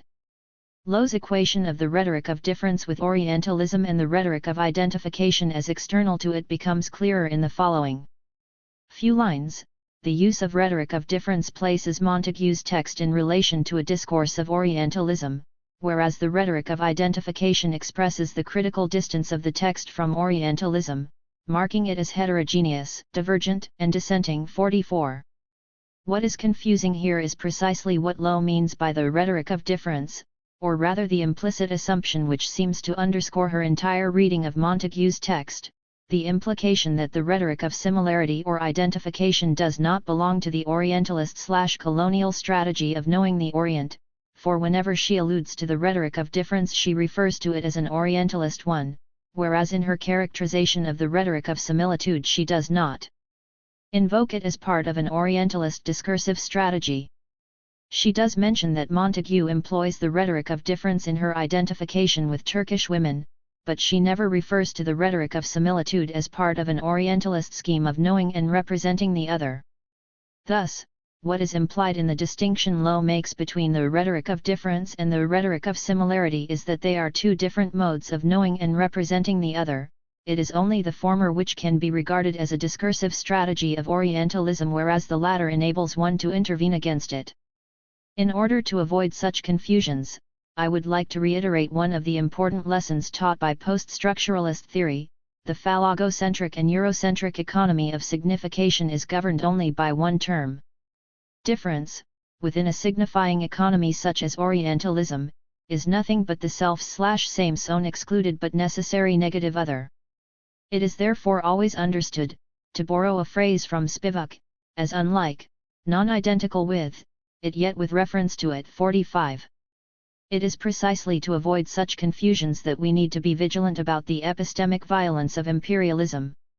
We need to keep in mind that the imperialist gesture of subject constitution is always predicated upon the recognition of the other through assimilation, through the logic of the same. 46. Such a process of assimilation necessarily entails a translation, and we should not forget that every act of translation is an act of transformation of the radical alterity into the self's own terms. This is precisely the site where we need to locate what Spivak calls the structure of translation as violation. 47. Said's following short statement is a cogent description of the violence embedded in the translation of the cultural other. To convert them into topics of discussion or fields of research is necessarily to change them into something fundamentally and constitutively different. 48. Seen from this perspective, the distinction Lowe makes between the rhetoric of identification and the rhetoric of difference is unfounded, for within the apparatus of colonial power, difference is always understood through the logic of the same, through the self. And as such is nothing but an inverted mirror image of the same. In the very act of identification she establishes with Turkish women, Montagu does perform the violent transformation implied in the act of translation of cultural difference into the self/same. As Irigaray suggests, one of the defining features of phallocentrism is the logic of sameness, which operates precisely through what Lowe calls the rhetoric of similarity. The self always knows and represents the other through himself. Like the representation of sexual difference in a phallocentric order, the representation of cultural difference in the symbolic universe of Orientalist/colonial discourse is predicated upon the logic of the same. We can, in other words, translate what Irigaray says about the representation of sexual difference in the discourse of phallocentrism to the representation of cultural difference in the discourse of Orientalism. For Irigaray, the realm of the same is the asexual economy of man, and the other of this same is woman. 49. She suggests the desire for the same, for the self-identical, the self, as, same, and again of the similar, the alter ego, and, to put it in a nutshell, the desire for the auto. The homo, the male, dominates the representational economy. Sexual difference is a derivation of the problematics of sameness. It is now and forever, determined within the project, the projection, the sphere of representation, of the same. 50. Following Said's, Irigaray's, and Spivak's arguments, developed in quite different contexts, regarding the imperialist and masculinist subjects rendering and transforming cultural and sexual difference into a recognizable, commensurable sameness, I would argue that Montagu's apparently dissenting and critical distance from Orientalism, which she achieves through the rhetoric of identification, does not prevent her from exercising the imperialist and masculinist act of cultural translation and subject constitution. Her understanding of difference within an economy of sameness ensures that the other becomes comprehensible by being rendered as an object of knowledge. It might be true that it is the rhetoric of similarity, through which Montagu understands and identifies herself with Turkish women and alludes to the common experiences she shares with them, that sets her text apart from her male counterparts. This is her difference and perhaps even her advantage, for it is only she, as a woman, who can enter the space of the Oriental woman, as a female writer within the Orientalist tradition over her male predecessors. But to reach a too quick conclusion that there is a feminist discourse which enables Montagu to intervene against Orientalist tradition would prevent us from conceiving the complicity between Western imperialism and feminism. What we need to demonstrate and specify, as feminist critics working in the field of colonial discourse analysis, is the nature of the feminist position Montagu occupies. In doing so, we need to demonstrate how Western feminism has been complicit in the project of imperialism. Given that a pure and uncontaminated position is impossible, can we then comfortably assume feminism and Orientalism as necessarily contradictory modalities? Rather than positing Western women's discourse in an external relation to Orientalism, we need to demonstrate how it can and has become imperialist, a feminist discourse which both benefits from and criticizes discourses such as Orientalism. Rather than speaking as if feminism and Orientalism are clearly distinct and separable political articulations, I would suggest that we demonstrate how Western feminism, as it attempts to represent cultural difference by reiterating the economy of sameness, is inextricably complicitous with masculinism, Orientalism, and imperialism. But ironically, for Lowe, it is precisely this feminist discourse which allows Montague a language, a rhetoric, and a set of arguments through which she can interrogate and intervene against traditional Orientalist writings about the Orient. As she claims, it is precisely by employing the discourse of identification between women of the Turkish and English courts that Montague intervenes in the differentiating rhetoric of Orientalism. 51. For Lowe, Montague's interventions in the Orientalist tradition are primarily articulated in a feminist rhetoric and take place in the moments when her text refutes the constructed topos of the enslavement of Turkish women. 52. There is no question that Montague uses her access to the interior space of the Orient as a powerful tool to claim that she is the one who possesses the authentic information of Turkish women. This, no doubt, by constituting a challenge to the authority and truth claims of her male masters, helps her to proclaim truth for her representations. But to argue that this indicates a refutation of the established topos of Orientalism is to reduce the power of Orientalism to a mere constellation of distorted representations, and thus prevents us from grasping the more subtle Orientalizing operations of Orientalism which construe difference in a particular way. When Orientalism is conceived of as no more than a distorted image of the reality of the Orient, as opposed to its true and accurate representation, the Orientalizing economy which constructs the Orient cannot be radically called into question. Orientalism is an economy of signification in which the difference that inscribes the unequal relation between the subject and the object is constituted. In this regard, Montague's strategy of representation can at best be considered as a simple reversal of Orientalist discourse, in that, as opposed to her male counterpart's depiction of Turkish women and their treatment within Turkish culture as enslaved in the harem, she might have portrayed them as even more liberated than Western women. But if we accept the premise that Orientalism is not simply a question of the dissemination of negative images, as Babha's argument implies, then we cannot merely posit the depiction of positive images of the Orient and its women as a means of shattering the power of Orientalism. Nor we can ignore the fact that to invert the opposites and thereby install the excluded term at the center cannot constitute a subversive politics, for such a simple reversal would retain the very structure and the force and violence through which opposites are construed as opposites. However, it is precisely such a theoretical/political position which leads Lowe to detect a feminist discourse in Montague's letters.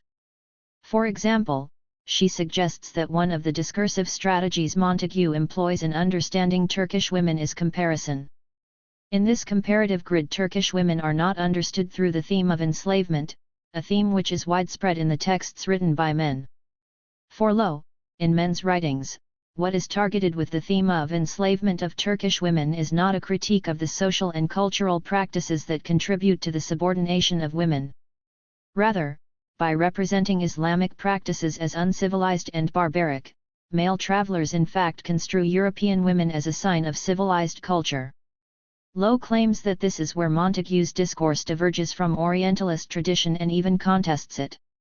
Montague, for Lowe, does evaluate the status of women through the lenses of a comparative grid, but in her accounts, Turkish women are represented as more advantaged or superior in comparison to English women. Thus, according to Lowe, Montague not only explicitly refutes the earlier travel writers' representation of Turkish women as enslaved, but also intervenes against the traditional tropes of Orientalism. Here, Lowe equates Orientalism with negative images and consequently identifies the intervention against Orientalism with the depiction of more positive images, i.e., as opposed to being represented as enslaved, they are represented as free. Since her theoretical frame is predicated upon evaluating Orientalism in terms of positive versus negative images, she misses the Orientalizing move within these so-called positive attributions. However, if the power of Orientalism exceeds the negativity of images, then we must be able to locate this power within the wider weave of discursive strategies. Are there other tropes we can discern in Montague's letters which situate them within the tradition of Orientalism? Rather than offering merely a long list of these themes, I would like to dwell on the trope of masquerading Oriental woman behind her veil. Closely related to this is the voyeuristic desire of the Western subject. The widespread trope of masquerading Oriental woman does also refigure in Montagu's letters, criticizing the accounts of earlier travelers. Montagu claims that the Turkish woman has more liberty than the English woman, and the veil is that device which, by concealing her, gives her the liberty to wander around without being recognized. For Montagu, the veil is such an effective disguising instrument that it does not allow you to differentiate the great lady from her slave. It basically renders unknowable what is behind it.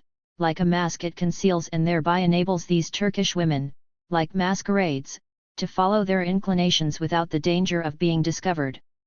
As such, the veil, for Montagu, is far from being an oppressive element.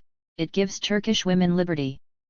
'Tis very easy to see they have more liberty than we have, no woman of what rank soever being permitted to go in the streets without two muslins, one that covers her face all but her eyes and another that hides the whole dress of her head and hangs halfway down her back, and their shapes are wholly concealed by a thing they call a farragy, which no woman of any sort appears without. You may guess how effectively this disguises them, that there is no distinguishing the great lady from her slave, and 'tis impossible for the most jealous husband to know his wife when he meets her, and no man dare either touch or follow a woman in street. This perpetual masquerade gives them entire liberty of following their inclinations without danger of discovery.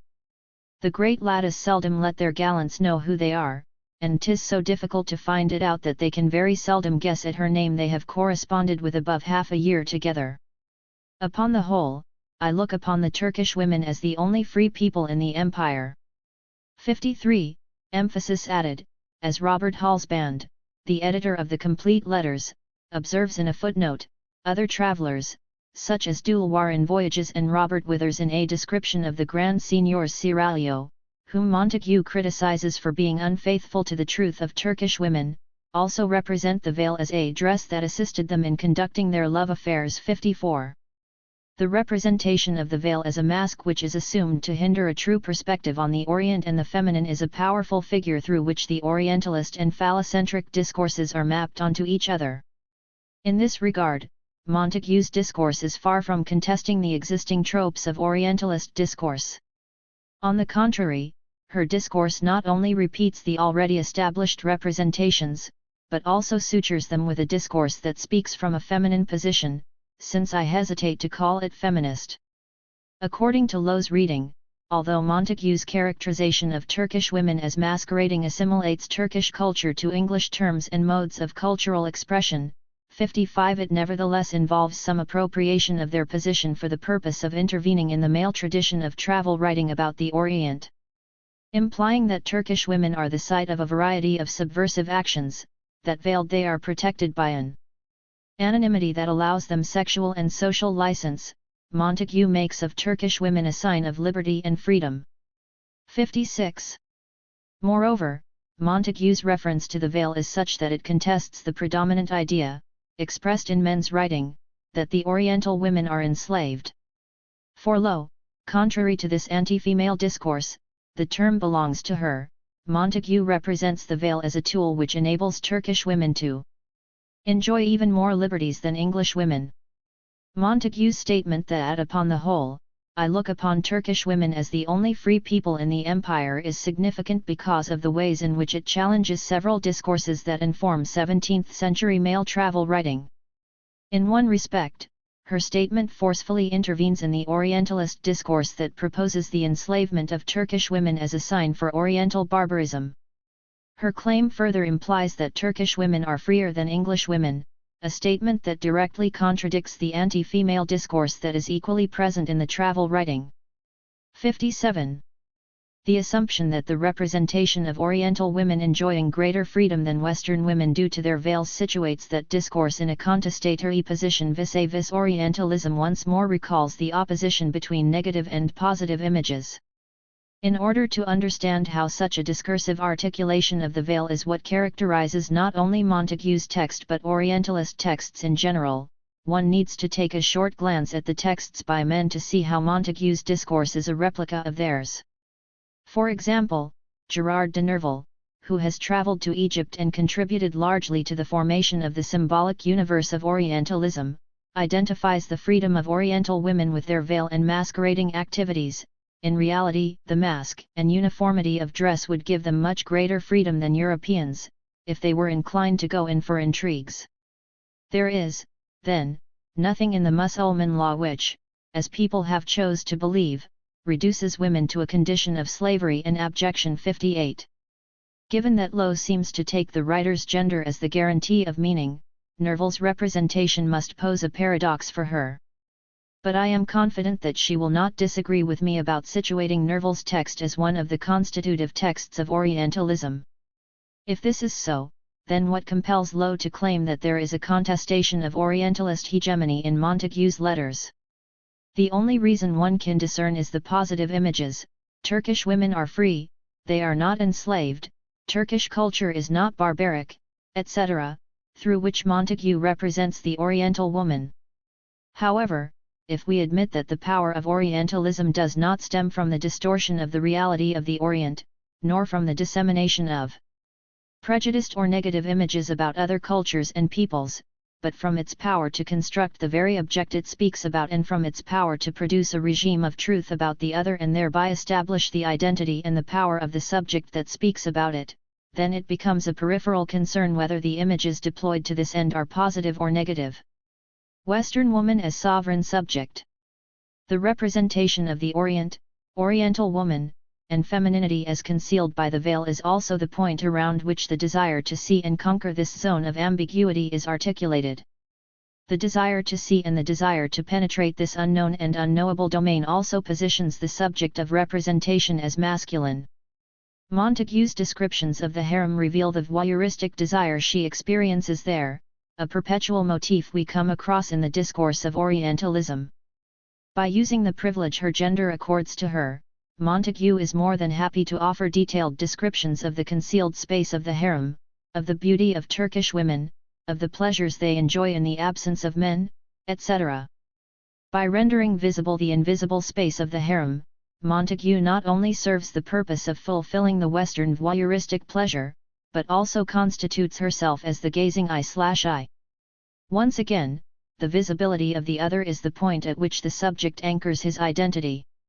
Montague, thus, not only reveals the inner space of the forbidden realm of Oriental woman, but, at the same time, lifts the veil that covers her, which men desired so strongly but were never fully successful in despite their attempt to rip it off by giving it a figural representation.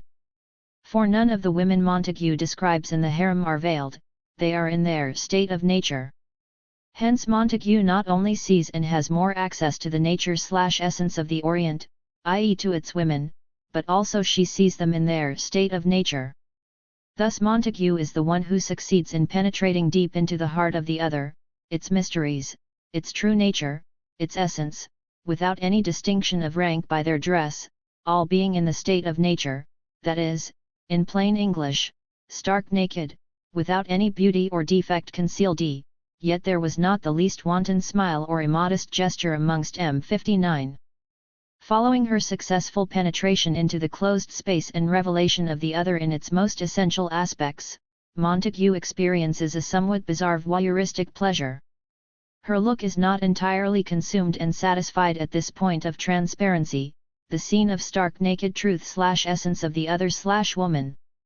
There starts another activity that transforms her objective factual look into a fictitious, dreaming, phantasmatic look. When she looks at the woman as other, that is to say, as belonging to the other culture, Montague's look then turns into a masculine gaze. She takes up the masculine, phallic position and employs his frame in enjoyment, wickedly. By imagining the presence of a male traveller such as Gervais, Montague becomes what he is. The following lines reveal the phallic/voyeuristic enjoyment she experiences in the Oriental harem. To tell you the truth, I had wickedness enough to wish secretly that Mr. Gervais could have been there invisible. I fancy it would have very much improved his art to see so many fine women naked in different postures, some in conversation, some working, others drinking coffee or sherbet, and many negligently lying on their cushions while their slaves, generally pretty girls of 17 or 18, were employed in braiding their hair in several pretty manners. 60. The above quote is important in that it not only reveals the unavoidable masculinity of the subject position the female travelers occupy vis-a-vis the Orient and its women, but also points to the power of the citationary process through which Orientalism anchors its hegemony. Halsband, the editor of Montague's letters, brings to our attention an important piece of information. We learn from Halsband that Angra's painting Le Bain Turc, 1862, shows the influence of Montague's descriptions. He observes that Angra copied several passages into a notebook from this letter, beginning here, using his copy of French translation of the 1805 edition 61. Hence the citationary nature of Orientalism and the irreducible place of Western woman in it as a necessary supplement. As Said's argument makes clear, Orientalism's textual universe is constituted by an endless series of representations, each text taking the other as its referent. Needless to say, in this backward and forward movement, each individual Orientalist, as much as strengthening the power of the discursive universe of Orientalism, also secures his/her space within this broad structure. In other words, Montague's letters do in fact function as the reality of the Orient for Angra. Indeed, when we consider all those paintings which provide scenes from the harem, we witness the fact that Orientalism is an endless copying, a series of representations in which each text works as a referent for another. It is this chain of references which produces what Said calls the textual attitude or the unity of Orientalism in its diversity. The paradox here is that these texts construe themselves as representing the original and real Orient. As these examples illustrate, the reality of the Orient is a product of this citationary process. It is something that is grasped in and by these representations, i.e. the reality of the harem represented in Angra's painting rests upon and thus is dependent on Montague's representation of the harem and Turkish women. 62. This citationary process at the same time implies a process whereby the real versus representation opposition is construed and maintained. As Timothy Mitchell suggests, we need to understand how the West had come to live as though the world were divided in this way into two, into a realm of mere representations and a realm of the real. We need to understand, in other words, how these notions of a realm of the real, the outside, the original, were in this sense effects of the world's seeming division into two. We need to understand, moreover, how this distinction corresponded to another division of the world, into the West and the non-West, and thus how Orientalism was not just a particular instance of the general historical problem of how one culture portrays another, but something essential to the peculiar nature of the modern world.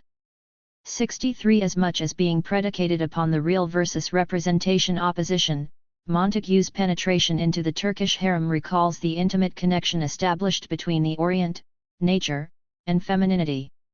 As Mary Harper rightly observes, the Orient is synonymous with the principle of life itself, symbolized in images of women both sacred and erotic. 64. Talking about Michelet's work, she argues that much of his work can be regarded as an attempt to come to terms with the disturbing powers of this maternal and sensual figure. 65. The synonym established between the Orient and nature is achieved through the figuring of the Orient as a maternal figure, i.e. as the origin. For example, for Michelet, the Orient is the womb of the world. If this is so, that is, if it is by figuring it as the womb of the world the Orient is understood and represented, then what does it mean for Montague, as a woman, to enter into this essence, into the heart of this maternal figure, this womb/Orient/harem? What makes one desire to go back into the womb, into the harem, into the heart of the Orient? What kind of a relationship does the desire to enter into the womb imply with respect to the sexual dynamics between the Orient and the West? How does this relation of penetration position Montague vis-a-vis the Orient and its women? Irigaray's reading of the relation of the two sexes' differential relationship to the maternal figure and what this has to do with the phallocentric system is an insightful suggestion to think more thoroughly about these questions. Talking about the boy's relation with his mother, Irigaray argues that the boy can return to the origin by getting inside the mother. Such a return enables him to re-establish continuity with the origin and thus reproduce himself there. However, for the girl, the return to the place of origin is cut off, it cannot be repeated and reproduced. Since her turning back inside the mother is denied, she will never be able to reproduce herself inside her mother. Thus she is left with a void and is forced to pass through the law of man's desire. 66. If returning to and entering into the origin is essential in the reproduction of one's own self, then what does Montagu's penetration, as a woman, into the space of the Oriental woman tell us with respect to her position vis-a-vis the Orient and more importantly the Oriental woman? Clearly, as a woman, Montagu, in the West, has been denied access to return to go back to her origin/mother/womb so as to be able to produce and reproduce herself.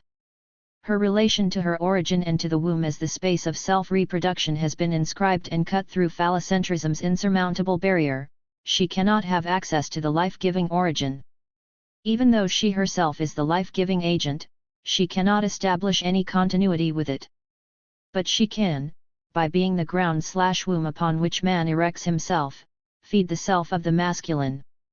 She has no thing, no sex organ through which she can penetrate and reproduce her identity. She is not capable of founding her own truth, identity/self in the West when she is inscribed as having no thing, no penis in her relationship with the masculine one. She is not capable of founding her ground upon which she can erect herself, for she herself is a ground. She is thus nothing but a void, a lack, in the West. In relation to her masculine one, she does not have a phallus, the emblem of man's appropriative relation to the origin. 67. Therefore, to have the kind of appropriative and intrusive relation she has with the Orient and Oriental women, Montagu needs a phallic substitute. Or rather, in her relation with the Orient, she attaches a phallus to herself so that she can enter into the domain of the other, to the origin of all civilizations, to the Mother Nature Orient, and thereby be. Thus she finds the life-enhancing origin, which has been denied to her, in the West, within the phallocentric economy, in the Orient, in the space of its women. It is by entering into the harem/Orient/womb that she can reproduce herself and constitute her identity. She thus becomes the one/self in relation to the Orient and Oriental woman. If this is so, then it is no big puzzle why Montagu, like her male counterparts, was interested in the inner space of the Orient, in its women, in its harem, for this is the very ground upon which her identity is anchored and founded. Like many of her male predecessors, Montagu's desire to see the veiled and concealed Oriental woman and the consequent attempt to rip off the veil is one that starts and ends with the question of herself and her identity. As a Western woman, her relationship with the Oriental woman is not different from the self/other relationship she experiences in the West with Western man. Thus, Montagu's discourse repeats and reproduces all the existing tropes and concerns that characterize the Orientalist/phallocentric discourses. However, unlike her male counterparts, and like her Oriental female counterparts, she herself is the ground of phallocentrism. She is both a supplement and an origin, an extra that fills out the void and a plenitude simultaneously. But this does not prevent her performing Orientalism's epistemic violence. The acknowledgement of her complicity with this violent gesture is absolutely pivotal for a feminist criticism which seeks to develop what Spivak calls an alternative historical narrative of the worlding of the world which has been denied in the imperialist narrativization. Such an alternative political/theoretical project is neither about letting the other speak nor about trying to recover the lost authenticity of the Third World woman. But, as Spivak suggests, it is about documenting and theorizing the itinerary of the consolidation of Europe as a sovereign subject, indeed sovereign and subject. 68. The nature of the complicity between imperialist subject constitution and feminist representation is conditioned and constitutive of the historical period in which it is located. In Chapter 4 I want to explore a contemporary version of this liaison by examining the ways in which the project of enlightenment is articulated to feminist individualism in the discourse of Orientalism. Sartorial fabrications, the Enlightenment and Western feminism. The final emancipatory gesture of Enlightenment thought would thus be its own liberation from itself, so that it is no longer recognizable as reason. Robert Young, White Mythologies. Enlightenment's Other.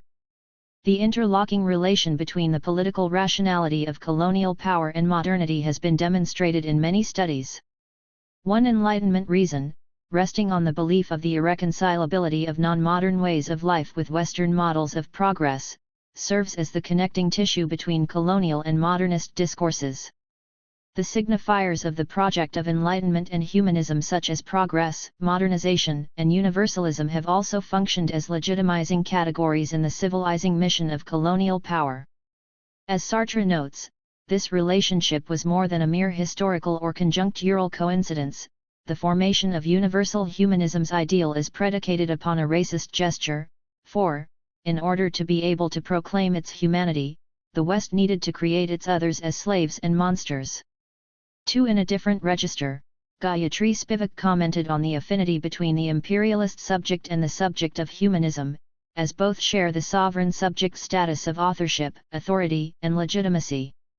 3. Thus, to set up its boundaries as human, civilized, and universal, the Western subject inscribed the history of its others as backward and traditional, and thereby placed cultures of different kinds in a teleological and chronological ordering of history.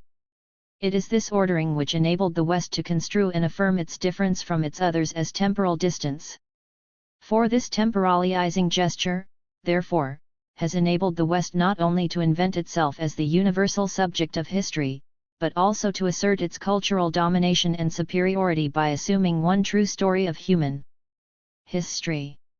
What lies at the core of this worlding of the world is the West's stabilization of its project of global domination by defining a universally applicable norm of development and progress. The economic, political, and cultural dominance of the West is thus inextricably linked to its discovery of, in Castoriadis' words, the way of life appropriate to all human society. 5. In this regard, the ideology of enlightenment functioned, in Radhakrishnan's words, as a free-floating signifier seeking universal confirmation. 6. However, the very production of this modernity and universality is based on a fundamental contradiction, for the imposition of modernity in colonial conditions was predicated on the denial of freedom and autonomy to native cultures. 7. The construction of a normative temporality stipulated the ground for the dissimulation of the violence exercised in the occupation of native lands as the dissemination of the benefits of modernity to uncivilized cultures. Therefore, the project of enlightenment needs to be understood not only as a byproduct of, as David Lloyd puts it, the intersection of liberal humanism with the necessities of imperial polity, 8, but also as a process of temporalization which fostered a certain narrative of the world within which the West is anchored as the center. In order to be able to construe the West and the Orient in different and distant temporalities, the machinery of colonial discourse does not need terms, as Fabian suggests, that are manifestly temporal. It can very well achieve its distancing and temporalizing function by using terms such as primitive, backward, traditional, and so on. The use of such temporalizing devices as a means of distancing or pushing the cultural other back in time 9 implies a specific inscription of the relation between the West and the East. More specifically, it involves a specific articulation and ordering of cultural difference, for, as Homi Bhabha notes, to represent the colonial subject is to conceive of the subject of difference, of an other history and an other culture. 10. However, the representation of cultural difference through such temporal categorizations was not simply due to prejudice or overt racism, but, as Mohanty puts it, was primarily because of uncritical application and extension of the very categories with which the West has defined its enlightenment and its modernity, reason, progress, civilization. 11. The colonial task of mastering the other was backed up by anthropological representations. 12. The unequal relation between the West and the Third World was articulated in anthropology's will to know and make the other epistemologically available to the observing Western gaze, most notably by construing a linear time through which the relation between the West and the rest was inscribed as a temporal distance. Fabian's observation regarding the role of anthropology in the colonial enterprise is in order here. Among the historical conditions under which our discipline emerged and which affected its growth and differentiation were the rise of capitalism and its colonialist imperialist expansion into the very societies which became the target of our inquiries. For this to occur, the expansive, aggressive, and oppressive societies which we collectively and inaccurately call the West needed space to occupy. More profoundly and problematically, they required time to accommodate the schemes of a one-way history, progress, development, modernity, and their negative mirror images, stagnation, underdevelopment, tradition. In short, geopolitics has its ideological foundations in chronopolitics. 13. Insofar as the Orient was concerned, the anthropologist's concern in knowing and representing it has become one of demonstrating what it lacks.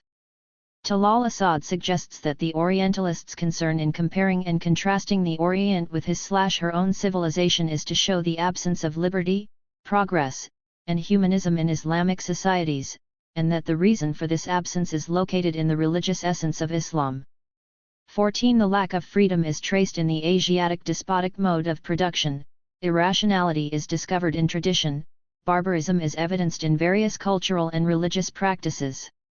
In short, all these discoveries implied that the barbaric Orient had to be tamed and civilized. Such a taming required the dissemination of rational procedures of Western institutions of law and order and the reorganization of the capillaries of Oriental cultures along the principles of modern, progressive, and civilized West. The question of woman gained a particular significance in the articulation of colonial and anthropological discourses.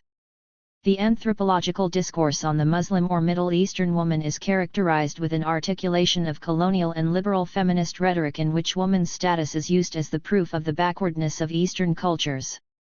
While providing the necessary legitimizing force for colonialism, Enlightenment thought has also supplied Western liberal feminism with a whole battery of discursive strategies to know and understand its ethnographic other, and thus to secure the integrity of its own identity vis-a-vis its dark and uncanny double.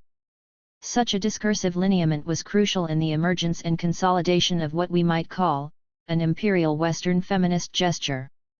Lifting the veil, modernizing the woman. Within the grim picture of the Orient, the situation of its woman, who is secluded behind her veil, looked even more gruesome to the Western colonial gaze.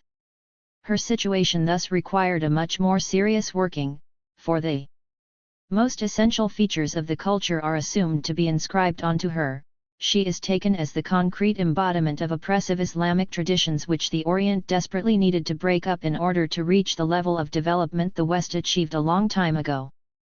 In fact, one of the central elements in the ideological justification of colonial culture is the criticism of the cultural practices and religious customs of Oriental societies which are shown to be monstrously oppressing women.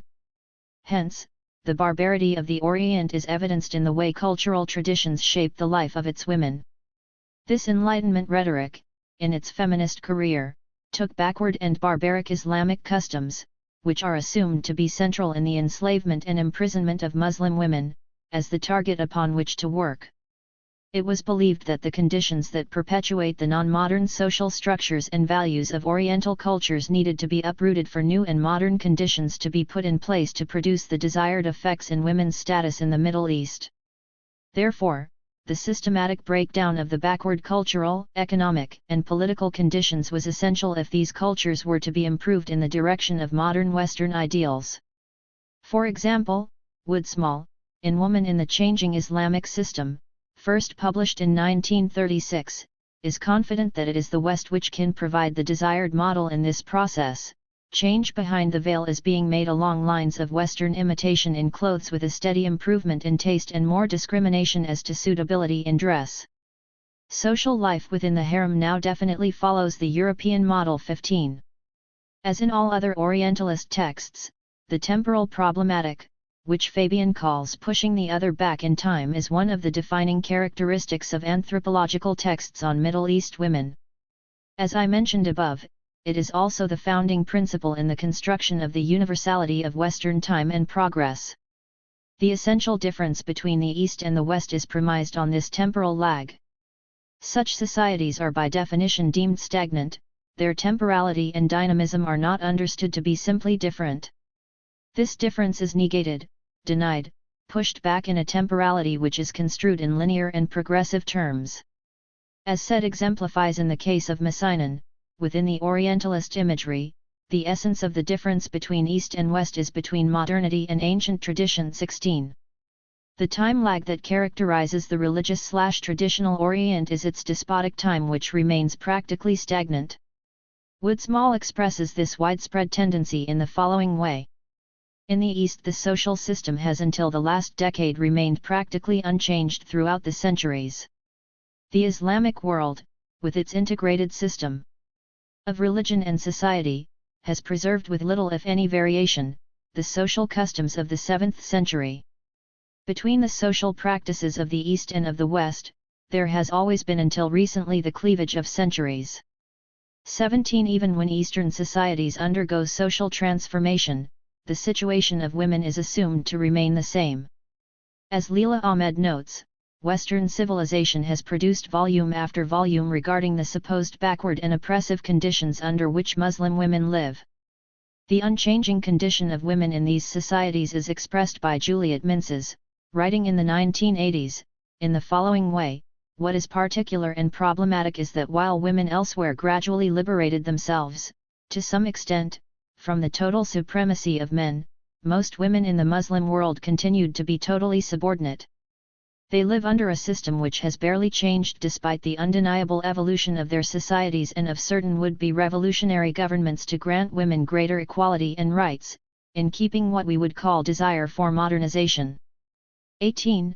Emphasis added, it is striking that although there is a 40-year time span, there is no difference between the observations of Minces and Woodsmall.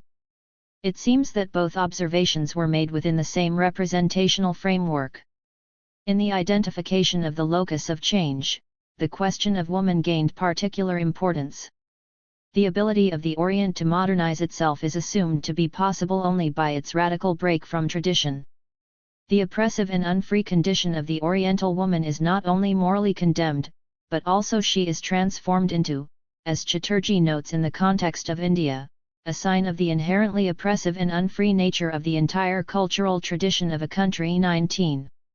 The metonymic association between the Orient and its women, or more specifically the representation of woman as tradition and as the essence of the Orient, made it all the more important to lift the veil, for unveiling and thereby modernizing the woman of the Orient signified the transformation of the Orient itself. It is this metonymic association between tradition and woman that can explain the continual obsession and the fundamental weight given to women's unveiling as the privileged sign of progress. Taken as the most visible marker of tradition and religion, the veil provided the benevolent Western woman with what she had desired, a clinching example that interlocks woman and tradition/Islam so that it could be morally condemned in the name of emancipation. The veil is taken as the sign of the inherently oppressive and unfree nature of the entire tradition of Islam and Oriental cultures, and by extension it is used as a proof of oppression of women in these societies. When the necessity to modernize these cultures was taken for granted, there was no hesitation in morally condemning the practice of veiling, for it was regarded as an impediment to modernization. It is no coincidence that the desire to unveil the Oriental woman coincided with the broader agenda of progress and belief in the incompatibility of Islam with Western models of modernity and reason.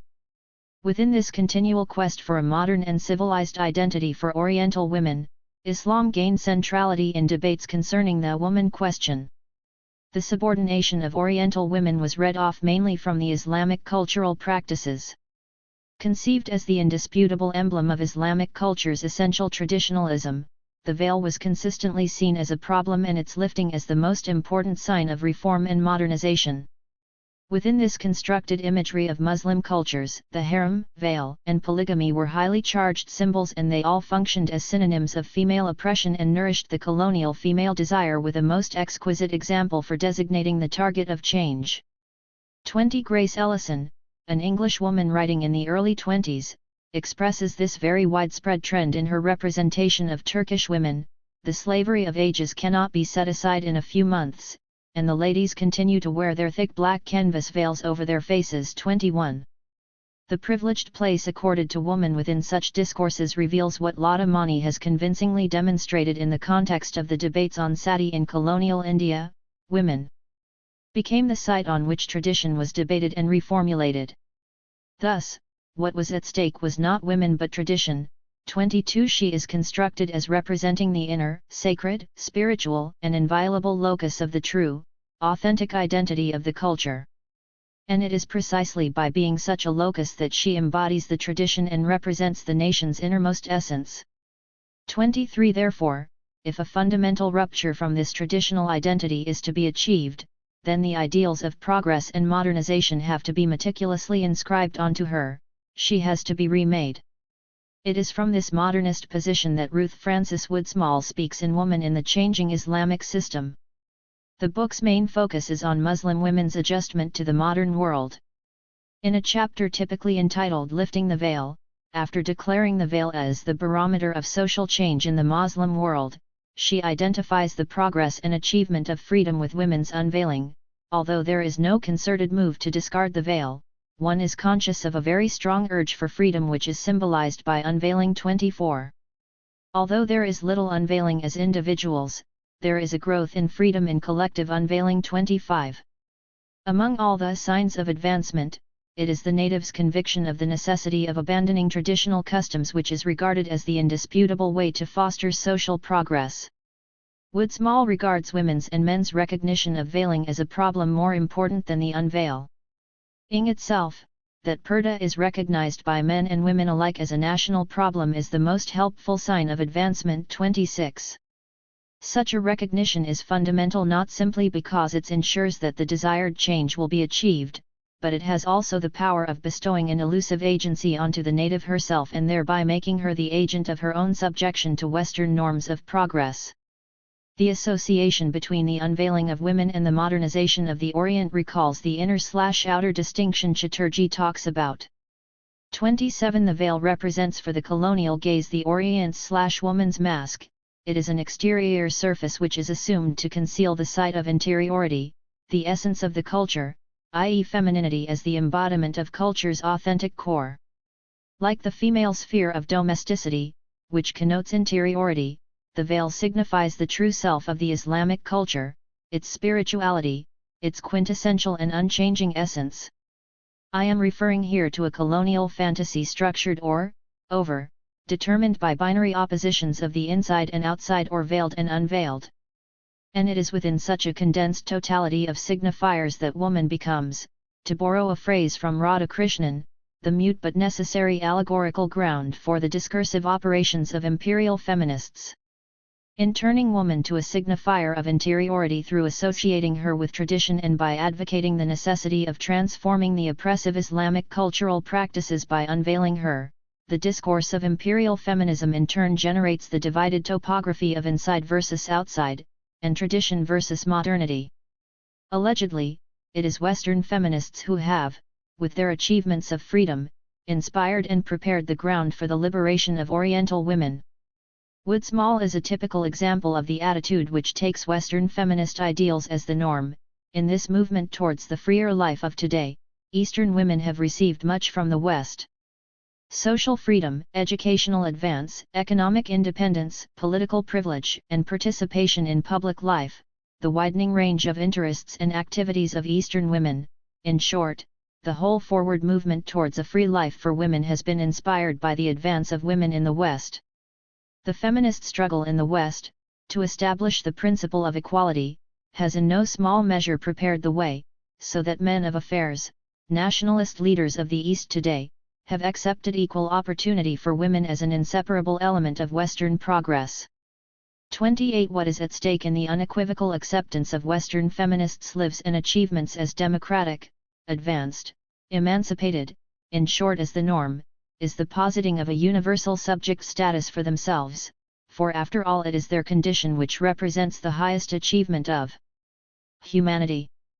For example, despite her awareness of the possible dangers of Eurocentrism, Juliet Minces wants to retain the Western feminist ideal as a universal one.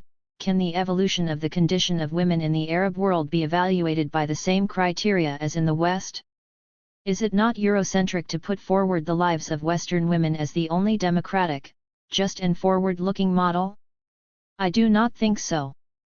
The demands of Western feminists seem to me to represent the greatest advance towards the emancipation of women as people.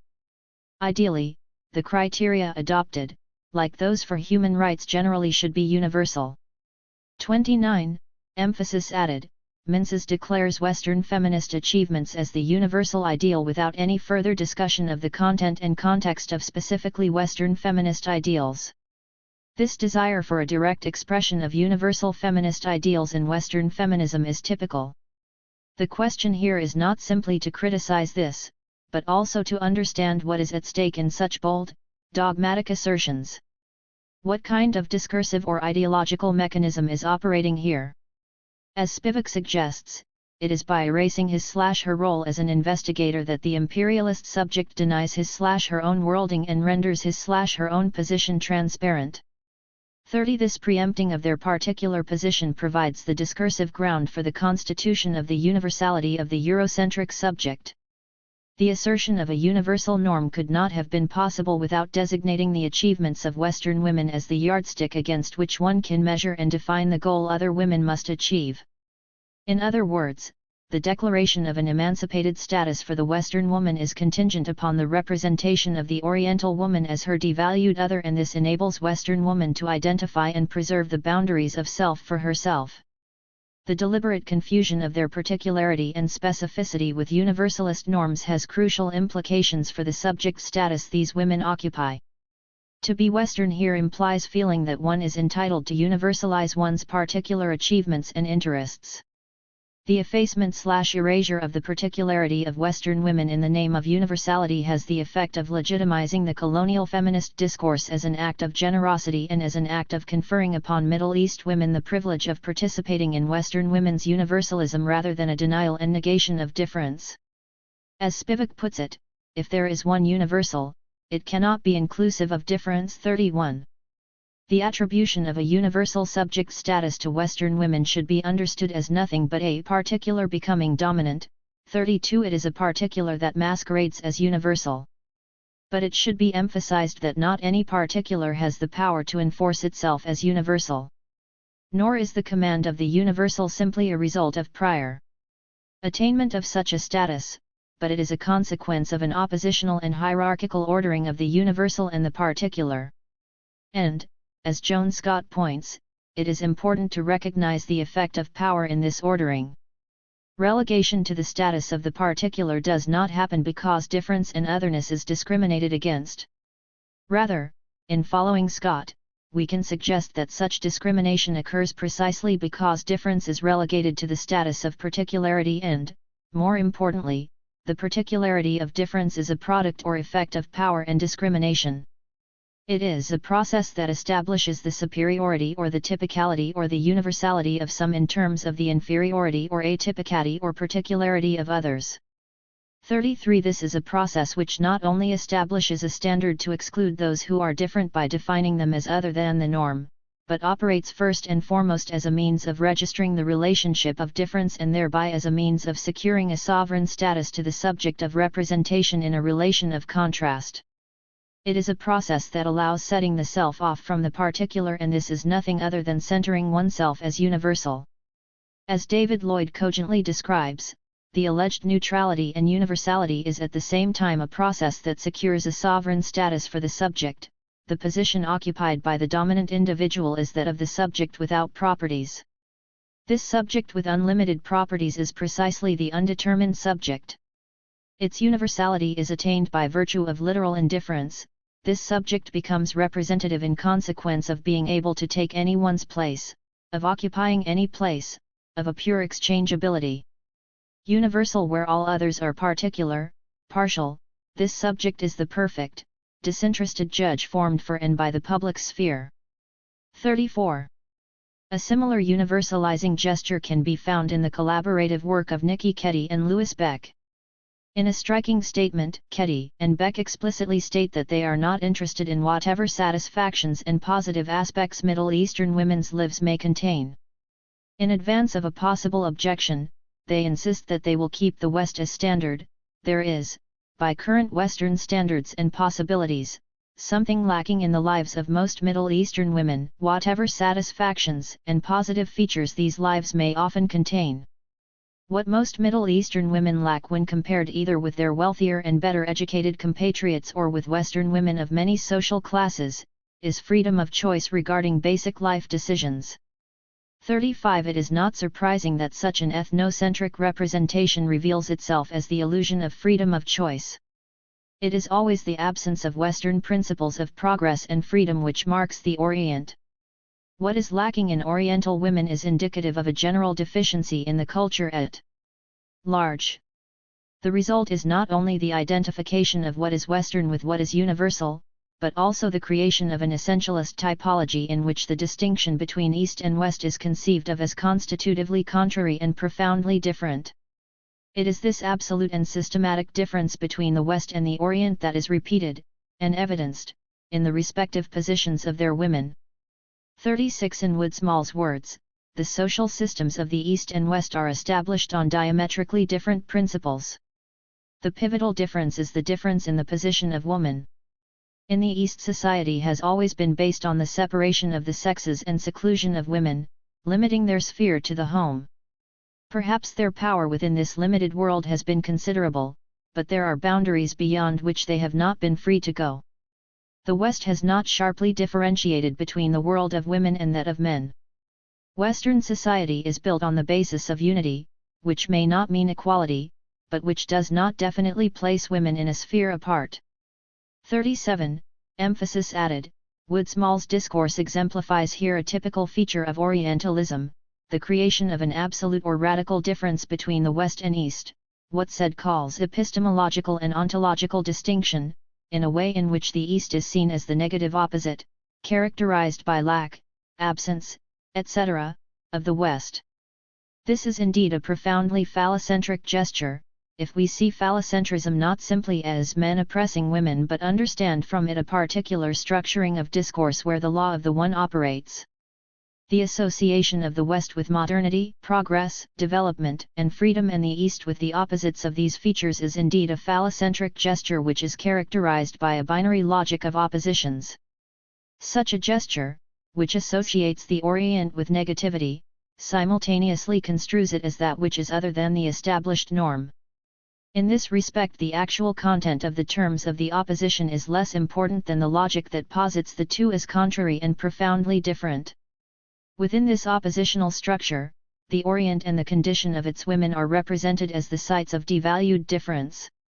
Such a gesture provides the ground for the production and legitimation of a normative discourse where the West and the free and liberated condition of its women are taken as the norm. If the position of the Orient and its women are represented within such a dualist logic, then it follows that the colonial nature of this feminist discourse is not an exception but rather part of a system that requires the representation of difference as negativity to be able to posit the positivity of the norm. Therefore, the colonial and phallocentric nature of such a feminist discourse is not an aberration, but rather a structural necessity of a discourse that represents otherness and difference as negativity. The representation of the other as negativity, as devalued difference, remains a constant in Western thought. The logic that is operative here can be understood as the law of the one. There is a paradoxical mixture of the same and yet different in the logic that recognizes the Eastern woman's difference insofar as it is other than the Western woman as the norm. In other words, the law of the one, the phallocentric gesture par excellence, is operative as long as a norm is erected.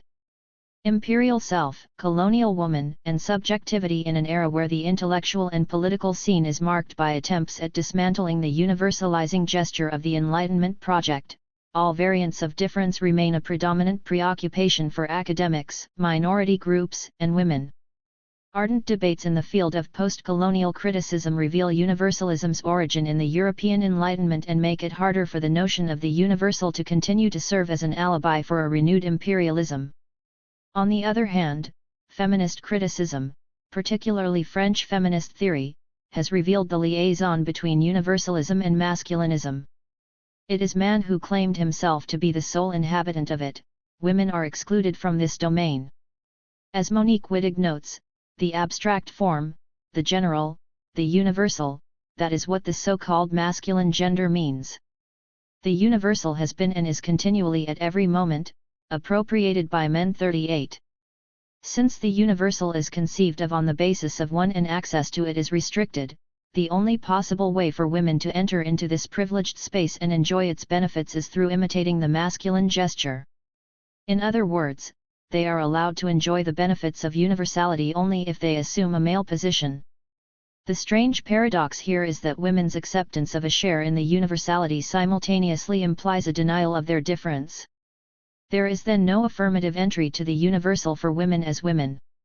If, as I argued above, the universalizing operation is at the same time a phallocentric gesture, can we then remain comfortable in the belief that the appeals to Muslim women's emancipation along the allegedly universal achievements of Western women is simply an expression of benevolence, and that this benevolence is easily separable and distinct from the process of construction of an imperial subject status for Western women?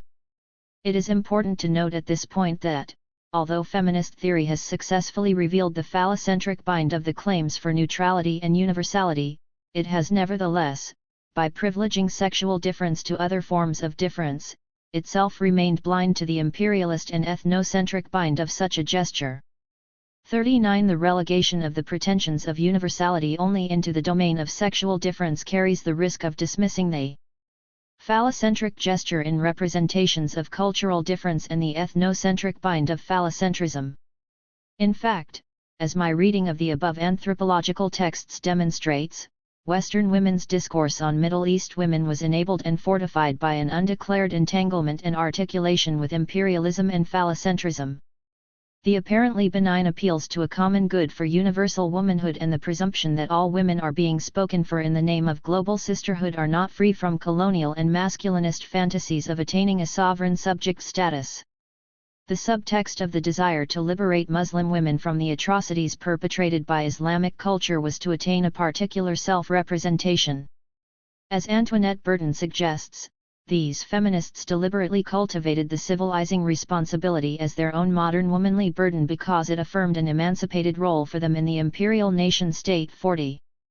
The attribution of an emancipated role to themselves helps these women to disavow their own position at home, for by thinking of themselves as all-powerful and free vis-a-vis Egyptian women, Western women could avoid confronting their own oppression at home. 41. In other words, the failure of Western women, as the devalued others of men, to assume the universal has motivated them to look for other means of claiming universality. The modern notion of individual was one of the fundamental values valorized by Enlightenment ideology. This was a historical period in which there was an incitement for women to desire a share in the emerging definitions of human and the individual. This was, in other words, a specific moment in which profound transformations in economic as well as in traditional social and symbolic structures were taking place. During this period, concomitant with the escalation of capitalist development in Western Europe, the desire to be an autonomous, free, rational, and liberated subject was in ascendance. However, despite the valorization of this new vision of subjectivity, the social, political, economic, and symbolic conditions that were enforced by patriarchal power were far from granting women a share in this emerging norm, for they functioned as the necessary ground upon which men were able to erect their sense of sovereign subjectivity. In conflating the masculine, and Western, with the universal, the Enlightenment discourse embarked on mechanisms of exclusion and domination and thereby confined the feminine to a secondary position of difference.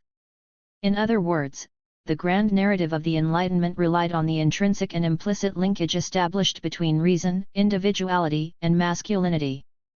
The assumptions that govern Enlightenment notions of individual imply a subject that is rational, universal, and, by extension, male. In this respect, the Enlightenment marks the constitution of the subject/human/individual, in the political, ideological, and epistemological sense of the term, as male. However, the false universality claimed by and for the masculine cannot be separated from the colonization of the space of subjectivity by phallocentrism. The Enlightenment was able to posit its values by excluding women and racially and culturally different groups who were devalued in its hierarchical scale of power relations. For this reason, in order to be able to consolidate their sense of subjectivity, women had to look for alternative avenues outside their own culture. The colonies in the 19th and 20th centuries were deemed a suitable site for this endeavor, for such sites marked difference that was compatible for othering in the light of the prevalent dualistic logic where the marking of the different as other than the norm was central in creating a sense of authoritative selfhood. In this respect, there was a simulation of sovereign masculine discourse by Western women. It is in the East that Western woman was able to become a full individual, which was the goal desired and promoted by the emerging modernist ideology. Hence, for Western women it was possible to achieve the desired subject status against a devalued cultural difference. Rosemary M. George, in examining the impact of imperialism on women's attainment of an authoritative selfhood, notes that the modern individual woman was first and foremost an imperialist. 42. The invention of the new vision of woman as subject was therefore built upon and took off from the dualistic model of phallogocentric logic which identified the male as the referent of the universal subject and thereby installed the mechanism of exclusion as the ground of Western, feminist discourse. Hence, it is not far-fetched to argue that Western woman's recognition of herself as a subject was possible only outside national boundaries, in the encounter of a sexually same yet culturally different other. Gayatri Spivak's comment on the impact of imperialism on feminist individualism is insightful here. What is at stake, for feminist individualism in the age of imperialism, is precisely the making of human beings, the constitution and interpellation of the subject not only as individual but as individualist. As the female individualist, not male, articulates herself in shifting relationship to what is at stake, the native female as such, within discourse as a signifier, is excluded from any share in this emerging norm. 43. The scopic regime of colonialism. If the colonial feminist discourse on Muslim women can be read in the light of Enlightenment ideology, then we also need to explain the reasons why it was specifically the unveiling of women which was taken as one of the fundamental signs of progress and emancipation. What does the myth of liberation through unveiling have to do with the predominant rationalist epistemological paradigm and the assumptions that govern the production of knowledge which were historically and conceptually coextensive with or built into the Enlightenment project? How is the discourse of Enlightenment, characterized by the privileging of reason, truth, and progress, and the scopic regime of modernity, characterized by the valorization of the visual, articulated? What are the points of intersection between the episteme of the Enlightenment and the regimes of visibility? How do these two orders act upon each other? If modernity and Enlightenment mark the triumph of the will to possess, master, and control with the correlative privileging of a disinterested, invisible, disembodied, objectively observing and recording subject, then how are the desire to know, desire to unveil, desire to see linked in the quest for colonial mastery? If the project of enlightenment is inseparable from the privileging of visibility, can it then be argued that there was a connection between the imperial feminist gesture's desire to unveil the Muslim woman and the desire to master, control, and reshape that body by making it available for vision and thereby for knowledge? Modern disciplinary power wove together knowledge, vision/seeing, and the techniques of rational control and productive domination. In other words, as Foucault's discussion of the panopticon demonstrates, the age of modernity/enlightenment was an age marked by a desire for total control and mastery of the body, based on the notion of perfect visibility. In the light of this Foucauldian insight, the political rationality that shaped the logic behind the colonial feminist project's concern with the unveiling of women can best be made sense of if we can locate it within the context of principles of modern disciplinary power, which is concerned with actively shaping individual minds and bodies based on the knowledge acquired by rendering them perfectly visible. As I suggested above, the ethnographic discourse on Middle East women was part and parcel of the Enlightenment project, which was predicated upon the constitution of a sovereign subject status for the subject of representation. Can we also understand the expression of the desire to unveil as a resurfacing of the same modernist/Enlightenment project which is characterized by its adamant ocular centrism? Vision, with its accompanying imagery of the unveiling of truth, is figured as the key instrument of knowledge. The privileging of the visual in Western culture has surfaced in a wide variety of spheres. In philosophy it is expressed as the mirror of nature as demonstrated by Richard Rorty, 44. Or in the society of surveillance exemplified by the panoptic gaze, which is examined by Foucault, 45, or as Luce Irigaray 46 demonstrates, in the privileging of the phallic gaze which can be discerned in Freud's and Lacan's scenarios of sexual curiosity and difference. Despite these sophisticated attempts to examine the role and privileging of vision in the field of philosophy, in the emergence of modern forms of power and psychoanalytic theory, the problematic of seeing and the consequent attempts to master and control the colonial other have not been addressed in the context of colonialism. It is this connection that I would like to bring to the fore in this section. As Martin J. shows, the dominant visual model of the modern era is characterized by the combination of Renaissance notions of perspective and by the Cartesian ideas of subjective rationality in philosophy, which he calls Cartesian perspectivalism. 47 The valorization of the visual in Cartesian perspectivalism implies a certain epistemological project in which the gaze is considered as the central agent in the acquisition of knowledge of the world of nature in the most objective way possible. Hence the gaze was aimed at recording the observable. However, in nature not everything is observable, it is at the same time a world where truth is concealed by appearances. It is the role of the gaze to penetrate the hidden essence by piercing the veil that is assumed to cover it. The investigative gaze that is directed at the object is a particularly detached one. This means that the observer's entanglement in his emotions has to be withdrawn. This is the gaze of, as Jay puts it, the dispassionate eye of the neutral observer. What this implies is a privileging of an ahistorical, disinterested, and disembodied subject entirely outside of the world it claims to know only from afar. 48. As Jay further notes, the subject position created for this scrutinizing gaze in the Cartesian perspectivalist epistemology is one that is construed as universal and transcendental, i.e. the characteristic subject position of the Enlightenment paradigm. Within the modernist problematic of vision, the point from which vision is directed is assumed to be male in all its disembodiedness. As I suggested above, this disembodied universal subject is the prototype of masculine subject, and in all its disembodiedness it is a panoptically positioned observer, an omnipotent eye that is positioned as invisible and can see without being seen. A similar dialectic of visuality can be seen operating in the 19th century realist tradition. In his body work, Peter Brooks demonstrates the inextricable link between the scopophilic and the epistemophilic projects, that is, between the desire to see and the erotic investment in knowing. 49 Suggesting that the desire to know is inseparable from sexual desire and curiosity, Brooks demonstrates how the desire to see is simultaneously a desire to possess and a desire to know. As they are closely intermingled, it can be suggested that any desire for knowledge is closely tied to the desire for mastery. The object that is subjected to such an appropriating gaze is both an object of hostility and an object of fascination, and these are expressed as a continual quest for knowledge. The convergence of the erotic investment in seeing and the epistemic principles of realist vision has manifested itself most notably in the narratives of the body. The model of intellectual inquiry, curiosity, and research is characterized by a visual inspection of reality. While positivist sciences were aiming to achieve a mastery over the world of nature through a scrutinizing and objectivizing gaze, there was a simultaneous proliferation of discourses trying to master the body through visual inspection. Vision has thus been construed as the central instrument and metaphor in the search for truth that is presumed to be veiled. The uncovering of truth thus becomes a process of unveiling, and revelation, and a process of stripping the obstacle that prevents its immediate comprehension.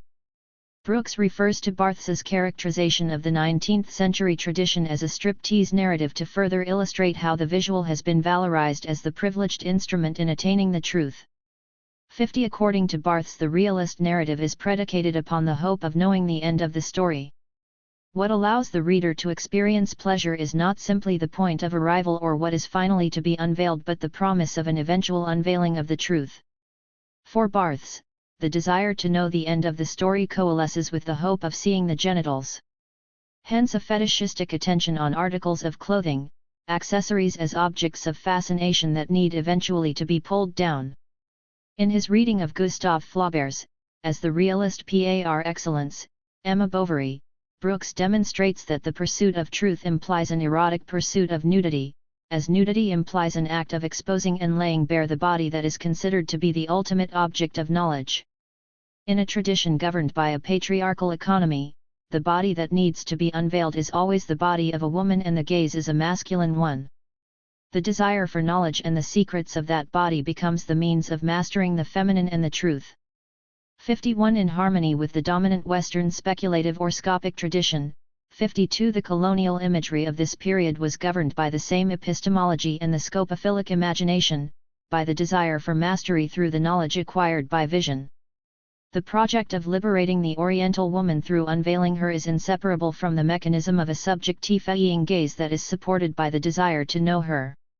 The visual/scopic drive implicit in all representation is brought out with particular intensity in the field of colonial power.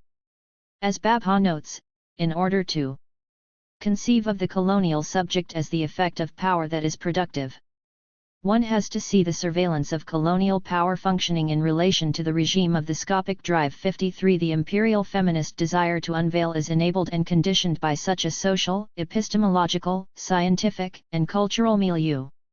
It is in a culture where the entire epistemology is characterized and dominated by a speculative or scopic tradition that the desire to unveil the Oriental woman can emerge as the precondition of her liberation.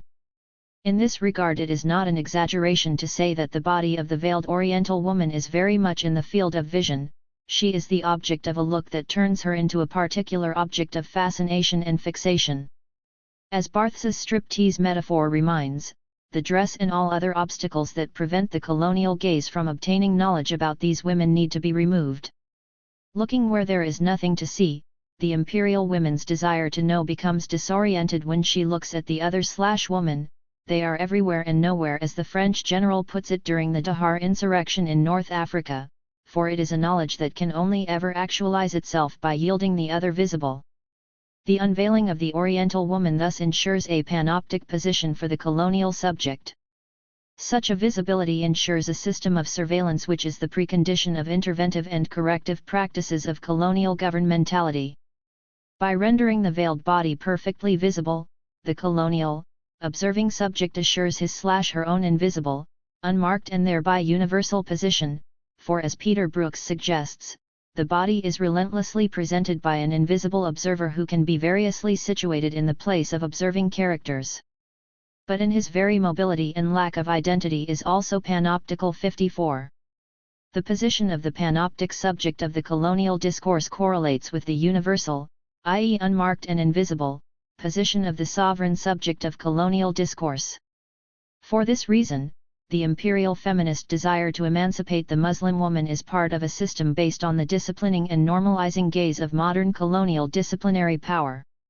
It is therefore a desire which implies an investment of power which is at the same time a subjective investment, while the other woman's body, life, subjectivity is rendered visible. This imperial gesture has the implicit function of making the Western woman's sovereign subject status entirely invisible. Therefore, it is important to point out how knowledge and vision are part of an interlocking desire for modern, disciplinary colonial governing, for such a desire is also part of the sadistic desire to physically master the object of gaze by ripping it apart. 55. Thus Western woman's relation to her Oriental counterpart was conditioned and nourished by the achillocentrism of the whole rationalist and epistemological tradition of enlightenment. As several feminist philosophers have emphasized, this scopic desire also needs to be read as a masculine gesture, for within the established conviction of visibility, it is the woman's sexual organ that is taken to be illustrative of what is unseeable and hidden. As Braidati notes, seeing is the prototype of knowing. By elaborating a scientific technique for analyzing the bodily organs, Western sciences put forward the assumption that a body is precisely that which can be seen and looked at. 56. Unveiling, both literal and figurative, guarantees that the Muslim woman's body becomes knowable, mainly, as I suggested before, because within the modernist tradition knowing means rendering the object observable, visible, and thereby manipulable. If the target of territorial imperialism is to deterritorialize and then re-territorialize the land of the native, the target of the imperial feminist project, directed towards unveiling, is to alter the embodiment of the other woman by inscribing it according to different cultural, social, symbolic codes. Before I elaborate this point further, let me discuss how embodiment needs to be conceptualized and why it is important to posit the notion of a bodily materiality to be able to understand that it is the body that is located at the center of the techniques of colonial control and domination. The acknowledgement of the corporeal roots of the subjectivity is also crucial in another sense, for understanding the body as the mark of the embodied nature of subjectivity is essential not only for a materialist but also for the culturally specific nature of the body and bodily difference. The veiled embodiment, sartorial fabrication of the Muslim woman's body. How can we think of the veil and embodiment together? Can we read veiling simply as an instrument of oppression? Or should we conceive of veiling and unveiling in terms of the bodily affects such practices imply? How should we conceptualize the relationship between discourses, practices, norms about dressing and the embodiment? What kind of an understanding of the body can enable us to understand corporeality in culturally and sexually specific terms, in their concrete specificities? What kind of presumptions about subjectivity and body need to be scrutinized and challenged so as to posit the bodily roots of subjectivity? Feminist theory is witnessing heated discussions about the status of the body. Increasingly, emphasis is placed upon the need for a materialist conception of the body, for the embodied nature of subjectivity and sexual difference. Feminist theorists who emphasize the usefulness of post-structuralism for feminist theory, such as Elizabeth Grosh, Judith Butler, Rossi Braidotti, Vicky Kirby, and others, point to the need for understanding the body as an effect of historically specific technologies of power. Foucault's analysis shows how the body does not stand in an external relation to power, but is marked, stamped, invested, acted upon, inscribed, and cultivated by a historically contingent nexus of power/discourse, that is how it is brought into being by power. 57. Power is the productive principle through which the materiality of the subject is constituted. Such a constitution takes place through processes of training, shaping, cultivation, and investment of the body by power. Power takes the body as its target, the object, the medium to extract information so as to transform, remake, reinscribe, and subject it to the functioning of power. However, the subjection and control of the body within the field of power must not be understood through a model of repression. The Foucauldian approach challenges the understanding of subjection of the body to power as a simple process of subordination or as a repression of its desires and instincts. As Butler, following the Foucauldian insight puts it, this subjection, or assujettissement, is not only a subordination but a securing and maintaining, a putting in place of a subject, a subjectification. 58. Therefore, the formation and regulation of bodies and their materiality cannot be understood separately from their subjectification, for subjectification implies both a creative and a coercive process simultaneously. As Foucault argues, the body is also directly involved in a political field. Power relations have an immense hold upon it, they invest it, mark it, train it, torture it, force it to carry tasks, to perform ceremonies, to emit signs. This political investment of the body is bound up, in accordance with complex reciprocal relationships, with its economic use. It is largely as a force of production that the body is invested with relations of power and domination, but on the other hand, its constitution as labor power is possible only if it is caught up in a system of subjection. The body becomes a useful force only if it is both a productive body and a subjected body. 59. Understanding power as a productive and formative process requires a questioning of the presumptions of the paradigms which conceive of the subject in terms of the primacy of mind and the concomitant assumption of the body's naturalness and pre-cultural status. As Elizabeth Grosh persuasively argues, bodies are not ahistorical, pre-cultural, or pre-social, they are in no way natural, but always already marked, inscribed, and engraved by social pressures. 60. In emphasizing that bodies cannot be adequately understood if they are seen as impregnable by cultural, social, and historical factors, Grosh's aim is to underline the fact that power produces bodies always as a determinate type. Bodies are neither universal nor neutral, but always culturally, sexually, racially specific. To liberate the body from its colonization by the paradigms which privilege the mind and understandings of subjectivity will not only enable us to posit its materiality but also foster an understanding of bodies in their sexual, cultural, and racial specificities. In a way, raising the question of the specificity of the body requires simultaneously raising the question of its materiality, for questions regarding the differences between bodies can only be meaningfully asked if the corporeality of bodies is no longer seen as biological, natural, and neutral, but always as a product, an effect of power relations which constitutes them in their specificities. To be able to develop a materialist conception of the body as an affect of power/knowledge nexus, we need to formulate theories that have the force and capacity to overcome the various dualisms through which the body is traditionally envisioned. As Grosch shows, among the most pertinent oppositions that need to be displaced for exploring and developing an understanding of the body other than that offered by traditional philosophical and phallogocentric understanding are the body-mind, nature-culture, and discourse referent.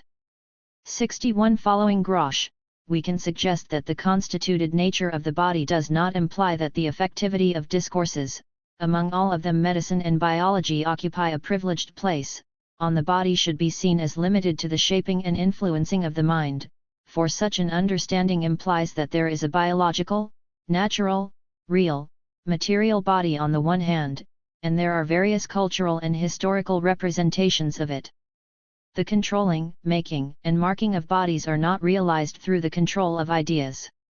Such inscriptions are not merely added to a body that is naturally and biologically given.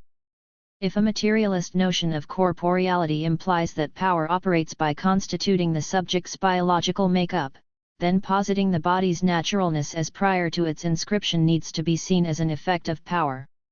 As Butler notes, the representation of the body as preceding signification is itself an effect of signification and of power.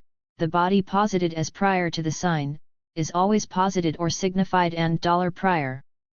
This signification produces as an effect of its own procedure the very body that it nevertheless and simultaneously claims to discover as that which precedes its own action. 62.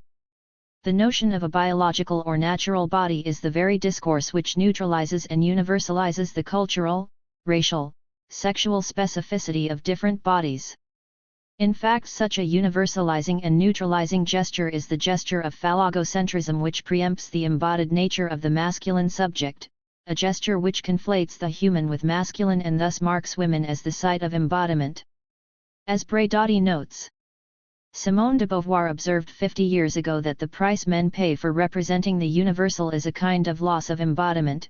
The price women pay, on the other hand, is a loss of subjectivity and the confinement of the body.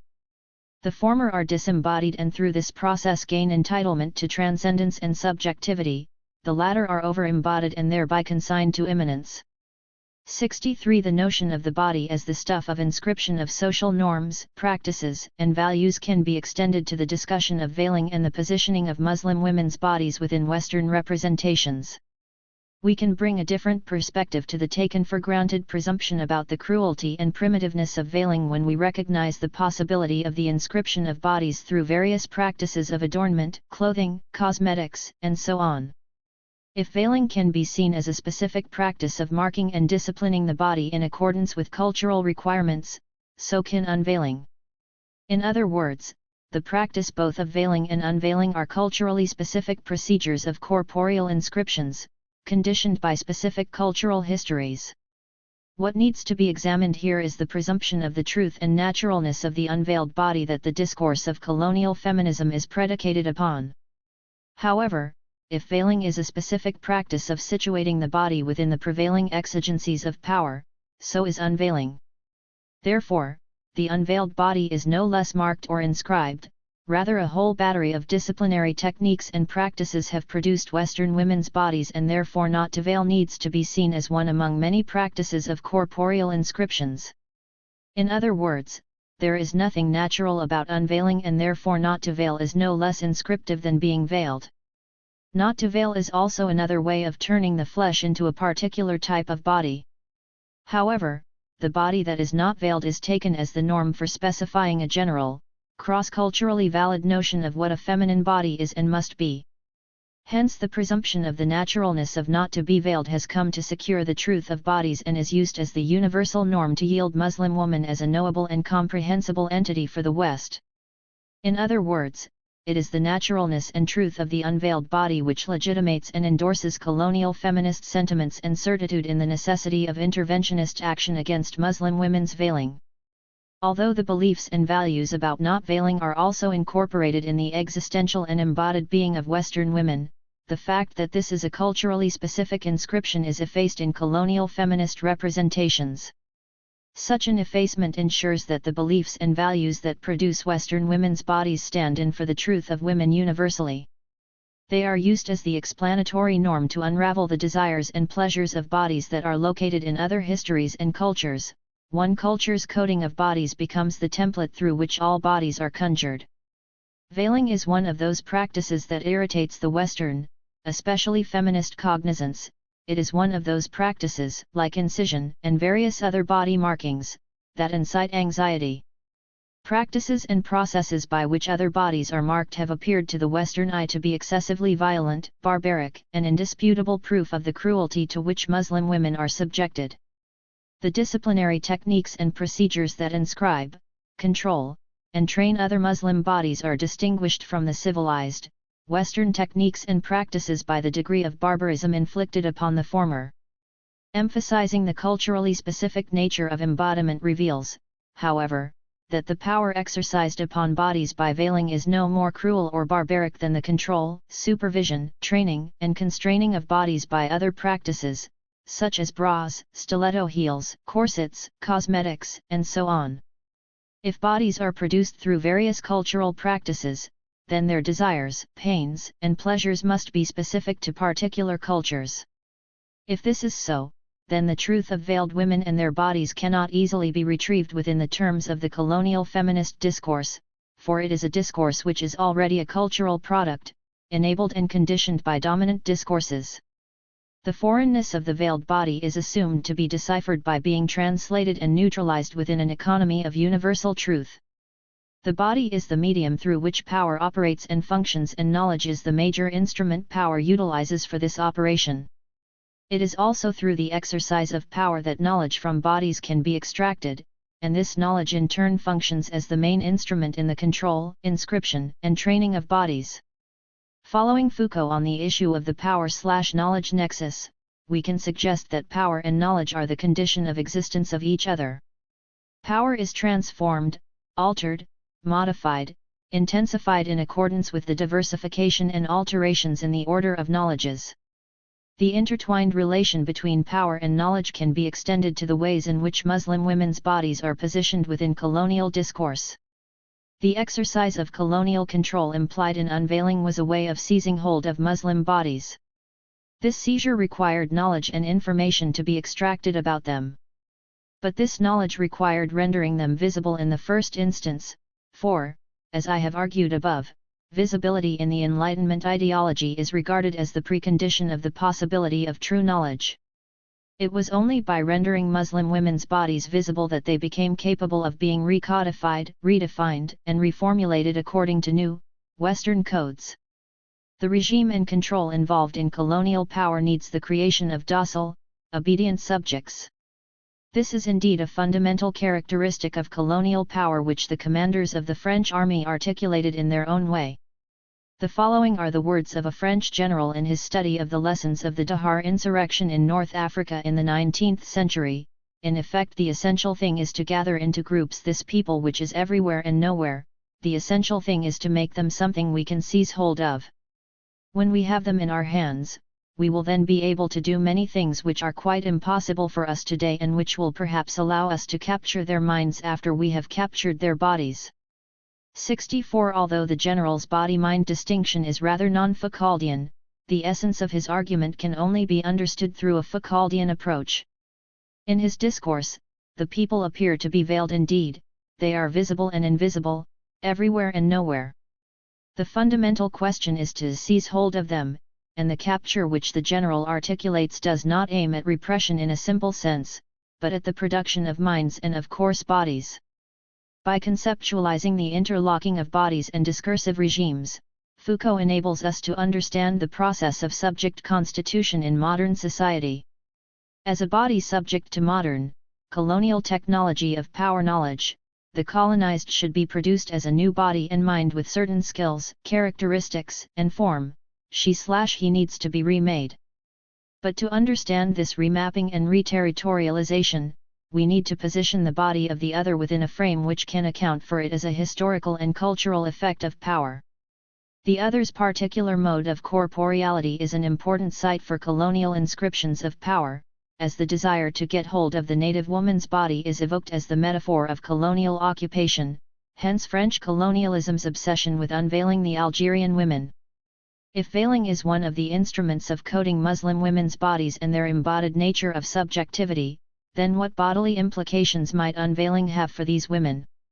The following quotation from Frantz Fanon is worth citing here as he describes the bodily transformations an Algerian woman undergoes when she is unveiled. The body of the young Algerian woman in traditional society is revealed to her by its coming to maturity and by the veil. The veil covers the body and disciplines it, tempers it, at the very time when it experiences its phase of greatest effervescence. The veil protects, reassures, isolates. One must have heard the confessions of Algerian women or have analyzed the dream content of certain recently unveiled women to appreciate the importance of the veil for the body of the woman. Without the veil she has an impression of her body being cut up into bits, put adrift, the limbs seem to lengthen indefinitely. When the Algerian woman has to cross a street, for a long time she commits errors of judgment as to the exact distance to be negotiated. The unveiled body seems to escape, to dissolve. She has an impression of being improperly dressed, even of being naked. She experiences a sense of incompleteness with great intensity. She has the anxious feeling that something is unfinished, and along with this a frightful sensation of disintegrating. The absence of the veil distorts the Algerian woman's corporal pattern. She quickly has to invent new dimensions for her body, new means of muscular control she has to create for herself an attitude of unveiled woman outside. She must overcome all timidity, all awkwardness. And at the same time be careful not to overdo it, not to attract notice to herself. The Algerian woman who walks stark naked into the European city relearns her body, re-establishes it in a totally revolutionary fashion. 65. Emphasis added. Fanon draws our attention to one of the most striking instances of the cultural violence of colonialism. He also suggests that the veil is not simply attire that covers the woman's body, but it is what transforms a little girl into a woman in Muslim society. It is because her mature female body is made by the veil that unveiling her is not simply an uncovering, or change of dress, but peeling her skin off. In this sense, the so-called dream hallucinations which she experiences are very real sensations which have parallels in the everyday, normal experiences of crossing a street or simply walking out in the street. As Kaya Silverman notes, clothing and veiling should be seen as one particular style among many, has the force of constituting identity and corporeality. Clothing exercises as profoundly determining an influence upon living, breathing bodies, affecting contours, weight, muscle development, posture movement, and libidinal circulation. Dress is one of the most important cultural implements for articulating and territorializing human corporeality, for mapping its erotogenic zones and for affixing a sexual identity. 66. Following Silverman, then, we can see the veil, that sartorial matter, as not something that is external to the identity of Muslim women, but as a fundamental piece conjoined with the embodied subjectivity of Muslim woman. If we cannot comfortably assume that her body is inside the veil or the veil is something that is outside of her body and hence does not function merely as a body cover, can we then think of bringing this body outside the veil, as colonial or imperial feminism desires, without at the same time exercising another form of power? If the veil is part of her body, part of her being in the world, then it differs from a simple cover that has an inside and an outside.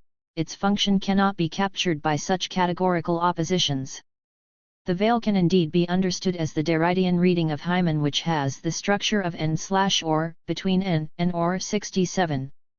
As a confusion between a set of opposites, the veil or hymen embraces both terms, it is in between them.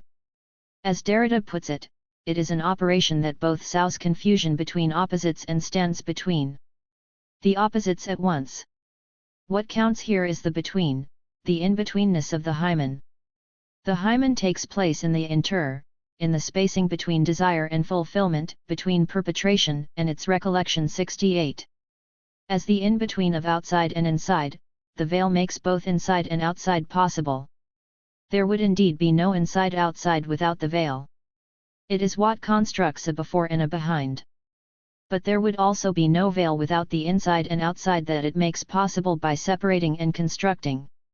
In the ambiguous position it occupies, the veil is not outside the woman's body. Nor is she the interior that needs to be protected or penetrated. Her body is not simply the inside of the veil, it is of it, she is constituted in, and by, the fabrication of the veil. Being an undecidable textile, the veil interweaves the woman's skin with its threads, as the sign of fusion it stitches together the epidermis of woman with cultural coatings. It is both her identity and her difference, or it is what makes her identity different. The veil is that which produces woman, or difference, it is spacing, difference. 69. By assuming an interiority that is concealed by the veil, colonial gesture articulates itself in terms of the Western metaphysical or philosophical oppositions between origin and representation, essence and appearance, identity and difference. A number of writers have pointed to the fundamental continuity and homology between the structure of Western metaphysics and phallocentric order. 70. There is thus a fundamental affinity or a chain of equivalence among Western philosophical, colonial, and patriarchal discourses. This implies that any serious challenge to patriarchy cannot overlook questions of colonial discourse, for both are placed within a larger cultural project whose fundamental philosophical assumptions need to be questioned. To assume that these questions are separate from each other is the very illusion that the categorical analytic discourse of reason produces. A feminist discourse which tries to emancipate others should in the first place learn how to question this very process of othering, and what this implies for its own identity, that is to say, whether a discourse can be both a discourse of identity and sameness under the governance of reason and progress and a feminist one at the same time. Such a questioning should of course include the questioning of the very opposition between inside and outside as one of the fundamental cultural oppositions which constructs femininity itself. The veil is dress, but a dress which we might consider as articulating the very identity of Muslim women. Only if we see the veiling of woman in Muslim culture as a unique cultural experience, we can then actually learn about what it is to veil or unveil as woman, rather than simply resetting the liberal scene and repeating commonsensical and cliched standards in the name of universal emancipation. I want to argue here that such commonsensical and cliched standards may not be so commonsensical and cliched after all. They may, on the contrary, be part of a colonial gesture that is hard to define as colonial because, especially in a now decolonized world, it articulates itself as a universal, and politically and morally correct task. The Battle of the Veil, Woman between Orientalism and Nationalism. Nationalism seeks to represent itself in the image of the Enlightenment and fails to do so. For Enlightenment itself, to assert its sovereignty as the universal ideal, needs its other. If it could ever actualize itself in the real world as the truly universal, it would in fact destroy itself. Partha Chatterjee, Nationalist Thought and the Colonial World. Nationalism as Orientalism and the Question of Gender. Whenever I evoked, in various scholarly meetings and conversations in the U.S., the power of Orientalism to understand the place the veil occupies in such constructions, I have consistently encountered the somewhat suspicious remark as to whether, by locating the question of the veil within the problematic of Orientalism, I am not overlooking the question of Muslim women's oppression at home by Islam and indigenous patriarchy. Such remarks are usually followed by a set of questions which demand that I deliver the truth about women in Muslim societies, the conditions under which they live, and so on. In other words, what the Western audience desires to hear is the native's own voice, the true and authentic story of the situation of women in Muslim societies, as opposed to the negative Orientalist stereotypes. This liberal desire to turn me into a native informant and thereby revalue the weak and the subjugated is the very gesture by which the sovereign Western subject constructs himself/herself as considerate and benevolent. More importantly, such a quest implies that the question of Orientalism is not fully grasped, for the unspoken assumption in such questions is that indigenous patriarchal domination and Orientalist hegemony are two separate issues. But although the notions of authenticity and nativism appear to be the opposite of Orientalism, they are in fact the very product of Orientalist hegemony. To understand the interconnections between the two, we need to remember two crucial axioms of Said's work. Orientalism orientalizes the Orient, and Orientalism is based upon an epistemological and ontological distinction between the Orient and the Occident. I will argue in this chapter that if we follow the spirit of Said's analysis, we can no longer treat the oppression of women by indigenous patriarchy and by colonialism as two separate issues. As Said himself comments, imperialism is after all a cooperative venture. 1. To pose the truth of the Orient as distinct from the Orientalist discourse and to construct a nativist position outside Orientalism is indeed to reproduce the division imposed by Orientalism. In what follows, I will attempt to illustrate how Orientalist discourse has reproduced itself in the Orient via nationalist projects whose fundamental principle was based upon the imperial divide between the Westerner and the native. In doing so, I will examine how the veil has been articulated to the nationalist projects in Algeria and Turkey. I hope to show how, in the battle between nationalism and imperialism, it is the question of woman which is doubly in shadow, as Spivak puts it. 2. In the light of these concerns, I hope my reluctance to satisfy the benevolent subject's desire to hear the native's voice will be seen as my resistance to participate in the Orientalist divide between the truth of the native and the Western construction of it. In the essay I have referred to above, Said shows how the search for an authentic national origin that characterizes nationalist/nativist anti-imperialist discourse is itself dictated by the colonial history, and thus the cultural horizons of nationalism are fatally limited by the common history of the colonizer and the colonized assumed by the nationalist movement itself. Both the master and the slave participate in it, and both grew up in it, albeit unequally. 3. The Orientalization of the Orient can be read in the modernization attempts undertaken by the indigenous elites which aim to develop and civilize the native population. For Said, such modernizing trends are in fact the resurfacing of the 19th century imperial division between the native and the Westerner. Thus, speaking the language of authenticity or resorting to national origins in no way guarantees that the colonized is outside the structure of imperialism. On the contrary, as Said puts it, the colonized may speak and write in the dominant language even as he or she tries simultaneously to recover a native original, may even act in ways that directly conflict with the overall interests of his/her people, and still the divide remains. This, it seems to me, has always been the case in every colonial relationship, because it is the first principle of imperialism that there is a clear-cut and absolute hierarchical distinction between ruler and ruled. For the fundamental homology and complicity between the nationalist and Orientalist discourses have also been cogently demonstrated by Partha Chatterjee in his Nationalist Thought and the Colonial World. According to Chatterjee, in trying to approximate the characteristics of modernity, nationalist thought reveals a basic contradiction that lies at its core. The attainment of those values implies its subjugation to the Western hegemony that it wants to combat. This explains why one of the characteristic features of nationalism is a basic split that divides it, while it aspires to become modern and achieve the valued qualities of enlightenment. At the same time, it asserts its autonomous identity by claiming an authentic, pure, and uncontaminated origin. It therefore simultaneously accepts and refutes the epistemic and moral dominance of the West. It is precisely this split character of nationalist ideology, Chatterjee argues, which could explain why non-European countries constantly try to approximate to Western modernity in spite of the fact that such an approximation implies their subjugation.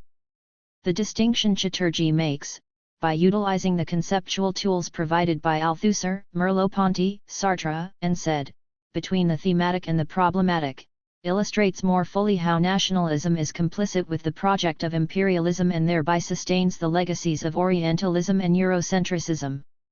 According to Chatterjee, the thematic refers to an epistemological and ethical system which provides a framework of elements and rules for establishing relations between elements. The problematic, on the other hand, consists of concrete statements about possibilities justified by reference to the thematic. 5. By applying this distinction to the question of nationalism, Chatterjee observes that the problematic in nationalist thought is exactly the reverse of that of Orientalism, in the sense that the object still remains the Oriental except that he or she is now endowed with subjectivity. he/she is not passive and non-participating. Being just a reverse of the passive subject, the native continues to retain the same essential characteristics depicted in Orientalism, but nevertheless imagines himself as autonomous, active, and sovereign.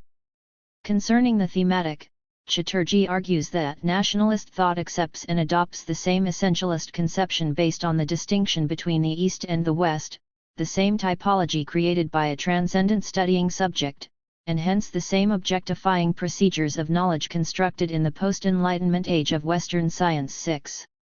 While nationalist thought rejects the immediate political implications of colonialist thought and interrogates its knowledge and truth claims and refutes its moral claims, it still remains hostage to the categories of Eurocentric thought by continually aspiring to modernize and progress. It thus inhabits two antagonistic discursive spaces at once. This implies that nationalist thought is inherently contradictory, because the framework upon which it builds itself is at the same time the framework of colonial power which it wants to renounce. Despite the structural homology between the two, it is misleading to assume that nationalist thought is nothing but a mere duplication of Orientalist discourse. Chatterjee warns us that the relation between the two is not one of mere correspondence. Rather, nationalist thought is selective about what it takes from Western rational thought. 7. Since its immediate political target is to object to colonial rule, it therefore has to be selective about what it takes from the West. It also needs to assert its difference from the colonialist thought that seeks to dominate it. As Chatterjee puts it, a different discourse, yet one that is dominated by another. 8. Understanding what nationalism selects from colonialist thought and why it selects what it selects will also help us to understand how the signifier woman is employed in nationalist discourse. In supplying an ideological principle of selection, the nationalist paradigm in fact utilizes the distinction between the material and the spiritual. It is through the mapping of this opposition onto the distinction between outside and inside that the woman's question is articulated to nationalist discourse. In another essay, Chatterjee suggests that one of the principles upon which nationalism is built is the separation of the domain of culture into material and spiritual spheres. 9. The material sphere is construed as the site which the nationalist project needs to rationalize and thereby reform the vestiges of traditional culture, for if it wants to defeat colonialism it must have the knowledge of the superior techniques of the West. Moreover, Chatterjee argues, it is not a question of dismissing modernity but of making it compatible with the project of nationalism. This implies that the incorporation of Western principles of rationality and technological development need to be limited to the material world. The spiritual essence of culture must remain uncontaminated by the West, otherwise the features that make the East superior and distinct from the West would disappear and the self-identity of the nation would be threatened. In answering the question of what to take from the West and what to reject, the material/spiritual opposition provided a useful framework of selection for nationalists. The material domain is deemed less important, it is the spiritual, inner side where the true self of the nation resides. The West succeeded in subjugating the outer world of the natives. However, they remained undominated in the spiritual, inner side, their essential identity remained intact. The opposition between the material and the spiritual has been mapped onto the gender question. Chatterjee explains this mapping in the following manner: now apply the inner/outer distinction to the matter of concrete day-to-day living and you get a separation of the social space into Gar and Bair, the home, and the world. The world is external, the domain of the material, the home represents our inner spiritual self, our true identity. The world is a treacherous terrain of the pursuit of material interests, where practical considerations reign supreme. It is also typically the domain of the male. The home in its essence must remain unaffected by the profane activities of the material world, and woman is its representation. And so we get an identification of social roles by gender to correspond with the separation of the social space into Gar and Bair. 10. Chatterjee describes how this division between the outside and the inside has been articulated to the question of woman in nationalist thought as follows: once we match this new meaning of the home/world dichotomy with the identification of social roles by gender, we get the ideological framework within which nationalism answered the women's question. 11. More importantly, Chatterjee elaborates in great depth how it is woman who becomes the ground upon which nationalism builds its discourse to construct a national identity. As he illustrates in his discussion of Indian nationalist discourse, when home, and by extension woman, are regarded as the principal site for expressing the nation's culture, controversies about woman's dress, manners, food, education, her role at home and outside become intensified. The outcome of this controversy was the emergence of a new definition of woman which was not only contrasted with modern Western society, but also distinguished from the indigenous patriarchal tradition. The nationalist image of the woman was deliberately separated from the degenerate condition of woman in Western societies. She was culturally superior to the excessively westernized women of wealthy families who had colonial connections. However, she was also not vulgar, coarse, devoid of superior moral sense, sexually promiscuous, etc., like the lower-class women were. It was emphasized that she could achieve a healthy balance between being refined by modern Western methods of education and at the same time retaining her place at home safely. In this respect she was superior to the Western woman who has achieved education mainly to compete with men in the outside world, but she was also superior to the previous generation of women who lacked freedom and were oppressed by traditional culture. In this new ideology, her characteristic role, the guardianship of the spiritual qualities of the nation, was thought not to restrain the new woman from moving out of the physical confines of the home. 12. Rather, it became possible to have woman in the outside world in a manner that would not threaten her essential feminine qualities. Her sexuality was erased by a successful portrayal of her as a mother, symbolizing the motherland, so that her new place in the outside world would not constitute a significant challenge for the care and protection of the nation's true self, its genuine and essential identity. Chatterjee goes on to suggest that the new patriarchy which was nourished by nationalism, by associating female emancipation with the historical goal of sovereign nationhood, bound them to a new, and yet entirely legitimate, subordination. 13. Although Chatterjee's object of analysis is the particular instance of Indian nationalism, his framework can be usefully applied to many other Third World countries, whether or not subjected to territorial imperialism. Of course, each cultural and historical context is unique and thus requires its own specific analysis. But I believe we can safely suggest that in all cases it is always the question of sexual difference which is successfully effaced in the discursive battle between nationalism and imperialism. It is this effacement that I want to address in this chapter. I aim to do this through a discussion of the ways in which the veil is articulated in two different nationalist projects, namely Algerian and Turkish nationalisms. It is my contention that, in both cases, it is the woman who disappears by being transformed into a battleground in the struggle between nationalism and imperialism, Algeria, and between Islamism and secular/Westernist nationalism, Turkey. It is the veil which becomes one of the most effective and convenient instruments of this battle. The visible cultural effects one can induce by veiling or unveiling woman makes it a convenient signifier for the contending parties to fight out their differences through manipulating this highly charged symbol. The veil is thus transformed into a medium through which the male subjects of the nation can articulate their desires and fears, but, more importantly, can assert national difference. However, the very construction of national difference is possible only through the mediation of woman, a mediation which nevertheless has to be repressed. Turkish nationalism. The Ottoman period. The Turkish nationalist project, which was developed through successive waves of modernization and secularization attempts, took Westernization as its predominant ideology. The nationalist project in the late 19th and early 20th centuries was heavily under the influence of Western models of modernity. Emphasis on the principles of Western European Enlightenment thought such as science, rationality, and progress came to dominate the discourse of the westernized indigenous elite who were in the business of developing a new national identity for the emerging secular Turkish state. The women's question gained its vitality in such a context. It was one of the main reference points of the ideological debates and arguments that characterized this complex historical process of transformation of a feudal world empire into a nation-state. As Candiati suggests, the woman question in both the Ottoman Empire and later in the Turkish Republic has served as a vocabulary to debate questions of cultural and national integrity, notions of order and disorder, and finally conceptions of the indigenous relative to foreign. 14. Since what was at stake was the question of national identity via the discussion of woman, it is important to examine the critical turning moments in the discourse on woman, for as Candiati points out, these moments coincide with the critical junctures in the transition from the Ottoman Empire to the Turkish Republic. 15.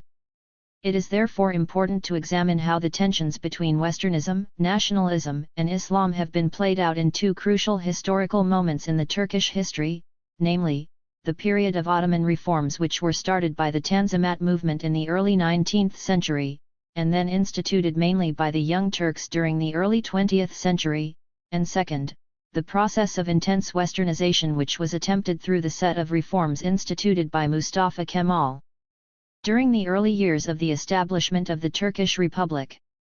Candiati remarks that the transition from Ottoman Empire to Republic is characterized by a progressive shift from enlightened modernist Islamic positions to a feminism grounded in Turkish nationalism. 16. What characterizes this shift with regard to the woman's question is the progressive distancing from Islam as the only form of legitimate discourse on women's emancipation, in favor of a cultural nationalism appropriating such emancipation as an indigenous pattern. 17. One will now discuss the discursive contours of this shift. It was basically after the Tanzimat period that the woman's question appeared in the public political discourse of the Ottoman Empire. This discursive domain was largely constituted by the polarization between modernist reformists and religious traditionalists. The fundamental aspects of the woman's question were set during the Second Constitutional Period, the period of reforms instituted by Young Turks, in the first half of the 20th century, a period which also witnessed the rapid development of Turkish nationalism. Indeed, the essential features of the debate concerning women were fundamentally inspired by the questions and concerns that shaped the nationalist discourse. During these debates, issues like family, responsible motherhood, and the education of citizens were all articulated as parts of the woman's question in the discourses of contending parties whose primary and common concern was to save the declining empire. It was the Enlightenment ideals of reason and progress which provided a framework for the progressivists who emphasized the emancipation of women as an indispensable precondition for the nation's civilization, a powerful signifier which came to be identified with modernization and westernization. They argued that women, as mothers and wives, have a crucial role to play in the rejuvenation of the nation by actively participating in the creation and education of enlightened citizens. It was thus deemed important to educate women, for if they remained within the shackles of Islam and tradition they could not fulfill such a role. The Islamic divorce law was regarded as an impediment in the way of women's emancipation, because it was held responsible for the easy repudiation of wives, the segregation of sexes, and arranged marriages. 18. It was religion which was held responsible for keeping women in the Dark Ages and for the debased position they occupied in society. Thus the denunciation and condemnation of traditional Islamic values went hand in hand with the valorization of the ideals of humanism and enlightenment, such as rationality, progress, and freedom. On the other side of the debate, it was the destruction and abandonment of Islamic institutions and the laws of Islam and the consequent incorporation of Western culture which were held responsible for the decline of the empire.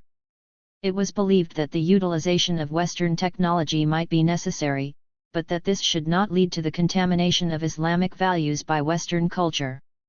Women came to symbolize the site which needed to be protected from such contamination. Consequently, issues of veiling, polygamy, and divorce became objects of intense debate. For example, Musa Kazim, a leading figure of the conservative faction in the ulama, encouraged punitive measures against those who violated the Islamic rules of veiling. 19. As Candiati's analysis of the novels of the Tanzimat period demonstrate, one of the privileged themes is the attack on the traditional Ottoman family system and the position women occupy in it.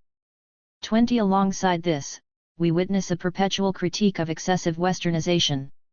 In both these critiques, the inside/outside distinction and the concomitant association of women with the domain of the inside, home and the spiritual essence of the national culture can be seen operating in the Ottoman/Turkish novel. Despite the desire to westernize and modernize the nation, there is a tenacious concern with excessive westernization. Therefore, westernization needs to be implemented without really eroding women's place in the home, and also the moral and spiritual values of the family. In other words, the overall moral fabric of society had to be protected while it was being westernized.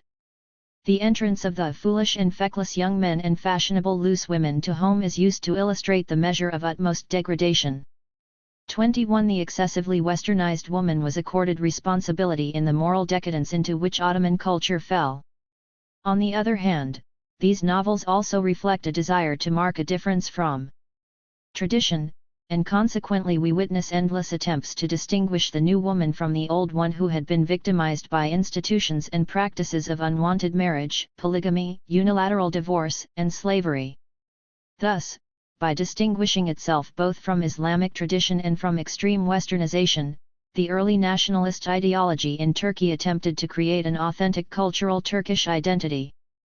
The writers of this period, such as Namık Kemal, Ahmet Mithat Efendi, and Semzeddin Sami were all critical of the condition of women and by extension of the institutions of slavery, marriage, and divorce customs that sustain women's degraded position in society.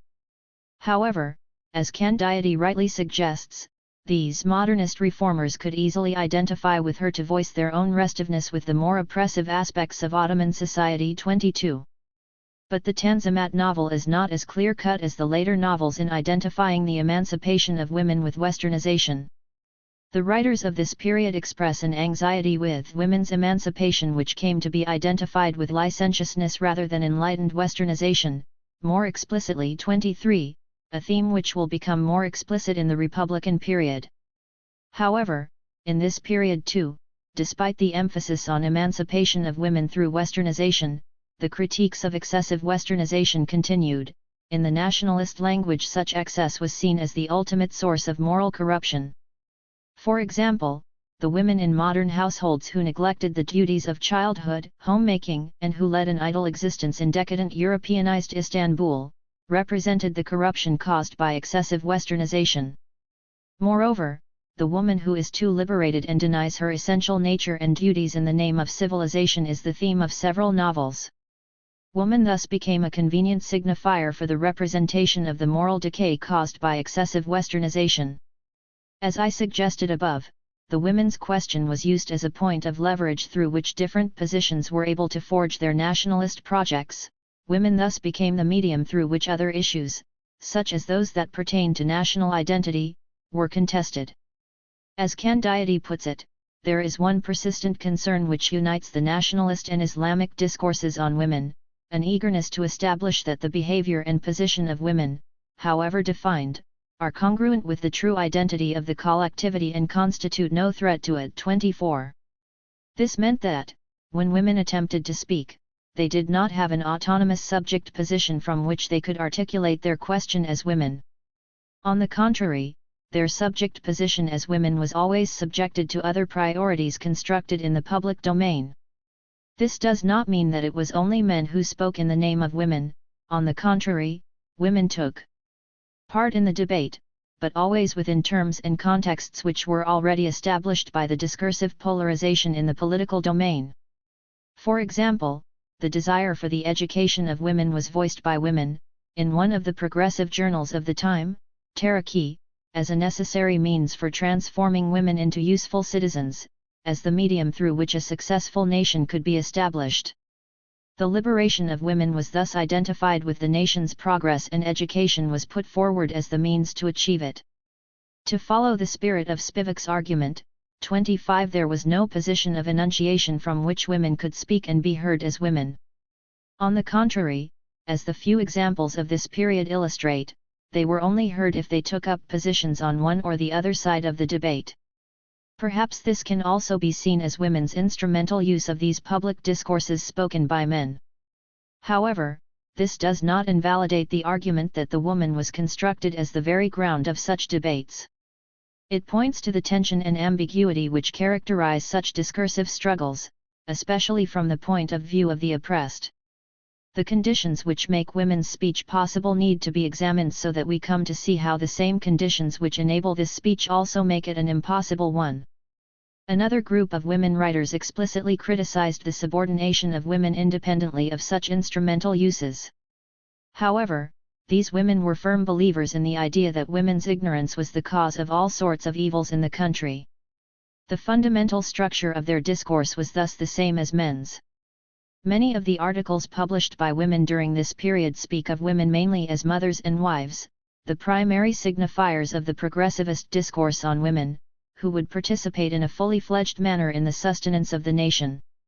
Yet another group of women voiced the view that Islam granted women many rights and therefore their freedom was not in danger under Islamic law, as was suggested by the progressivist argument.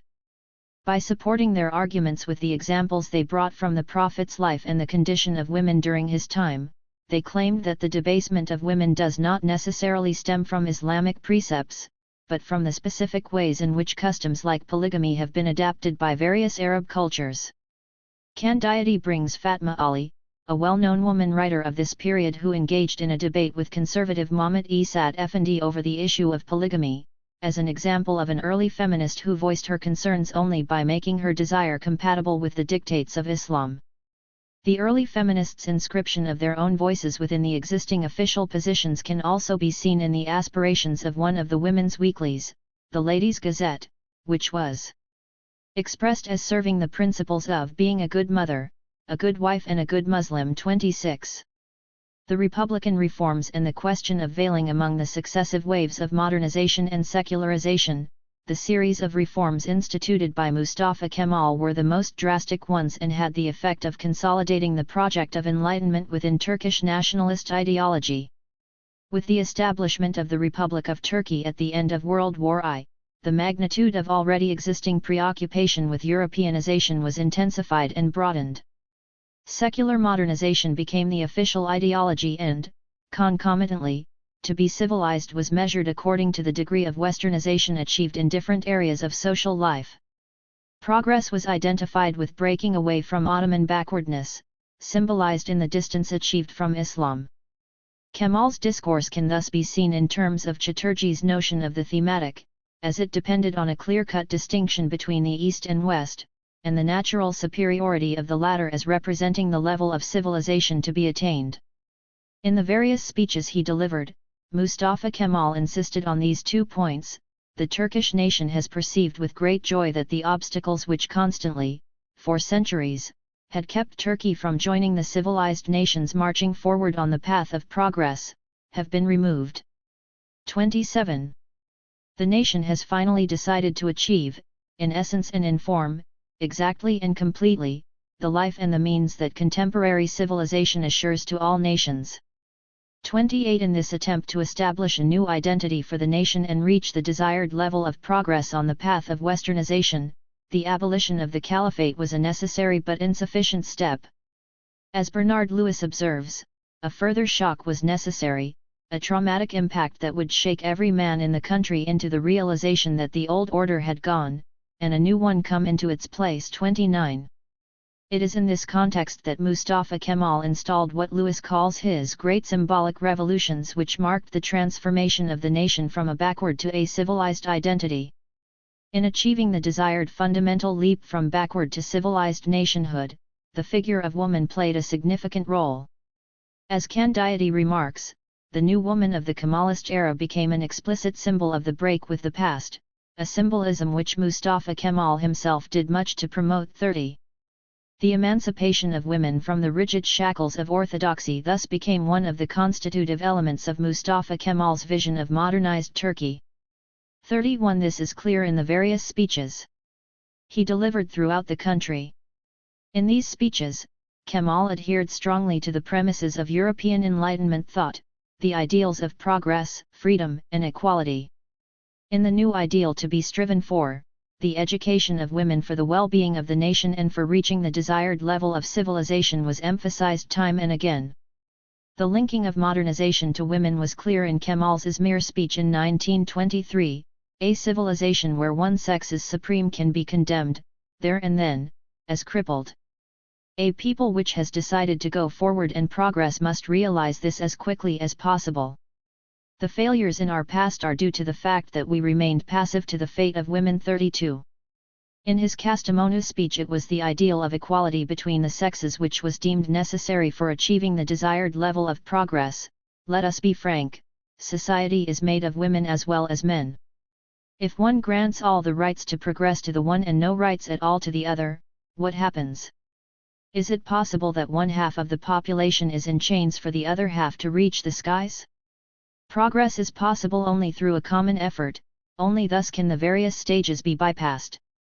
33. Viewed from the perspective of Kemal's reforms, it was the women's dress and men's hats which were considered as the most visible and outward indicators of allegiance to the civilized West or barbaric East. Although the veil was not legally abolished with the series of reforms which had great significance for women, the introduction of a new civil code based on the Swiss model, giving equal rights to women in matters of divorce, custody of children, and inheritance, it nevertheless remained an issue of regulation and control, indeed an issue which had strategic value in the construction of the nationalist ideology. It might not be an exaggeration to suggest that the fundamental contours of the project of nationalism can be established by examining the discursive articulation of the veil. The veil functioned, to borrow a phrase from Lacan, as a point de capitan, quilting point, a point of condensation of the modernist discourse. The unveiling of women became a convenient instrument for signifying many issues at once, i.e. the construction of modern Turkish identity as opposed to backward Ottoman identity, the civilization and modernization of Turkey, and the limitation of Islam to matters of belief and worship. 34. During this period, the veil carried connotations of Muslim backwardness, and it was argued that a true Turkish woman had never been covered. 35. In various speeches he delivered throughout the country, Kemal talked about the practice of veiling as particularly backward and thus targeted it as an issue needing immediate remedy. The regulation of the existing codes of dressing was an indispensable element in Kemal's attempt for modernization. In some places I have seen women who put a piece of cloth or a towel or something like it over their faces, and who turn their backs or huddle themselves on the ground when a man passes by. What is the meaning and sense of this behavior? Gentlemen, can the mothers and daughters of a civilized nation adopt this strange manner, this barbarous posture? It is an object of ridicule. It must be remedied at once. 36. One of the defining features of Kemal's reforms was the Orientalist divide between the East/West, and primitive/civilized. In fact, as I have argued above through a discussion of Chatterjee and Said's texts, it was through such modernization attempts that the imperial divide was reproduced within the Third World and hence sustained the legacies of Eurocentric thought. The Orientalization of the Orient can be traced back to the ways in which such a fundamental divide took over the discourse of the indigenous elite. Kemal's speeches are in fact a perfect illustration of what Chatterjee calls the problematic and thematic of nationalist thought, because not only was the Oriental retained as the object but also the essentialist typology and the imperial distinction between the East and West was reproduced in a subtle manner. For example, in Mustafa Kemal's discourse, what gives Western dressing, which is not marked as Western, its legitimacy is its civilized and international, read universal, quality. Gentlemen, the Turkish people who founded the Turkish Republic are civilized. They are civilized in history and in reality. But I tell you as your own brother, as your friend, as your father, that the people of the Turkish Republic, who claim to be civilized, must show and prove that they are civilized, by their ideas and their mentality, by their family life and their way of living. In a word, the truly civilized people of Turkey must prove in fact that they are civilized and advanced persons also in outward aspect. I must make these last words clear to you, so that the whole country and the world may easily understand what I mean. I shall put my explanations to you in the form of a question. Is our dress national? Cries of no. Is it civilized and international? Cries of no, no, I agree with you. This grotesque mixture of styles is neither national nor international. My friends, international dress is worthy and appropriate for our nation, and we will wear it. Boots or shoes on our feet, trousers on our legs, shirt and tie, jacket and waistcoat, and, of course, to complete these, a cover with a brim on our heads. I want to make this clear. This head covering is called hat. 37. However, while trying to modernize the nation, Mustafa Kemal was wary of going too far. In an effort to soften the impact, he did not neglect to assert an autonomous identity for the nation by reclaiming the authentic and the traditional. Hence, the West should be taken as a model, but the original native culture must be preserved and remain intact. Such an ambivalent double gesture exemplifies the split character of nationalist thought that Chatterjee explains. Again, it was women who were called upon to achieve a healthy balance between the two. While abandoning their veils in the path of achieving a modern identity, they should be careful not to overdo it by copying the Western women in every respect. They were ordered to retain their original traditions and maintain the spirit of the nation, and thereby its essential, authentic core. It was possible for women to acquire the cultural refinements afforded by the modern West without actually jeopardizing the authentic culture. Those who go to extreme in the form of dressing by exactly imitating the European women should know that each nation has its own traditions and customs, its own national characteristics. No nation can entirely copy another. Such a nation can neither be the same as the one it imitates, nor can it stay as itself. This is obviously a sad consequence. What we need to take into account on the subject of dressing is to think of the spirit of the nation on the one hand, the requirements of modern life on the other. We can meet these two requirements by getting rid of extreme attitudes. 38. This new woman was supposed to be educated, westernized, and unveiled but still retain the essential feminine virtues. That is, she should not have been over-westernized. As the above quote illustrates, the spirit of the nation must not be neglected while new women are fulfilling the requirements of modern life. They should continue to be good mothers and wives. After all, is it not in women that the essential identity and the spirit of the nation is embodied? In his speech in 1923, Kemal expressed this in the following manner. History shows the great virtues shown by our mothers and grandmothers.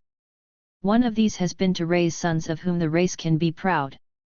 Those whose glory spread across Asia and as far as the limits of the world have been trained by highly virtuous mothers who taught them courage and truthfulness. I will not cease to repeat it, woman's most important duty, apart from her social responsibilities, is to be a good mother. As one progresses in time, as civilization advances with giant steps, it is imperative that mothers be enabled to raise their children according to the needs of the country. 39. There was now a new dimension added to this modern woman, she had to be a good, patriotic citizen. As Candide illustrates in her reading of Halide Edip's novels of this period, the heroines, usually political activists in the nationalist cause, appeared as the new image for women to aspire to. 40. The figure of the self-sacrificing comrade woman was particularly desirable because she participated in the national struggle together with her man. In Candide's words, she was an asexual sister in arms. 41. This patriotic citizen is devoid of all sexual traces, she is the virtuous, chaste, and honorable woman. It was precisely this asexualization which guaranteed that letting her go to the outside world would not impede the chances of women fulfilling their essential feminine duties, nor, for that matter, threaten the responsibility of maintaining the nation's essential culture that was conferred upon them. During the War of National Liberation, women's, particularly peasant women's, participation in the national cause was highly glorified and commended in patriotic discourse. Here is Kemal talking about peasant women. The Anatolian woman has her part in these sublime acts of self-sacrifice and must be remembered with gratitude, by each one of us. Nowhere in the world has there been a more intensive effort than the one made by the Anatolian peasant woman. Woman was the source of a vital dynamism, who plowed the fields. She did. Who sowed the grain? She. Who turned into a woodcutter and wielded the axe? She. Who kept the fires of home burning? She. Who, notwithstanding rain or wind, heat or cold, carried the ammunition to the front? She did, again and again. The Anatolian woman is divine in her devotion. Let us therefore honor this courageous and self-sacrificing woman. It is for us to pledge ourselves to accept woman as our partner in all our social work, to live with her, to make her our companion in the scientific, moral, social, and economic realm. I believe that is the road to follow. 42. Modeled on the project of enlightenment, the nationalist discourse in Turkey established a tense relationship with Islam. It construed its identity by progressively distancing itself from Islam, which thus became its constitutive outside. In a sense, Islam, by being pushed outside the identity of the emerging secular, modern Turkish identity, helped the nationalist discourse to create the identity and authority of the Turkish nation-state in a reverse manner. Islam was increasingly marginalized as the negative of the civilized national self. It represented a threat to the emerging secular, modern, enlightened Turkish nation. The nationalist discourse established a clear-cut border and an opposition between what belonged to its interior and what needed to be pushed outside in an effort to construct its own authority. Islam thus functioned as the other of the new national self, modeled on the reason of enlightenment. Timothy Mitchell explains this dialectical relationship, which he describes as the paradoxical method of ordering in a succinct way. This method helps to produce, for instance, the identity and authority of an individual nation-state. One could think of a particular case in the modern Middle East, of a state whose existence is contingent upon maintaining a radical difference between itself and the identity of those outside it. The outside must be represented as negative and threatening, as the method of maintaining meaning and order within. The outside, in this sense, is an aspect of the inside. On closer inspection, moreover, the same opposition is found at work within the state, between what belongs within.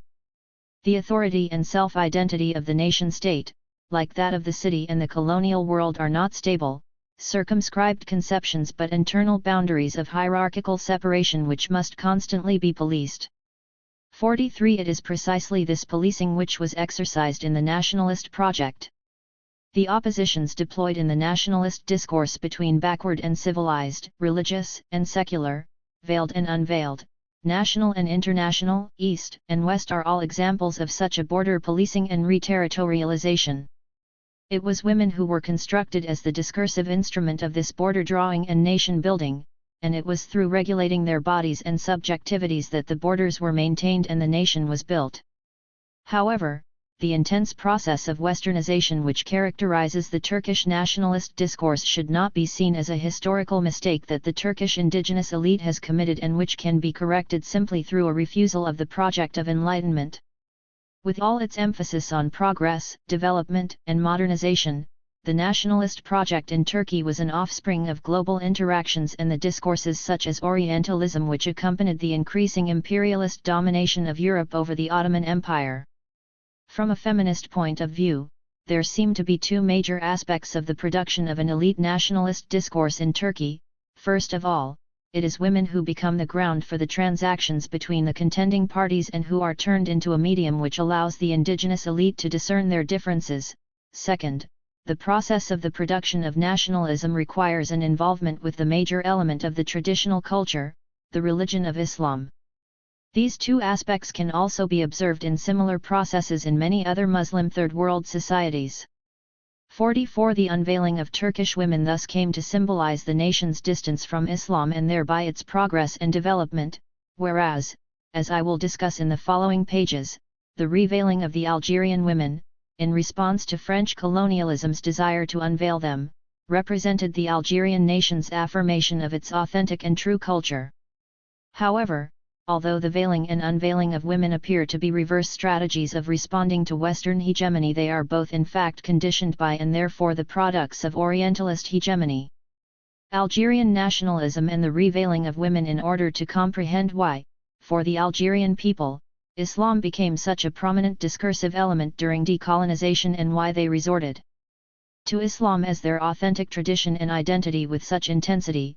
We need to explain how the French colonial administration attempted to demolish Islam, its cultural institutions, and its economic structure in their entirety as part of its civilizing mission.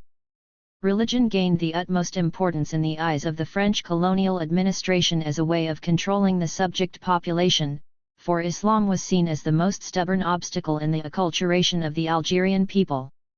As part of this process, the French converted many mosques into barracks, abolished Quranic schools, discouraged pilgrimage to Mecca, and so forth.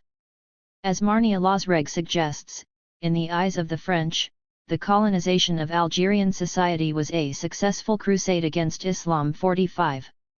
In this crusade the whole of Algerian society was endowed with a religious character. Islam was seen as the distinguishing feature of the Algerian culture. That is, in the French imagery, Islam was construed as the essence of Algerian society. French colonists using the name Muhammad, Prophet's name, for all men, and Fatma, Prophet's daughter's name, for all women is indicative of such an essentializing imagery. In a context where Islam was constituted as the fundamental source of difference between Algerians and French, the Algerian people's resort to their Islamic identity should not be surprising. Hence, as Losreg describes, the relationship between the colonizer and the colonized was ingrained with a dialectical interplay. The French picked up Islam as the essence of Algerians and hence directed their policy of annihilation towards it. In a similar vein, Algerians responded by making Islam the bastion of their resistance to colonialism. 46. While formerly Islam was one element among others, it suddenly became a nodal point around which all the other signifiers condensed. It thus arrested the flow of other signifiers and dominated the colonized's field of discursivity by becoming the focus of their identity, and it was articulated in their effort to maintain their difference from the colonial oppressor. As Peter Knaus argues, the French, by negating everything that was regarded as authentically Islam, in fact cultivated the desire to affirm what is deemed to be an authentic Algerian culture/religion. 47. Within the Manichaean world created as a result of colonization, Algerian women occupied a dubious place. In the struggle over capturing or preserving the essence of the Algerian culture, women came to symbolize, both for the French and for the Algerians, the embodiment of this essence.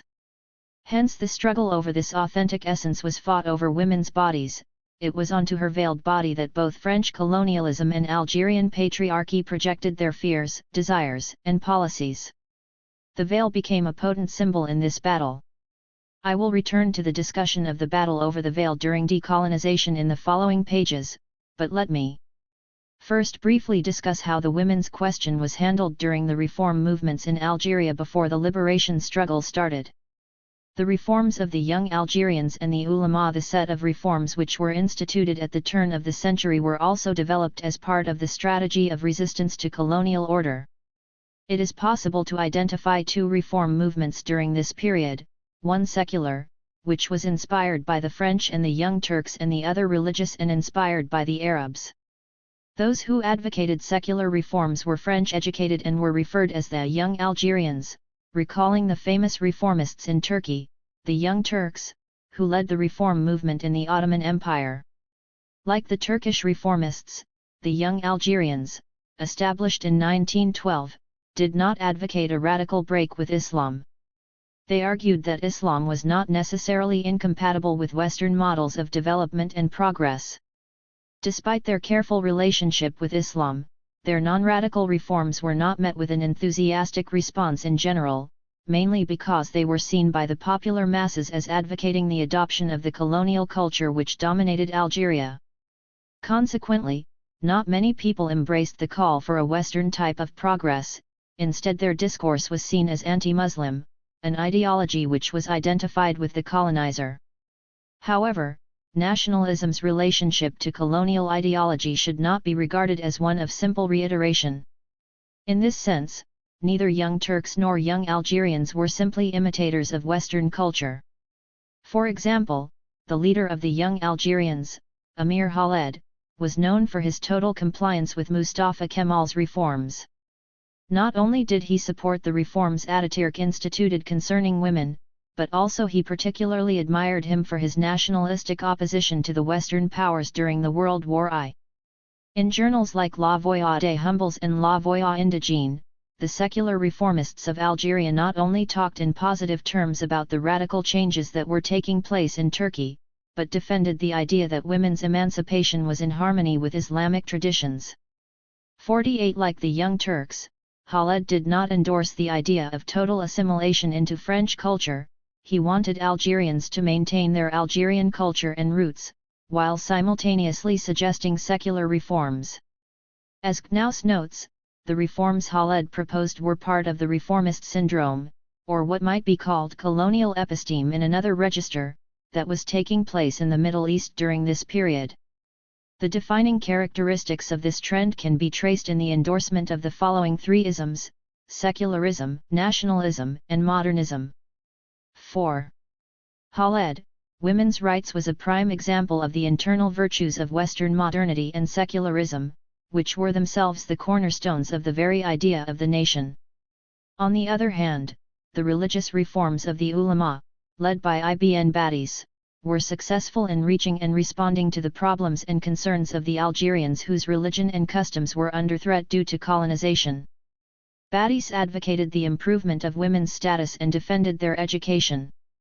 However, although he strongly argued for the education of children and particularly of girls, he specified that such education could take place only in strictly religious schools. It was assumed that this would help them to become the moral guardians of their families and was offered by the ulama as a way of resolving the problems Algerians were experiencing. It was in the context of this moral guardianship that the veiling of women was promoted. It would assure protection for women from the lustful looks of foreigners and also from the temptations of French fashions. Ulama was particularly conservative on the issue of education. Such conservative emphasis on education was a response to the French administration's attempt to open French lycées and encourage the education of Algerian women and discourage them from wearing veils.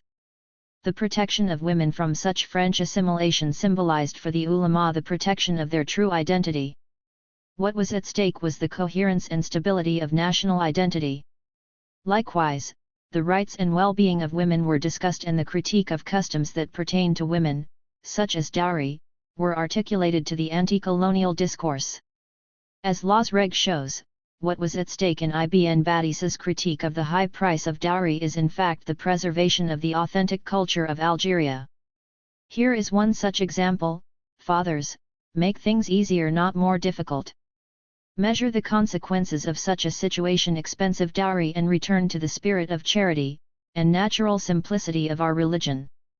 Be warned that our youth might fall prey to the kind of colonialism which draws strength from its weakness. 49 Law's Reg suggests that Battuta's target in criticizing the high dowries was to prevent young Algerian men marrying French women, who did not request any dowry at all, and thereby avoid the danger of cultural assimilation due to mixed marriages. The ills and problems that Algerian society was experiencing, such as alcoholism, drugs, and prostitution, were all attributed to the foreign presence. In response to this, the revitalization and restoration of the native culture was promised. It was in the context of this program of revitalization that a call for a return to original Islam gained significance. As Peter Knaus observes, it was the Muslim national patriarchal consciousness which emerged as the political and cultural antithesis of totalitarian French colonial domination, which was exercised through an intense effort of la mission civilisatrice. 50. The development of such a response can be read in the ulama's credo: Arabic is my language, Algeria is my country, Islam is my religion. 51. In this political and social construction, the subject position of the Algerian people can be defined as a popular subject position in Lacan and Mouffe's terms, that is to say, a subject position that is constructed on the basis of a clear division of political space into two antagonistic poles. According to Lacan and Mouffe, this political subject position is more likely to develop in the Third World, where there are more direct, brutal, and centralized forms of domination, which permit an identification of a single and clearly defined enemy. 52. Hence the emergence of the opposition between the loyal and disloyal, the believer and the infidel, was the consequence of this division of the political space into two. But, as I have pointed above, this clear-cut and absolute division between the Western and Oriental, the foreign and native, is the division created by Orientalist/colonial discourse. How, then, does nationalism differ from Orientalism? Following Chatterjee, we can see the difference in the respective positions of the native in colonial and nationalist discourses. In the former, the native is passive, whereas in the latter, he/she is constructed or imagined as autonomous, active, and sovereign. In other words, the fiction of the nation means that the native is imagined as the subject of his/her own history. However, despite endowing the native with some sort of subjectivity, the nationalist discourse of the ulama unavoidably reproduced the epistemological structure of Orientalist hegemony. The distinction between West and East is retained. Nationalism was therefore a reverse Orientalism. But the important point that needs to be kept in mind is that such a reversal was a product of colonial/Orientalist hegemony, embracing Islam in response to a civilizing mission, emphasizing religious education in response to promotion of lycée education, the veiling of women in response to the colonial desire to unveil them, revitalization of the native tradition in response to the dissemination of Western mores and culture.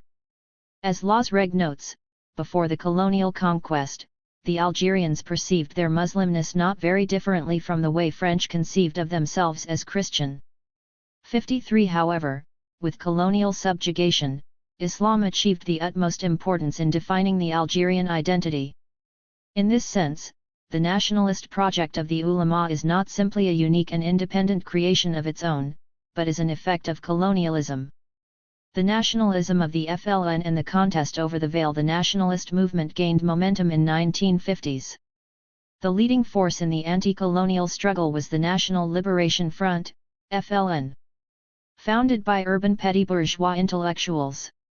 Despite the more urban class nature of the leadership, the same reversal of the native position operated in the discourse of the FLN, though it was not as strongly religious in terms of its content as it had been in the prior discourse of ulama.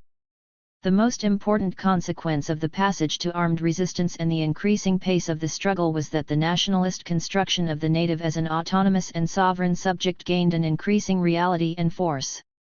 Islam thus continued to be the predominant ideological element in the FLN's interpellation of the popular masses, indeed a major element which connected the urban leadership to the peasant masses. Ben Bella explains why and how Islam characterized their nationalism as follows: the peasants have always been very attached to Islam. It was they who gave us the combatants of the liberation struggle, not the workers. And not in the name of a national union, but in the name of Islam. It's an error to believe that our nationalism is the nationalism of the French Revolution. Ours is a nationalism fertilized by Islam. Our principal journal, El Mujahid, is a Quranic name, as is the name for the resistor, Musbin. All of our political formulation is Quranic formulation. Thus Algerian nationalism and Arab nationalism is a cultural nationalism essentially based on Islam. 54 Insofar as women are concerned, there were some differences between the FLN and the ulama. But they did not differ in signifying women as always subject to nation. For instance, even though the FLN was in favor of the emancipation of women, it nevertheless insisted that it was women who maintained the indigenous culture by the traditional roles they performed. Within the nationalist discourse of the FLN, women were regarded as the true guardians of their authentic traditions and identity. As David Gordon states, with the rise of nationalism and then the outbreak of the revolution, Algerian nationalists were generally in favor of emancipation, but they also insisted that women in their traditionalist role had preserved the native traditions, being less polluted than men by French influence, and that what they wanted was a free Algerian woman, not a free French woman. 55. As I have noted above, the French colonialists also perceived Algerian women as embodying the true and authentic self of Algerian culture. As Winifred Woodhull suggests, the women were the point of contact in so far as Algeria is concerned. 56 Since they represented the essence of the culture that was colonized, having access to them and their bodies symbolized the means for a successful penetration to the heart of the colonized culture. They were, in Woodhull's words, the living symbols of both the colony's resistance and its vulnerability to penetration. 57. One have suggested, in Chapter 2, that the battle over women's veiling became the locus of contest between the indigenous patriarchy and the French colonial administration. The unique textile of the veil made it all the more important for the colonial administration to insist on its regulation, for the veil was seen as the concrete manifestation of the colonized's resistance to an imposed reciprocity. Veiled women are able to see without being seen. Orientalist desire was thus articulated as the desire to unveil the colony.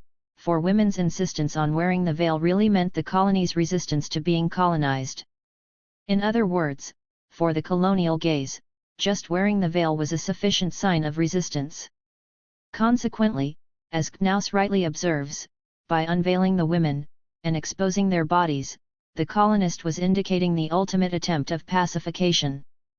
58 The campaign against the veil was intensified in the 1930s with the French administration's campaign to encourage the education of women. On May 13, 1958, a coup by a group of colonial generals displaced the civilian governor of Algeria. The same day, they organized a rally in front of the governor's palace and featured the unveiling of a group of Algerian women. The staging of such a performance was meant to symbolize the conquest of the last but foremost obstacle in the total capitulation of Algerian culture.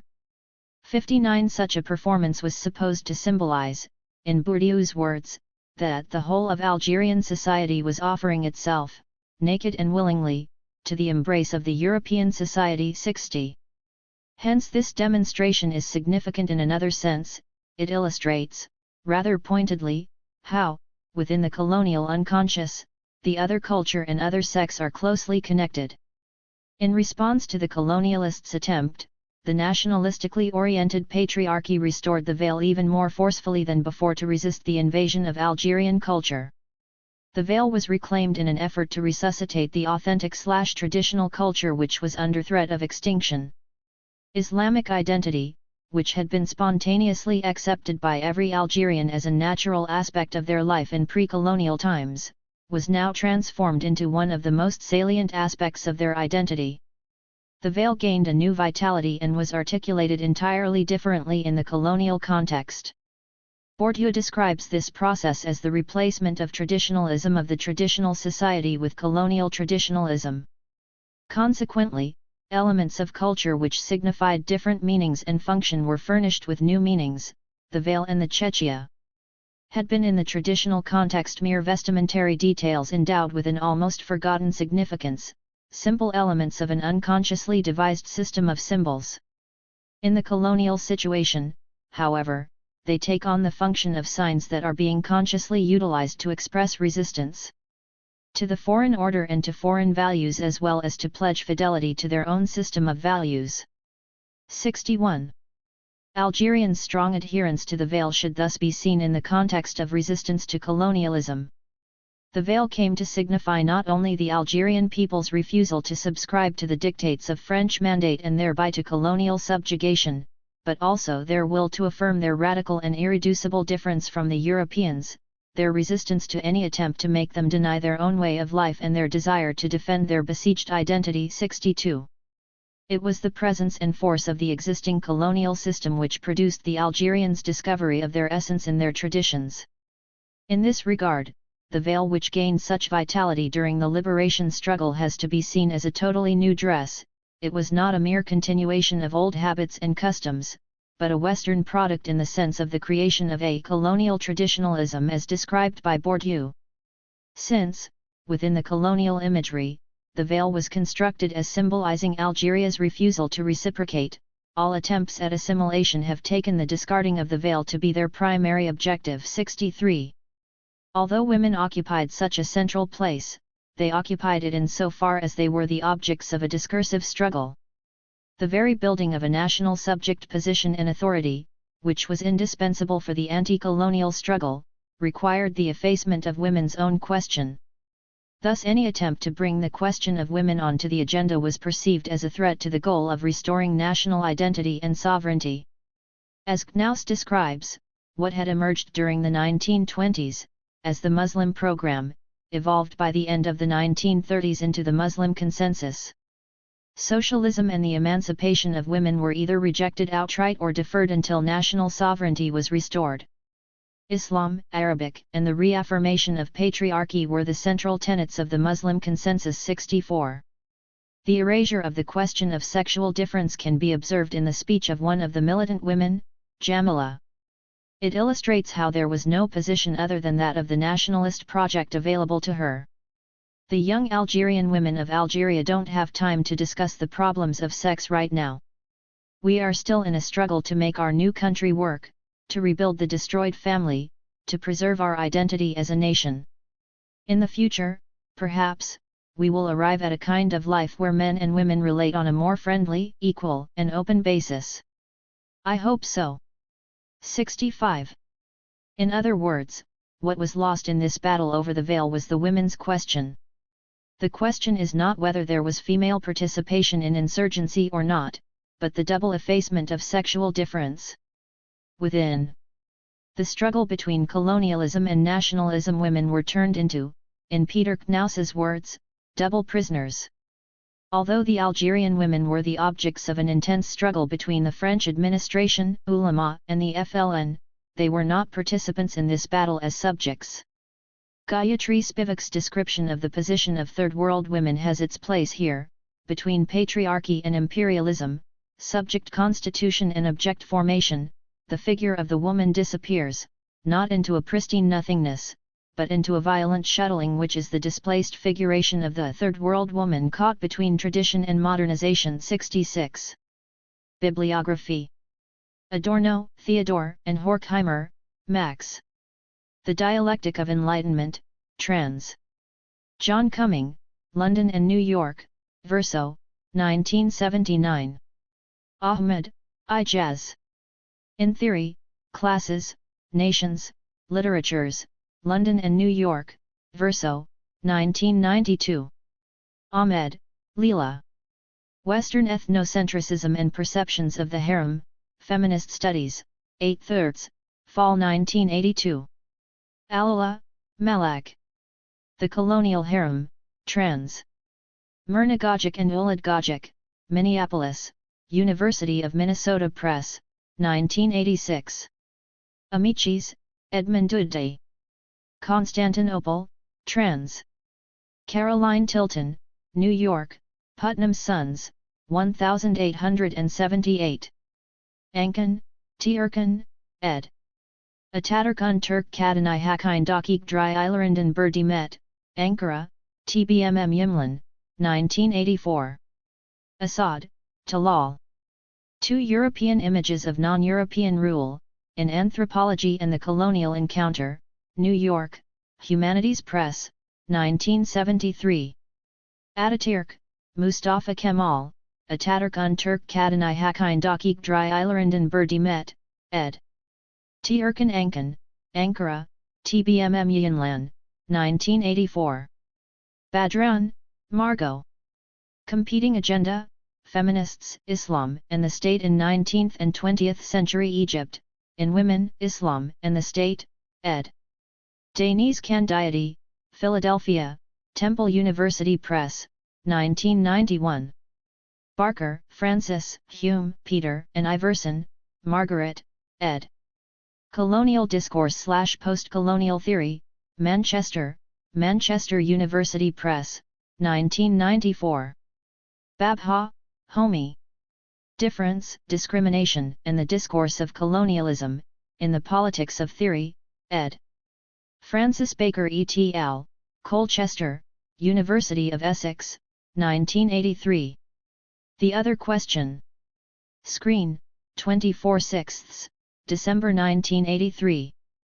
Of Mimicry and Man, The Ambivalence of Colonial Discourse, October 28, Spring 1984. Representation in the Colonial Text, A Critical Exploration of Some Form of Mimeticism, in the Theory of Reading, ed. Frank Glover Smith, Sussex, The Harvester Press, 1984. Sly Civility, October, 34, 1985. Interrogating Identity, The Postcolonial Prerogative, in Anatomy of Racism, ed.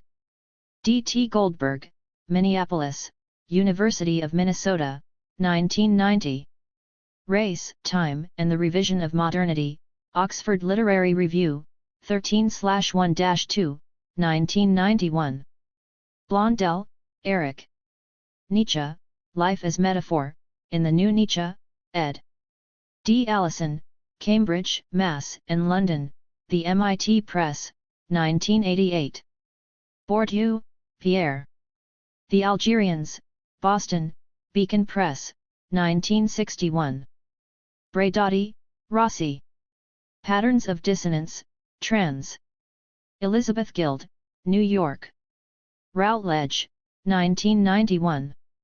Nomadic Subjects, Embodiment and Sexual Difference in Contemporary Feminist Theory, New York, Columbia University Press, 1994.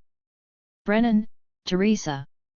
History After Lacan, Economy and Society, 1930s, August 1990. Brooks, Peter. The Body in the Field of Vision, paragraph, 14/1, 1991. Body Work, Objects of Desire in Modern Narrative, Cambridge, Massachusetts.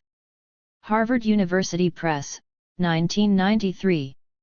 Brown Graham, Sarah. Images of Women, The Portrayal of Women in Photography of the Middle East, 1860 to 1950, New York, Columbia University Press, 1988. Burton, Antoinette M.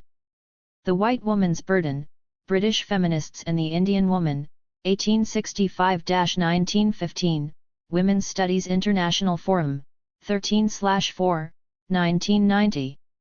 Butler, Judith. The Imperialist Subject, Journal of Urban and Cultural Studies, 2/1, 1991. Bodies That Matter, On the Discursive Limits of Sex, London and New York, Routledge, 1993. Caporal, Bernard.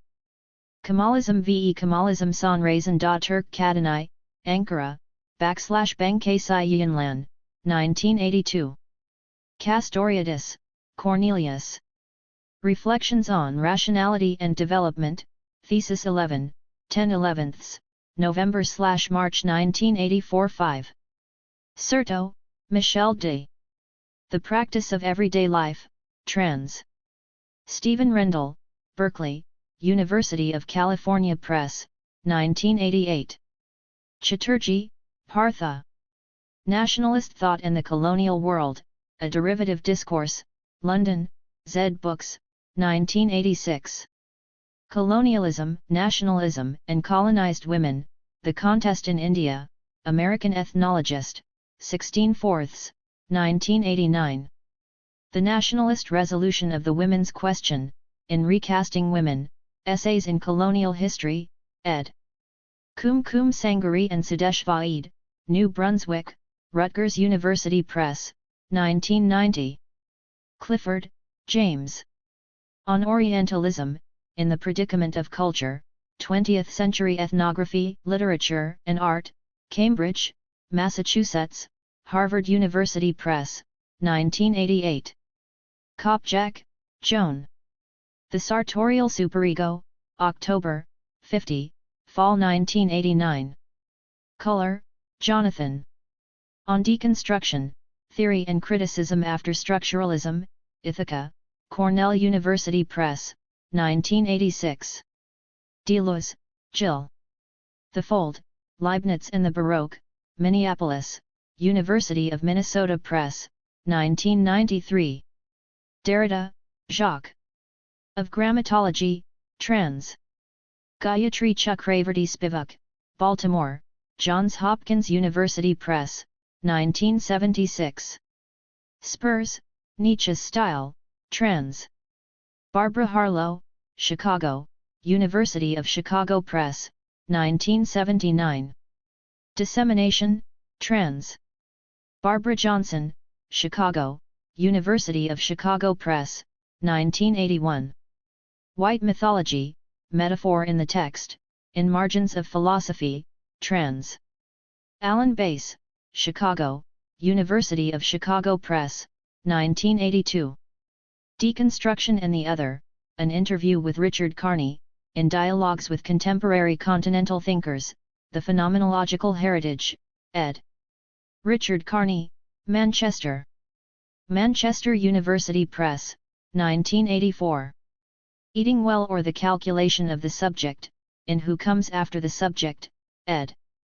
Eduardo Cadva, Peter Connor and Jean-Luc Nancy, New York and London, Routledge, 1991. Derrida, Jacques, and MacDonald, Christy v. Choreographies, Diacritics, /2I2, 1982. Doan, Mary Ann. Film and the Masquerade theorizing the female spectator, Screen, 23/3, September-October, 1982. Veiling Over Desire, in Feminism and Psychoanalysis, ed. R. Felstein and J. Roof, Ithaca, Cornell University Press, 1989. Ellison, Grace. An Englishwoman in a Turkish Harem, London, Methuen, 1915. Fabian, Johannes. Time and the Other, How Anthropology Makes Its Object, New York, Columbia University Press, 1983. Fanon, France. A Dying Colonialism, Trans. Hawken Chevalier, New York. Grove Press, 1965. Black Skin, White Masks, New York, Grove Press, 1967. Foucault, Michel. Discipline and Punish, The Birth of the Prison, Trans. Alan Sheridan, Harmonsworth, Penguin, 1977. Language, Counter-Memory, Practice, Selected Essays and Interviews, ed. Donald Bouchard, Oxford, Blackwell, 1977. The History of Sexuality, Vol. I, An Introduction, Trans. Robert Hurley, New York, Vintage, 1990. Power I Knowledge, Selected Interviews and Other Essays 1972–1977, ed. Colin Gordon, New York, Pantheon Books, 1980. Freud, Sigmund. 3 Essays on the Theory of Sexuality, Trans. James Strachey, New York, Basic Books, 1975. Gautier, Théophile. Constantinople, Trans. Robert H. Gould, New York, Henry Holt and Company, 1875. George, Rosemary Marangoli. Homes in the Empire, Empire in the Home, Cultural Critique, Winter 1993. Gordon, David. Women of Algeria, An Essay on Change, Cambridge, Massachusetts, Harvard Middle Eastern Monograph Series, 1968. Gorguris, Stathis. Terry ve Ruya Erasmda Ulusbijamai, Toplam ve Bilim, 70, Fall 1996. Grosh, Elizabeth. Sexual Subversions, 3 French Feminists, Sydney, Allen and Unwin, 1989. Volatile Bodies, Toward a Corporeal Feminism, Bloomington, Indiana University Press, 1994. Experimental Desire, Rethinking Queer Subjectivity, in Space, Time and Perversion, New York and London, Routledge, 1995. Harper, Mary. Recovering the Other, Women and the Orient in Writings of Early 19th Century France, Critical Matrix, 1/3, 1985. Haddam, Mervat. Through Each Other's Eyes, The Impact on the Colonial Encounter of the Images of Egyptian, Levantine Egyptian and European Women, 1862–1920, in Western Women and Imperialism, Complicity and Resistance, ed. Nupur Chaudhry and Margaret Strobel, Bloomington, Indiana University Press, 1992. Heath, Stephen. Joan Riviere and the Masquerade, in Formations of Fantasy, ed. V. Bergen, J. Donald, and C. Kaplan, London and New York, Methuen, 1986. Irigaray, Luce. Speculum of the Other Woman, Trans. Gillian Gill, Ithaca, Cornell University Press, 1985. This Sex Which Is Not One, Trans. Catherine Porter, Ithaca, Cornell University Press, 1985. Marine Lover, Trans. Gillian Gill, New York, Columbia University Press, 1991. Jen Mohammed, Abdul. The Economy of Manichaean Allegory, The Function of Racial Difference in Colonialist Literature, in Race, Writing, and Difference, ed. Henry L. Gates, Chicago, University of Chicago Press, 1986. J. Martin. Scopic Regimes of Modernity in Modernity and Identity, ed. Scott Lash and Jonathan Friedman, Oxford and Cambridge, Blackwell, 1992. Jayawardena, Kumari. Feminism and Nationalism in the Third World, London and New Jersey, Zed Books, 1986. Jonathan, Crary. Modernizing Vision, in Vision and Visuality, ed. Hal Foster, Seattle, Bay Press, 1988. Cabani, Rena. Europe's Myths of Orient, Bloomington, Indiana University Press, 1986. Candiati, Deniz. Women and the Turkish State, Political Actors or Symbolic Pawns, in Woman Nation State, ed. Nira Yuval Davis and Floya Anthias, New York, St. Martin's Press, 1989. Women as Metaphor, the Turkish novel From the Tanzimat to the Republic, in Urban Crises and Social Movements in the Middle East, Proceedings of the CNRS, ESRC. Symposium, ed. Kenneth Brown et al., Paris, Harmattan, 1989. End of Empire, Islam, Nationalism and Women in Turkey, in Women, Islam and the State, ed. Deniz Candiati, Philadelphia, Temple University Press, 1991. Keddy, Nikki, and Beck, Lois. Women in the Muslim World, Cambridge, Massachusetts, Harvard University Press, 1978. Kirby, Vicky.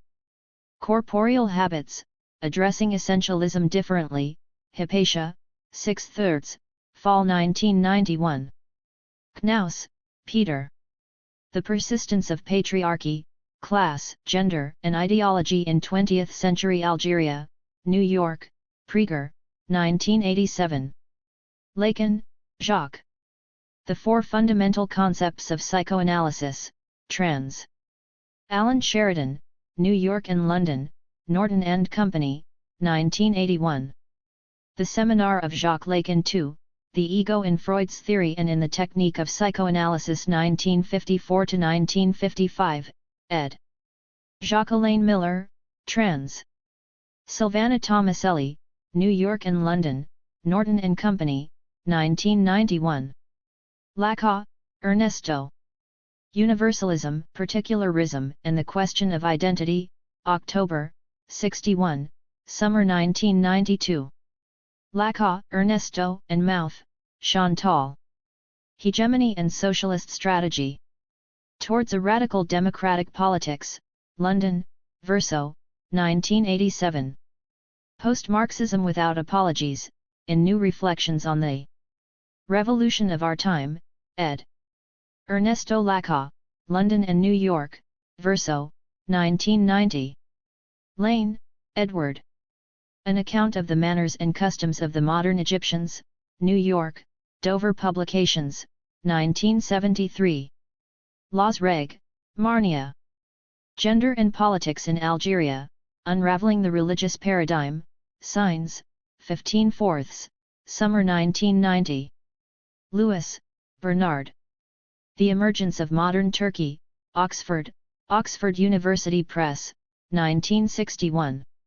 Lewis, Reina.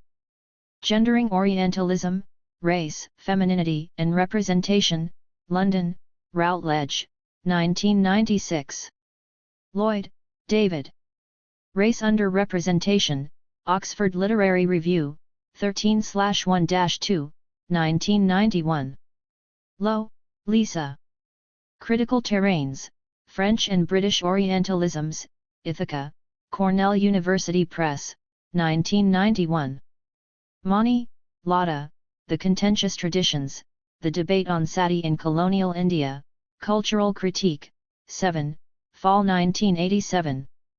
Mani, Lada and Frankenberg, Ruth. The Challenge of Orientalism, Economy and Society, 14 halves, May 1985. Miller, Jacques-Alain. Jeremy Bentham's Panoptic Device, trans. Richard Miller, October, 41, Summer 1987. Mills, Sarah. Discourses of Difference, An Analysis of Women's Travel Writing and Colonialism, New York and London, Routledge, 1991. Minces, Juliet. The House of Obedience, London, Zed Press, 1980. Mitchell, Timothy. Colonizing Egypt, Cambridge, Cambridge University Press, 1988. Mohanty, Chandra Talpad. Feminist Encounters, Locating the Politics of Experience, Copyright 1, 1998. Under Western Eyes, Feminist Scholarship and Colonial Discourses, Feminist Review, 30, Autumn, 1988. Mohanty, S.P. Us and Them, On the Philosophical Basis of Political Criticism, The Yale Journal of Criticism, 2 halves, 1989. Moy, Toriel. Patriarchal Thought and the Drive for Knowledge, In Between Feminism and Psychoanalysis, ed. Teresa Brennan, London and New York, Routledge, 1989. Montague, Lady Mary Wortley. The Complete Letters, 1708–1720, Vol. I, ed. Robert Hallsband, Oxford, Clarendon Press, 1965. Moore Gilbert, B. Ian Kipling and Orientalism, London, Croomhelm, 1986. Muttman, Mahmut. Under the Sign of Orientalism, The West vs.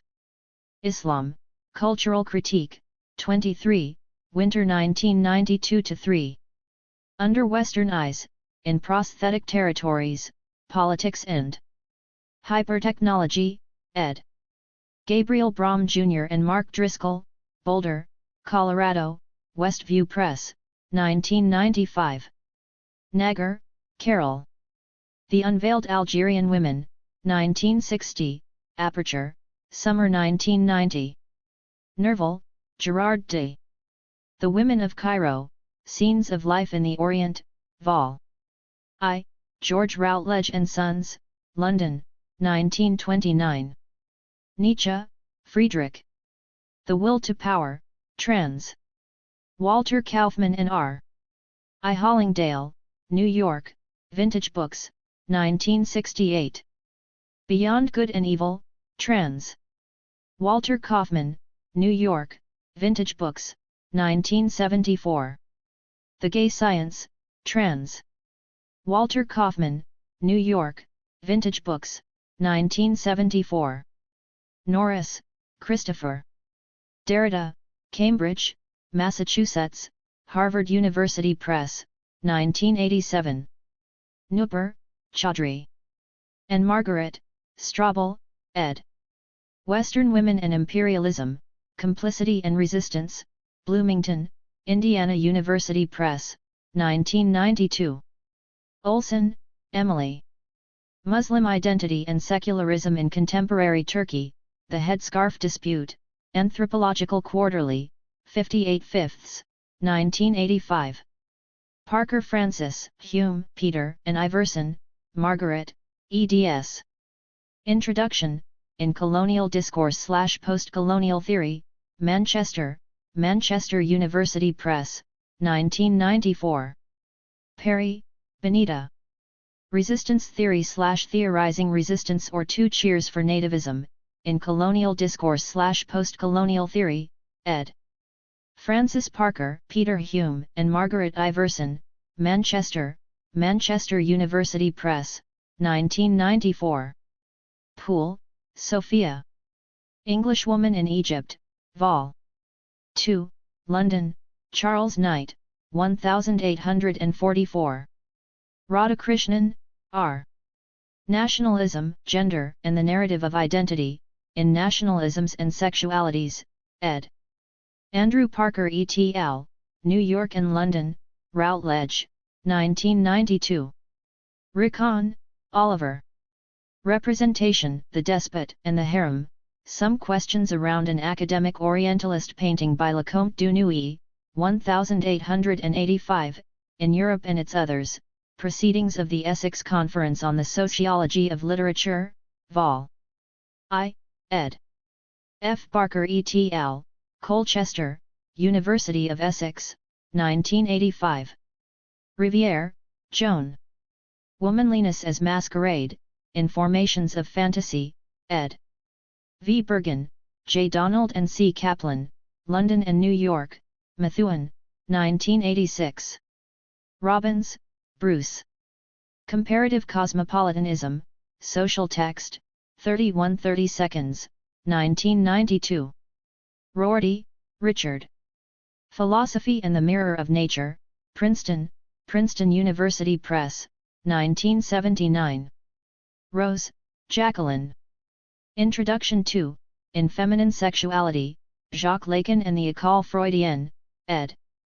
Juliet Mitchell and Jacqueline Rose, London, Macmillan, 1987. Said, Edward. Orientalism, Harmonsworth, Penguin, 1978. Orientalism Reconsidered, Cultural Critique, 1, Fall 1985. Yeats and Decolonization, in Nationalism, Colonialism and Literature, A Field Day Pamphlet, 15, 1988.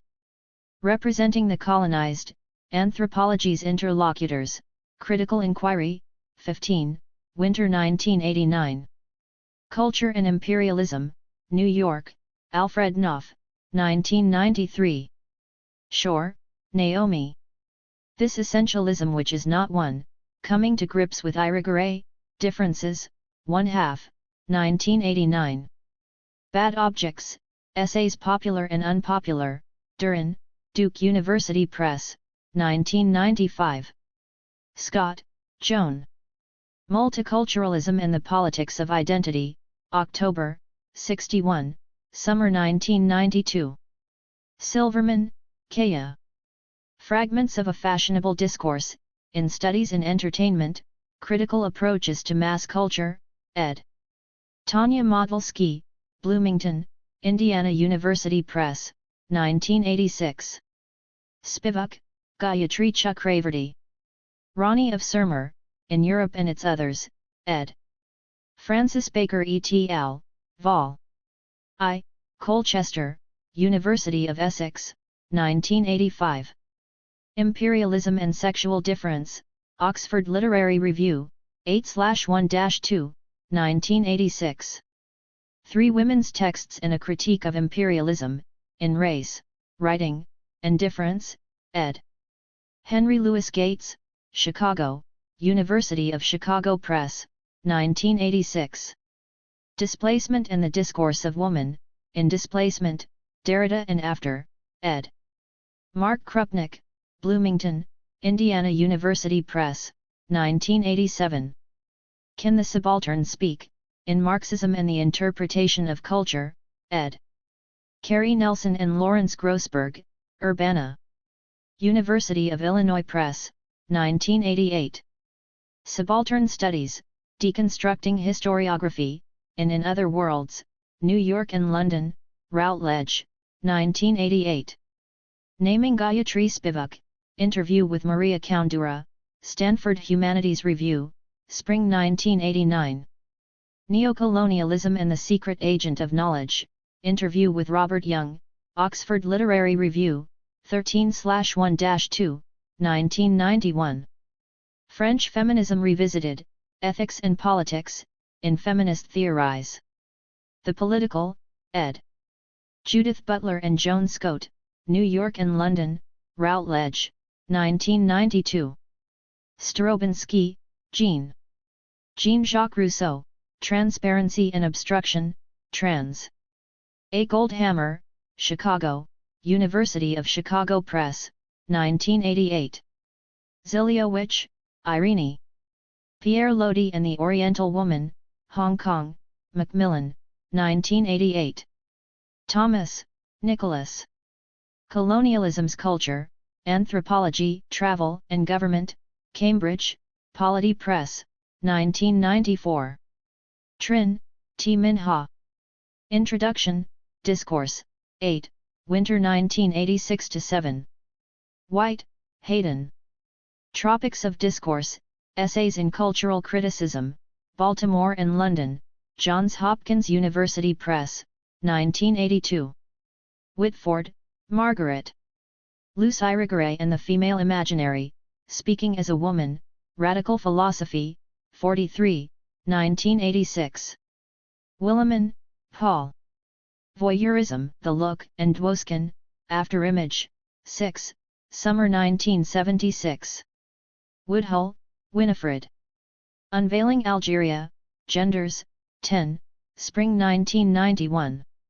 Woodsmall, Ruth Francis. Woman in the Changing Islamic System, Delhi, Bimla Publishing House, 1983, Ulstedon 1936. Young, Robert. White Mythologies, Writing History in the West, London, Routledge, 1990. Colonial Desire, Hybridity in Theory, Culture, and Race, London and New York, Routledge, 1995, p. 9. Zizek, Slava. Looking Awry, October, 50, Fall 1989. The Sublime Object of Ideology, London and New York, Verso, 1989.